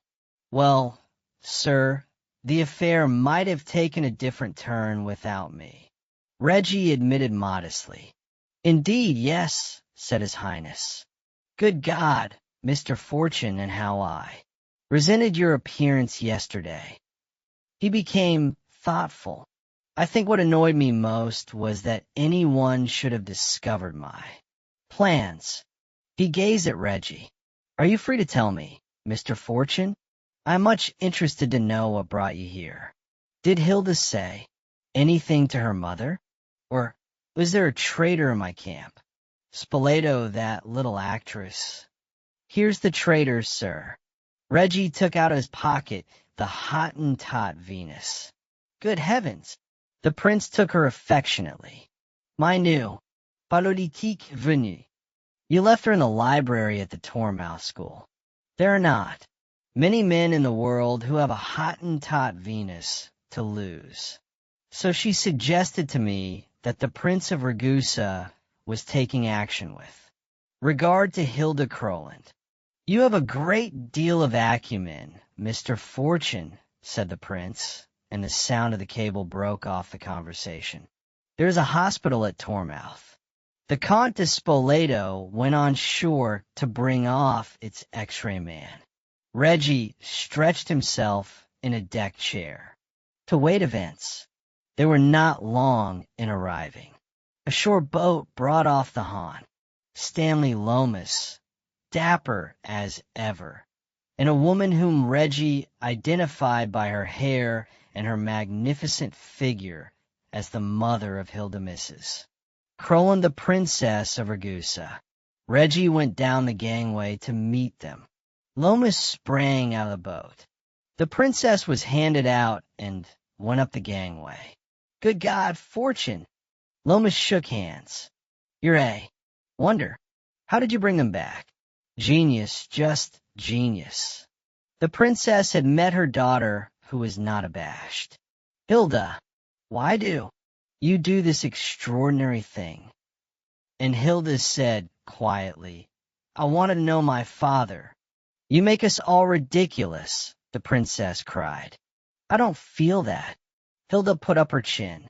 May I present Mr. Fortune, ma'am? Lomas put in. Reggie bowed. I am sorry to tell you, madam, that the prince has had an accident, a fall down the companion. He is in bed. I am waiting for an X-ray to be taken of his arm. But I assure you there is no cause for alarm. I am not alarmed, said the princess. I wish to see him. Certainly. You will not forget that I have told him I represent you. It was an impertinence, Mr. Fortune, said the princess, and swept to the companion. The door of the prince's cabin was shut on her. Jam for the prince. Reggie made a grimace at Lomas. Strictly speaking, what's my underscore locus standi? Underscore, said the chief of the criminal investigation department. Don't funk, Lomas. I dare say she'll murder him. That's where you come in. So they were depressed till the return of the anxious Spoleto with his X-ray man. Reggie descended upon the prince and princess. She was sitting upon his bed. She was smiling. She kissed her hand to his highness as she went out, all which Reggie observed with a face of stone. I am infinitely your debtor, Mr. Fortune, his highness beamed. You are not married now. It becomes every day less probable, said Reggie grimly. One never knows the beauty of a woman's nature till one is suffering, said his highness. The X-rays were put to work on the arm, and the operator and Reggie went off to the yacht's dark room. As the plate came out, I see no injury, Mr. Fortune, the operator complained. Fancy that, said Reggie. Outside the dark room, the princess was impatiently waiting. Well, Mr. Fortune. Well, madam, there will be no need of an operation. The princess frowned at him. I suppose I am much obliged to you, Mr. Fortune. I wish to hear more of your part in the affair. Reggie, he has confessed, trembled. The princess swept on. She opened the door of the music room. She revealed Hilda and Spoleto. Hilda was being vehemently kissed. Reggie fled. Professional instinct, he explains, took him back to his patient. I'm very pleased to tell you, sir, that there is no serious injury to the arm. Rest and good nursing are all that is now needed. His Highness laughed like a boy and began to chatter all about himself. Reggie broke in at the first chance. It is a satisfaction to me that I'll leave you in such good spirits, sir. His Highness overflowed with gratitude. He did not know how to thank Mr. Fortune what to offer him. If I might have this little lady, sir. Reggie took up the Hottentot. Venez. It will be a pleasant memento of an interesting adventure. And so he went off with the Hottentot Venus in his pocket. He hurried on deck to the uneasy Lomas. You were right, Lomas. You're always right. We have no underscore locus standi underscore. And where's that shore boat? They embarked hurriedly and rowed away from the royal house of Ragusa. In heaven, said Reggie, there is neither marrying nor giving in. Marriage. That's why I'm going there. Look at her. He produced the Hottentot Venus. She's the only sensible woman I ever knew. Lomas, my dear old man, do you know you will have to explain all this to your sister? The chief of the Criminal Investigation Department groaned aloud. Chapter 6. The Business Minister. Phase 1. The Scandal. Oh, to be in England now that April's here, said Reggie Fortune, as, trying to hide himself in his coat, he slipped and slid down the gangway to his native land. The Boulogne boat behind him, lost in driving snow, could be inferred from escaping steam and the glimmer of a rosette of lights. The Flying Dutchman's new packet, Reggie, muttered, and hummed the helmsman's song from the opera till a squall coming round the corner stung what of his face he could not. Very like small shot, he continued to suffer. The heat in the Pullman was tinned. He did, not like the toast. The train ran slow, and whenever he wiped the steamy window, he saw a white-blanketed country and fresh swirls of snow. So he came into Victoria some 7 hours late, and it had no taxi. He said what he could. You imagine him, balanced by the two suitcases which he could not bear to part with, wading through deep snow from the tube station at Oxford Circus to Wimpole Street, and subsiding limp but still fluent into the arms of Sam, his factotum, and the snow went on falling. It was about this time, in his judgment 11 p.m. on April 15th, that a man fell from the top story of Montmorency House, the hugest and newest of the new blocks of flats thereabouts. He fell down the well which lights the inner rooms, and, I suppose, made something of a thud, as his body passed through the cushion of snow and hit the concrete below. But in the howl of the wind and the rattle of windows it would have been extraordinary if anyone had heard him or taken him for something more than a slate or a chimney pot. He was not an A, conditioned to explain himself, and the snow went on falling. Mr. Fortune, though free from his coat and his hat and his scarf and his gloves, though scorching both hands and one foot at the hall fire, was still telling Sam his troubles when the Honorable Stanley Lomas came downstairs. Mr. Fortune said, "Help. Had a good time?" said Lomas cheerily. "Did you get a Seville?" "Oh, Peter, don't say things like that. I can't bear it. Have the feelings of a man. Be a brother, Lomas. I've been a nice kind. Countries with a well-bred climate, and I come back to this epileptic blizzard, and here's Lomas Pale and Perky waiting for me on a mat. And then you're civil. Oh, Safanisba. Safanisba, oh. I did rather want to see you," Lomas explained. "I hate seeing you. I hate seeing anything raw and alive. If you talk to me, I shall cry. My dear man, have you had dinner?" "Hours ago. That wasn't quite nice of you, you know. When you come to see me, you shouldn't dine first. It makes me suspect your taste. Well, well, come and see me eat. That is a sight which has moved strong men too. Tears, the pure ecstasy of joy, Lomas, the sublime and the beautiful, by our Fortune. And Sam says Elise has a underscore Timble de foie gras underscore and her very own underscore entrecôte sir. Dine again, Whittington, and we will look upon the wine when it is red. My Chambertin is strongly indicated, and then I will fall asleep for 1,000 years, same like the Sleeping Beauty. I wish I could. Lomas, old dear. Reggie turned and looked him over. Yes, you've been going it. You ought to get away. Idades unoshal. That is one of the things I'm going to ask you what you think about resignation. Oh, Peter, as bad as that. Reggie whistled. Sorry I was futile, but I couldn't know. There's been nothing in the papers. Only innuendos. Damn, you can't get away from it in the clubs. They had it out over dinner. Some months before a new government had been formed, which was advertised to bring heaven down to earth without delay. And the first outward sign of its inward and spiritual grace was the great coal ramp. Some folks in the city began to buy the shares of certain coal companies.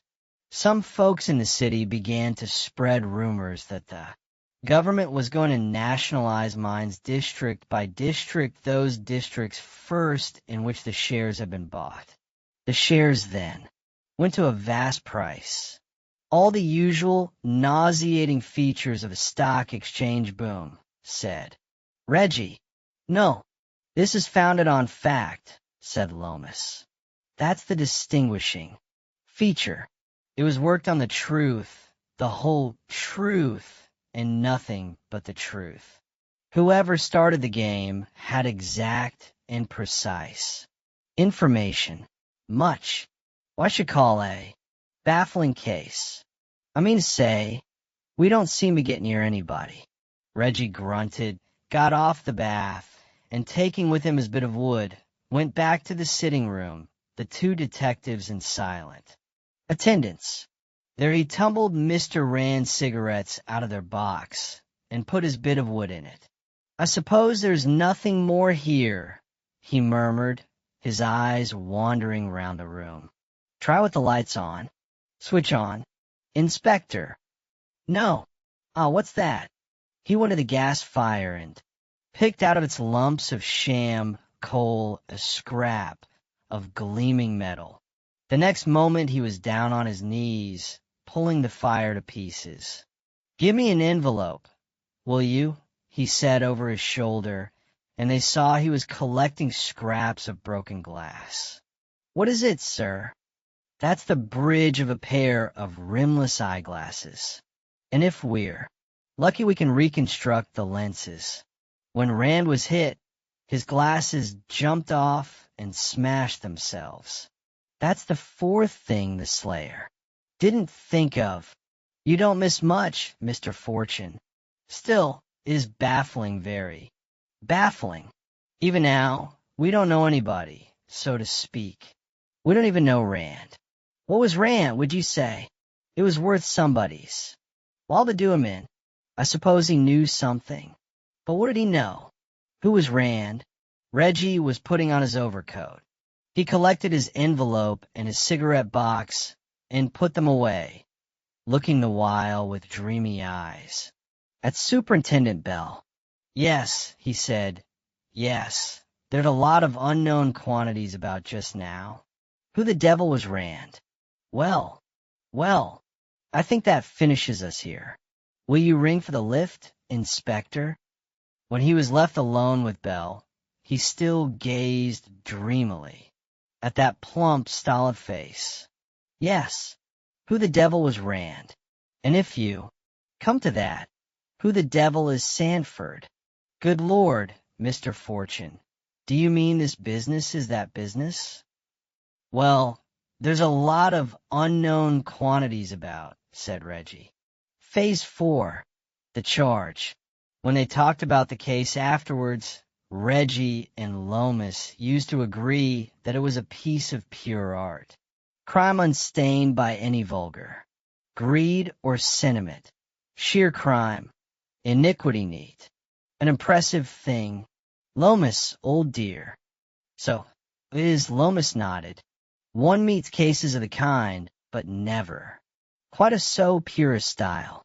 Upon my soul, Fortune, it has a sort of grandeur, the intensity of purpose, the contempt for ordinary values, the absolute uselessness of it. It was damned clever. Rugi chose à cigare. Great work, he sighed. All the marks of the real great man, if it wasn't diabolical. He was a great man, but for the hate in him. Just like the devil. You're so moral, Lomas protested. Don't you feel the beauty of it? Of course I'm moral. I am sane. Oh, so sane, Lomas, old thing. That's why I beat the wily criminal. And the devil, God help him. Yes, you're as sane as a boy, Lomas nodded. But all that was afterwards. Everything that was done in the case is not, though you may have feared so, written here. We take it in the critical, significant scenes, and the next of them arrives some days after the discovery of the corpse.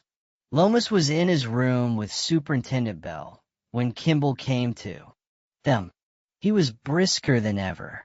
Anything new is there? Have you hit on anything? I came round at once, you see, when I got your note. Delighted to get it. Much better to have all the details cleared up. Well, what is it? I'm afraid I've nothing for you myself, said Lomas. The fact is, Fortune thought you might be able to give him some information on 1 or 2 points.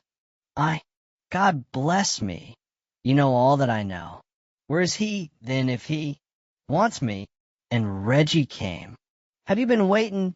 He said, with his airiest manner. So sorry. Things are really rolling up, you know. New facts. By every post. Well, well. He dropped into a chair and blinked at the party. What are we all doing here? Oh, I remember. He smiled and nodded at Kimball.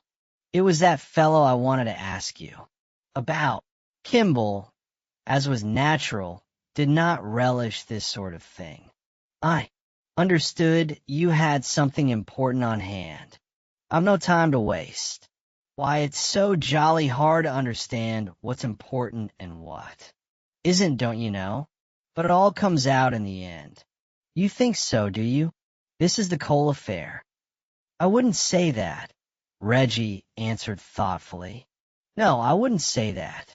After all, the coal ramp isn't the only pebble on the beach. Then why the devil do you bother me? Kimball cried. Reggie sat up suddenly. Because this is something you must know. He rearranged his coat and slid down into the chair again and drawled out what he had to say. Sometime the end of last year point of fact last December being quite precise from 5th to 29th in one of the nursing homes in Queen and Street speaking strictly number 1003. There was a man being operated on by Sir Jenkin Totteridge for an affection of the middle ear. This chap was called Mason. You went to see him several times. Who was Mason? Kimball stared at him with singular intensity. Then he swung half round in his chair with one of his characteristic jerky movements and pulled out his snuff-box. He took a pinch. You found a mare's nest, he said with a laugh, and took another pinch. As he spoke, Reggie sprang up with some vehemence, bumping into his arm. Saw thee.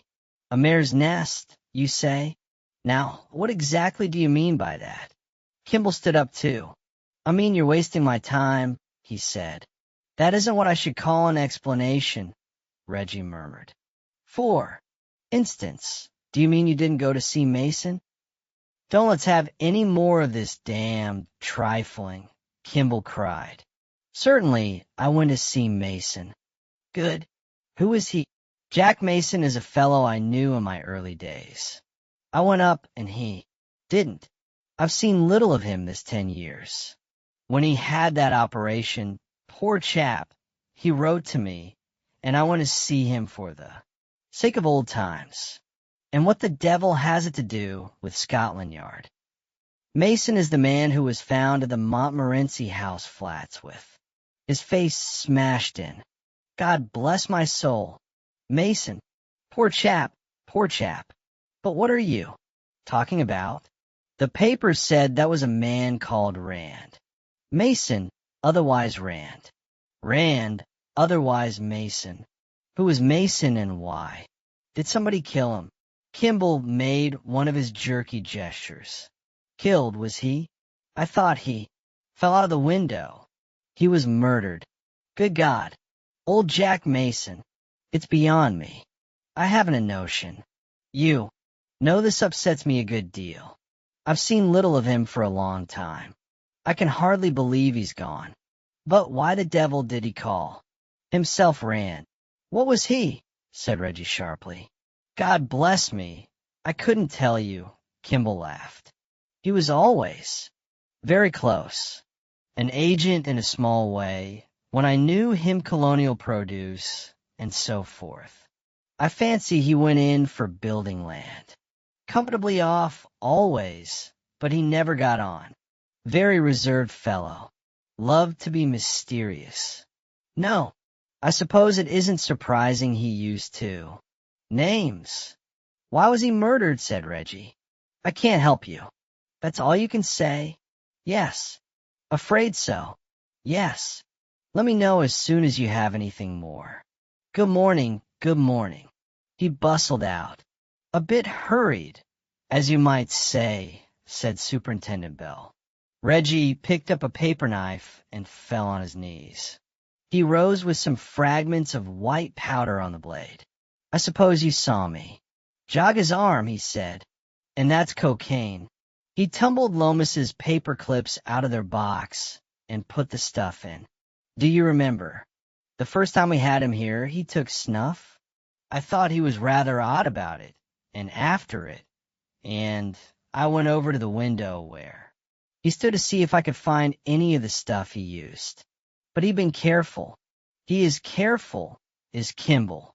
He is damned careful. Lomas agreed, and began to write on a scribbling pad, looking at each word critically. There was a pause. Beg your pardon, sir, said Superintendent Bell. You talked about the murder being a madman's job. Do you mean Mr. Kimball, being a dope fiend, is not responsible for his actions? Oh, Lord, no. Kimball's not a dope fiend. He uses the stuff same like. We use whiskey. He's not a slave to it yet. Say he's a heavy drinker. It's just beginning to interfere with his efficiency. That's why he left the box behind in the bathroom. That's why he's a little jerky. But he's pretty adequate still. You talked about mad. You were emphatic, as you might say. Bell insisted.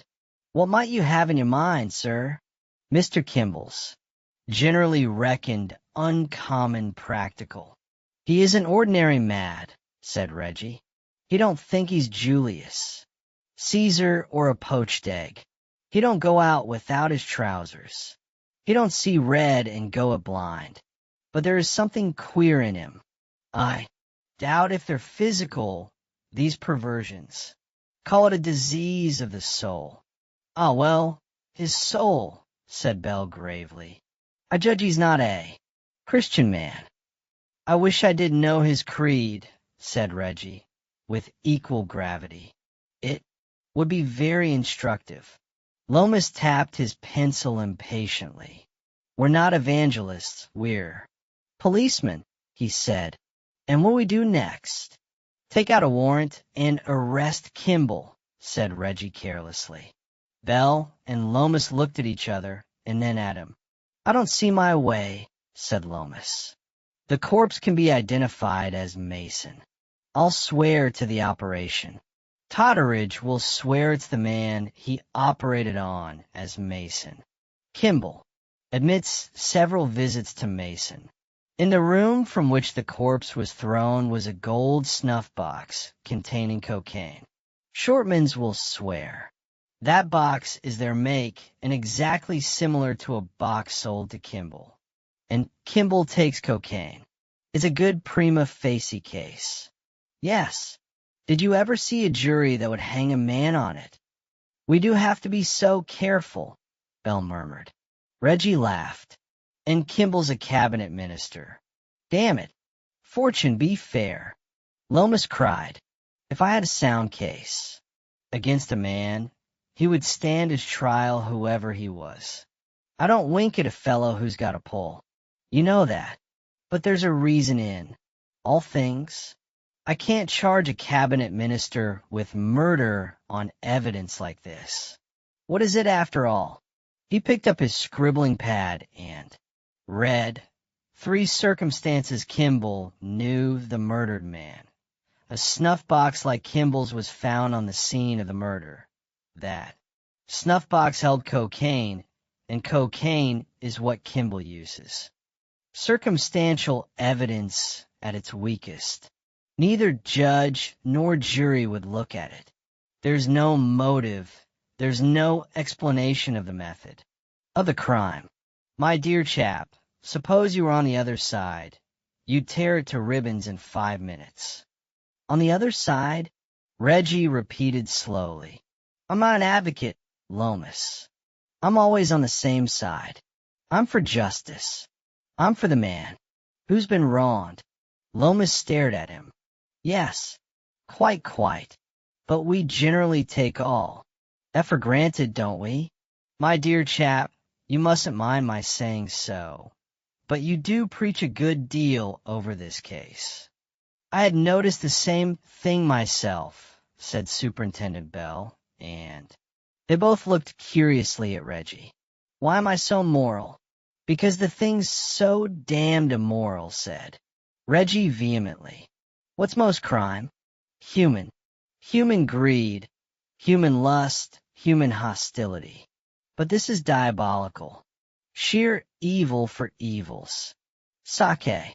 Lomas, I'll swear, when we have it all out, will find that it still looks unreasonable, futile, pure passion for wrong.